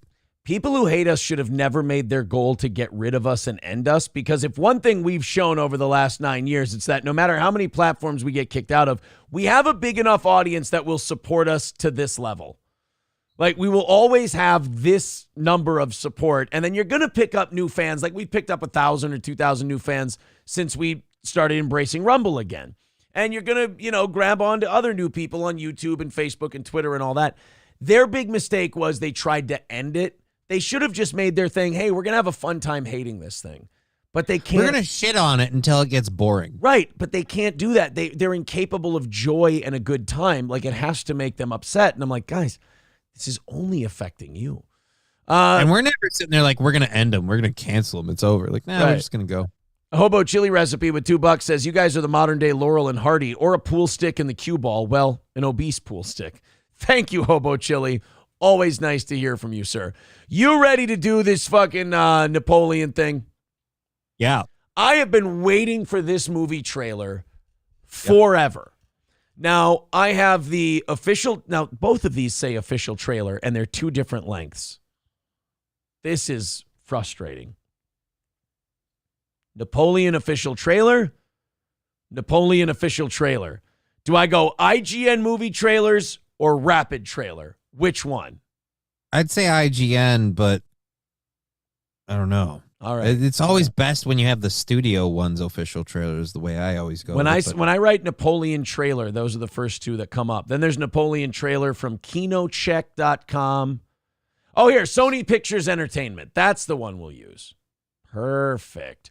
11 million views in one day. I think people might be interested. Now, if you guys don't know the backstory to my Napoleon obsession, he's probably one of my top 3 favorite figures from history. And by the way, I thought he was the good guy in the war he fought because you have a lot of interesting figures. I idolized this guy, and until I heard otherwise, really thought he was the good guy. Such a tragic ending he had there in that bunker. No, not that guy. No, I do think Napoleon was the good guy in his war because he was fighting against the monarchies of Europe.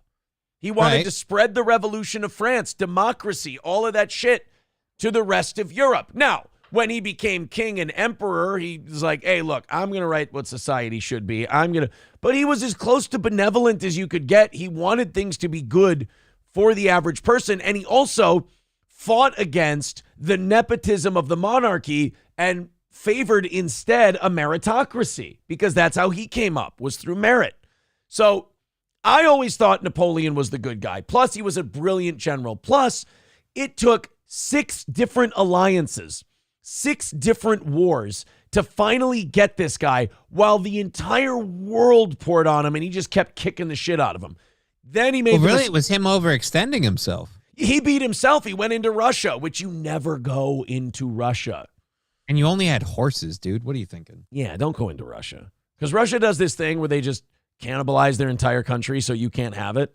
And then when you march deeper... They just do this thing where they wait for the winter to show up. And then they go and attack. Then you and them, the odds of survival go drastically down. Exactly. So let's check out this trailer. Joaquin Phoenix as Napoleon. And you know how sometimes you hear about someone playing somebody and you're like, it can't match what I'm thinking in my head.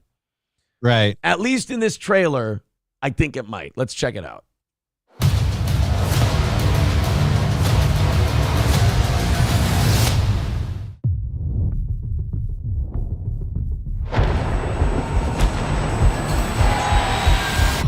No doubt you'll send the chaos in the streets. We must make an example, or France will fall. What would you do if this assignment of defense was transferred to you? I'd use cannons to slaughter the people of Paris in the fucking streets. That's what old Napoleon did. That's when he, when there were angry crowds marching against the revolution, they put this little lieutenant or whatever, Napoleon, in charge of the city's defense. And he goes, well, I have a great idea. Like, what? What should we do with our infantry? He's like, no, they can stay home. I'll just bring in like 5 artillery cannons. I'll basically put buckshot and BBs, or what he called a whiff of grape shot, in the cannons, and we'll just fucking fire it at the people of Paris. They're like, wait a minute, he was crushing the revolution or the people against the... He was working for the revolution. There was a counter-revolution to the revolution. So wait a minute, there were people like, I miss having a king and a queen who made us eat shit. Oh, yeah. Oh, good God. Oh, wait, no, you know what? He could have been working for the monarchy at this time. The Napoleon timeline is a little fucky because he goes from the, maintaining peace in the streets. I think he was working with the kingdom here in this part. And he just fucking mowed people down, or it could have been counter-revolutionaries. Either way. He went in there with fucking cannons and shot buckshot at people at point blank range. And people, the people marching in the streets were like, oh no, he's just putting the cannons out there for show. And he's like, fucking test my gangster, motherfucker. I hate to say this, we need this man now. I feel like some of this stuff, no, we're just going to protest. Like, you can't just do that. You're obstructing, this, that. No, I'm making a statement or whatever. Like, all right. Yeah, but they're not really going to shoot. Oh, shit, they're shooting us. Jesus Christ. Yeah, we could have used Napoleon in Minneapolis in 2020. Just fucking mowed them down. I promise you brilliant successes.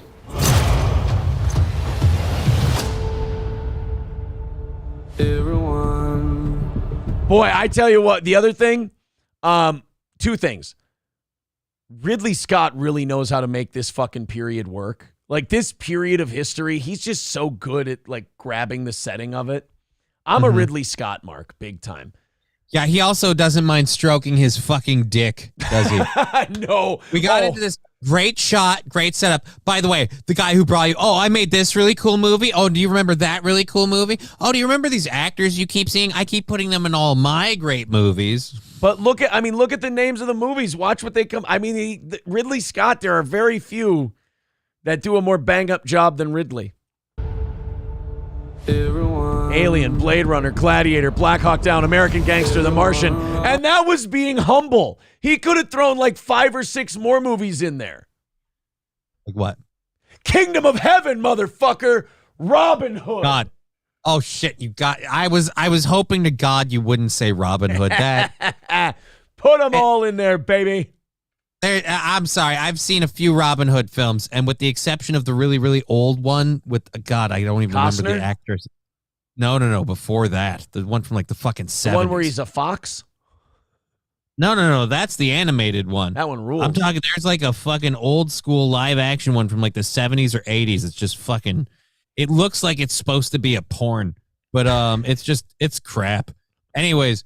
So yeah, other than that the Ridley Scott one is, in my opinion, one of the least entertaining. It might be the most historically accurate or whatever, but it's just That's okay. You know what? Because we might not see him in anything else again. The newest one with Jamie Foxx. Go watch that one. Jamie Foxx is okay now. He was just at Topgolf and he was boating around. So I guess Jamie Foxx is okay. Well, still, the one with Jamie Foxx. Or at least his lookalike is doing really well. One of the two. I'm sorry. I'm talking through my entire favorite movie trailer here. What is this costume you have on? This is my uniform. I led the French victory at Toulon. What is your name? Napoleon. Has the course of my life just changed? Napoleon. I'm destined for The greatness. badass thing about Napoleon was that he just went to Egypt and conquered the motherfucker. He wasn't supposed to. They didn't say, hey, go down here and, establish a bunch of colonies for France. He's just like, I'm going to take a shitload of guys and just go take Egypt and like study the pyramids and study the Sphinx and find the Rosetta Stone and shit like that. And like basically discover. Napoleon went there with like 30,000 men and discovered modern Egyptology. Attaboy. He did also apparently fire a cannon at a pyramid. No, what happened was, so the Sphinx, the nose being blown off the Sphinx?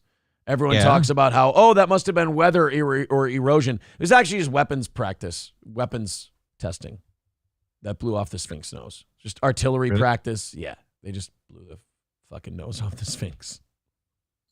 The only reason it looks like that.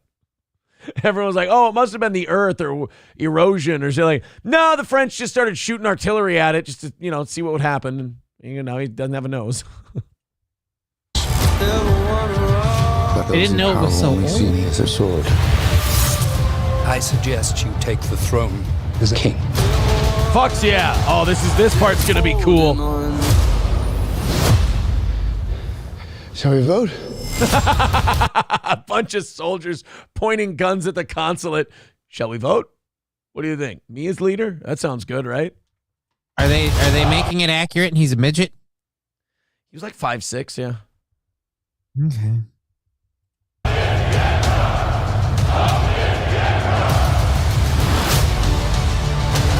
This vermin has held the world hostage with his egotism and his lack of simple good manners.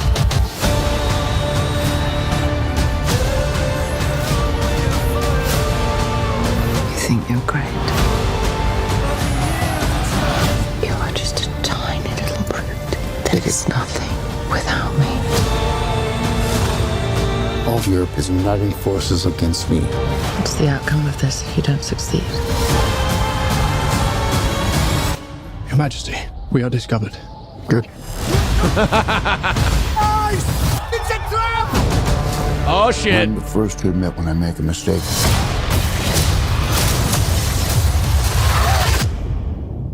I simply never do.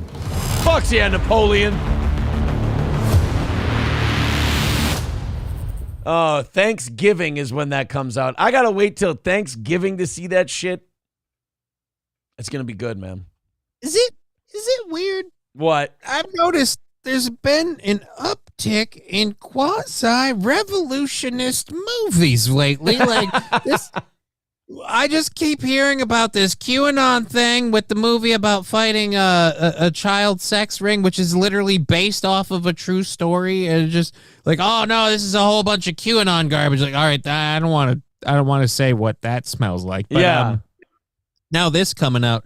And some people were typing in the chat, like, bring guillotines back. I feel like this could set a really weird precedent and tone right before an election in this country. Yeah. There might be a lot of people that are like, you know what? The people in power are corrupt, and we've had it. A good French Revolution movie might be perfect. Skeptical. What do you say? Shall we vote? Trump comes in. Yeah. What do you think, guys? Should we vote? This was the only way I could guarantee a fair election. That Russia thing was a bummer, says Skeptical Skeletons. Yeah, he could have won, man. He could have reshaped Europe. If Napoleon would have won, I'm going to tell you this right now. No World War I. Or II at that point. Well, yeah. I mean, one was the precipice for II to happen. Yeah. And the reason World War I happened is all these kingdoms and all these kings formed all these alliances, and they had to come to each other's aid, and then it blew up. And World War I happens. If Napoleon defeats all the kings of Europe and all these countries get reinstalled with different leaders, no World War I. Might just have a series of smaller wars like border skirmishes and shit. Dr. And a bunch of roving depression and economic issues. Maybe. Napoleon would have fixed it. Dr. Climate Abortion says Napoleon was a badass and a scumbag simultaneously. Scumbag how? Defending my boy Napoleon Bonaparte over here. But didn't he give Spain to his brother? Yeah, he fucked up. He gave Spain to his brother. He should have never invaded Spain in the first place because they waged like a guerrilla war that like dragged them down. Spain was basically his Afghanistan, where like they just could never leave. Like they could kick the shit out of them in a battle, but then they just like hide and pick them off one by one. So Spain was to France what France was to Germany in World War II. No, because Germany beat the shit out of France in World War II. Yeah, but didn't they just continue a war, like guerrilla war and espionage kind of stuff? I guess, yeah, France did. They did a guerrilla war. But Spain did way more of a number on France. Absolutely. He shouldn't have gone into Russia. Like Hitler and Napoleon made the same mistake. Going into Russia. Somebody tried to tell me there's bounties out there for, April. Yeah, the people who hate this show are still like we're going to get dirt on April. We're going to figure that out. It's like Melton like contacted her exes and Melton contacted my exes a long time ago. He's like, I need dirt on them. I need dirt. And it's like, dude, come on. Don't be so desperate. Stop caring so much.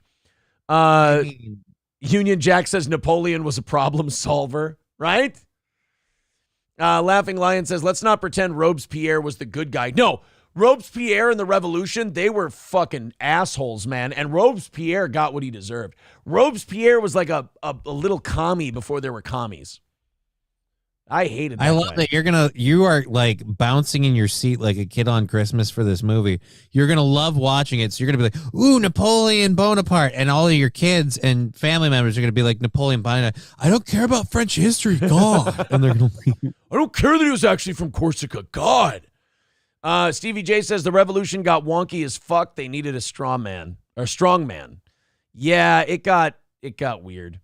Laughing Lion says Kingdom of Heaven was meh. That hurts my feelings. Good morning, Joey C. Good to see you, buddy. Errol Flynn was the best Robin Hood, says Dr. Till. Is that the guy you're thinking of? I hope not, because if that's the old one, if it's the animated one, I love the animated Robin Hood. That's like my favorite. Yeah. Like hands down, just because the hamster dance song came from the original animated Robin Hood. And I love that fucking movie. And you had fucking Roger Miller singing the soundtrack. Come on. Yeah, dude. Yeti Flyer says, Aaron, are you excited for Oppenheimer? Not as much as Napoleon, but yeah. Wood Chippy says, Kingdom of Heaven made me like Orlando Bloom. Me too. It also started my love affair with Jeremy Irons. And anytime Brendan Gleeson and Edward Norton are in a movie, fuck me to death. I'm in. And the Prince of Dorne was in it too. Napoleon's Masonic salute, he always does, is a G move. Napoleon's the shit, man. Koshiendo says modern Egyptology is made up, so he went there to spread a lie. Oh, fuck. See, I didn't know that. Well, now I hate him. I'm just kidding. Now I really hate him.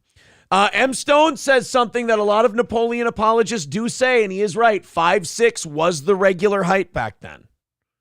He was average height for his time. All right, so maybe his height wasn't, but he's reputed to have had a very big issue about his height. I thought he had That's what the British and all of those lying, filthy royalists would say. They unleashed propaganda. They would call him the bony man. Bullshit. I mean, look, dude, I'm just saying I don't think they lied, because if we look back at the history books, according to what they wrote down, the good guys won. Exactly. The Napoleon story is the first time in my life where I questioned the whole good guys winning in history thing. I'm like, wait a minute. The winners wrote that shit. They ganged up on this guy like 15 different times. He had to fight his way out of France, basically.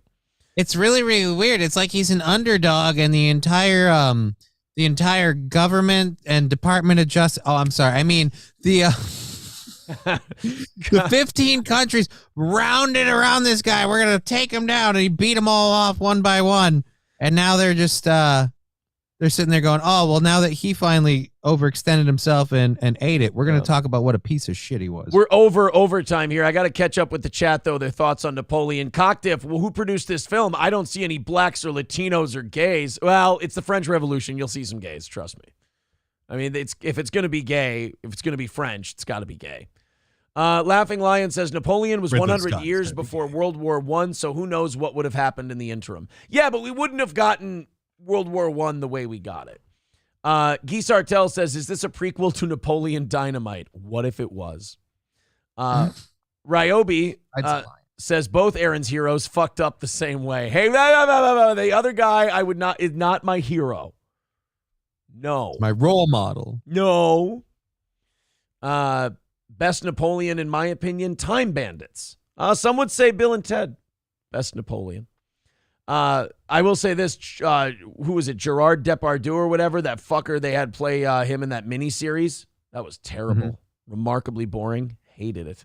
Patrick Bay says, Aaron giving Russia way too much credit when most historians will give that Admiral Nelson was Napoleon's biggest nemesis. He destroyed the French Navy at Egypt, and that made it so Napoleon wouldn't be able to invade Britain.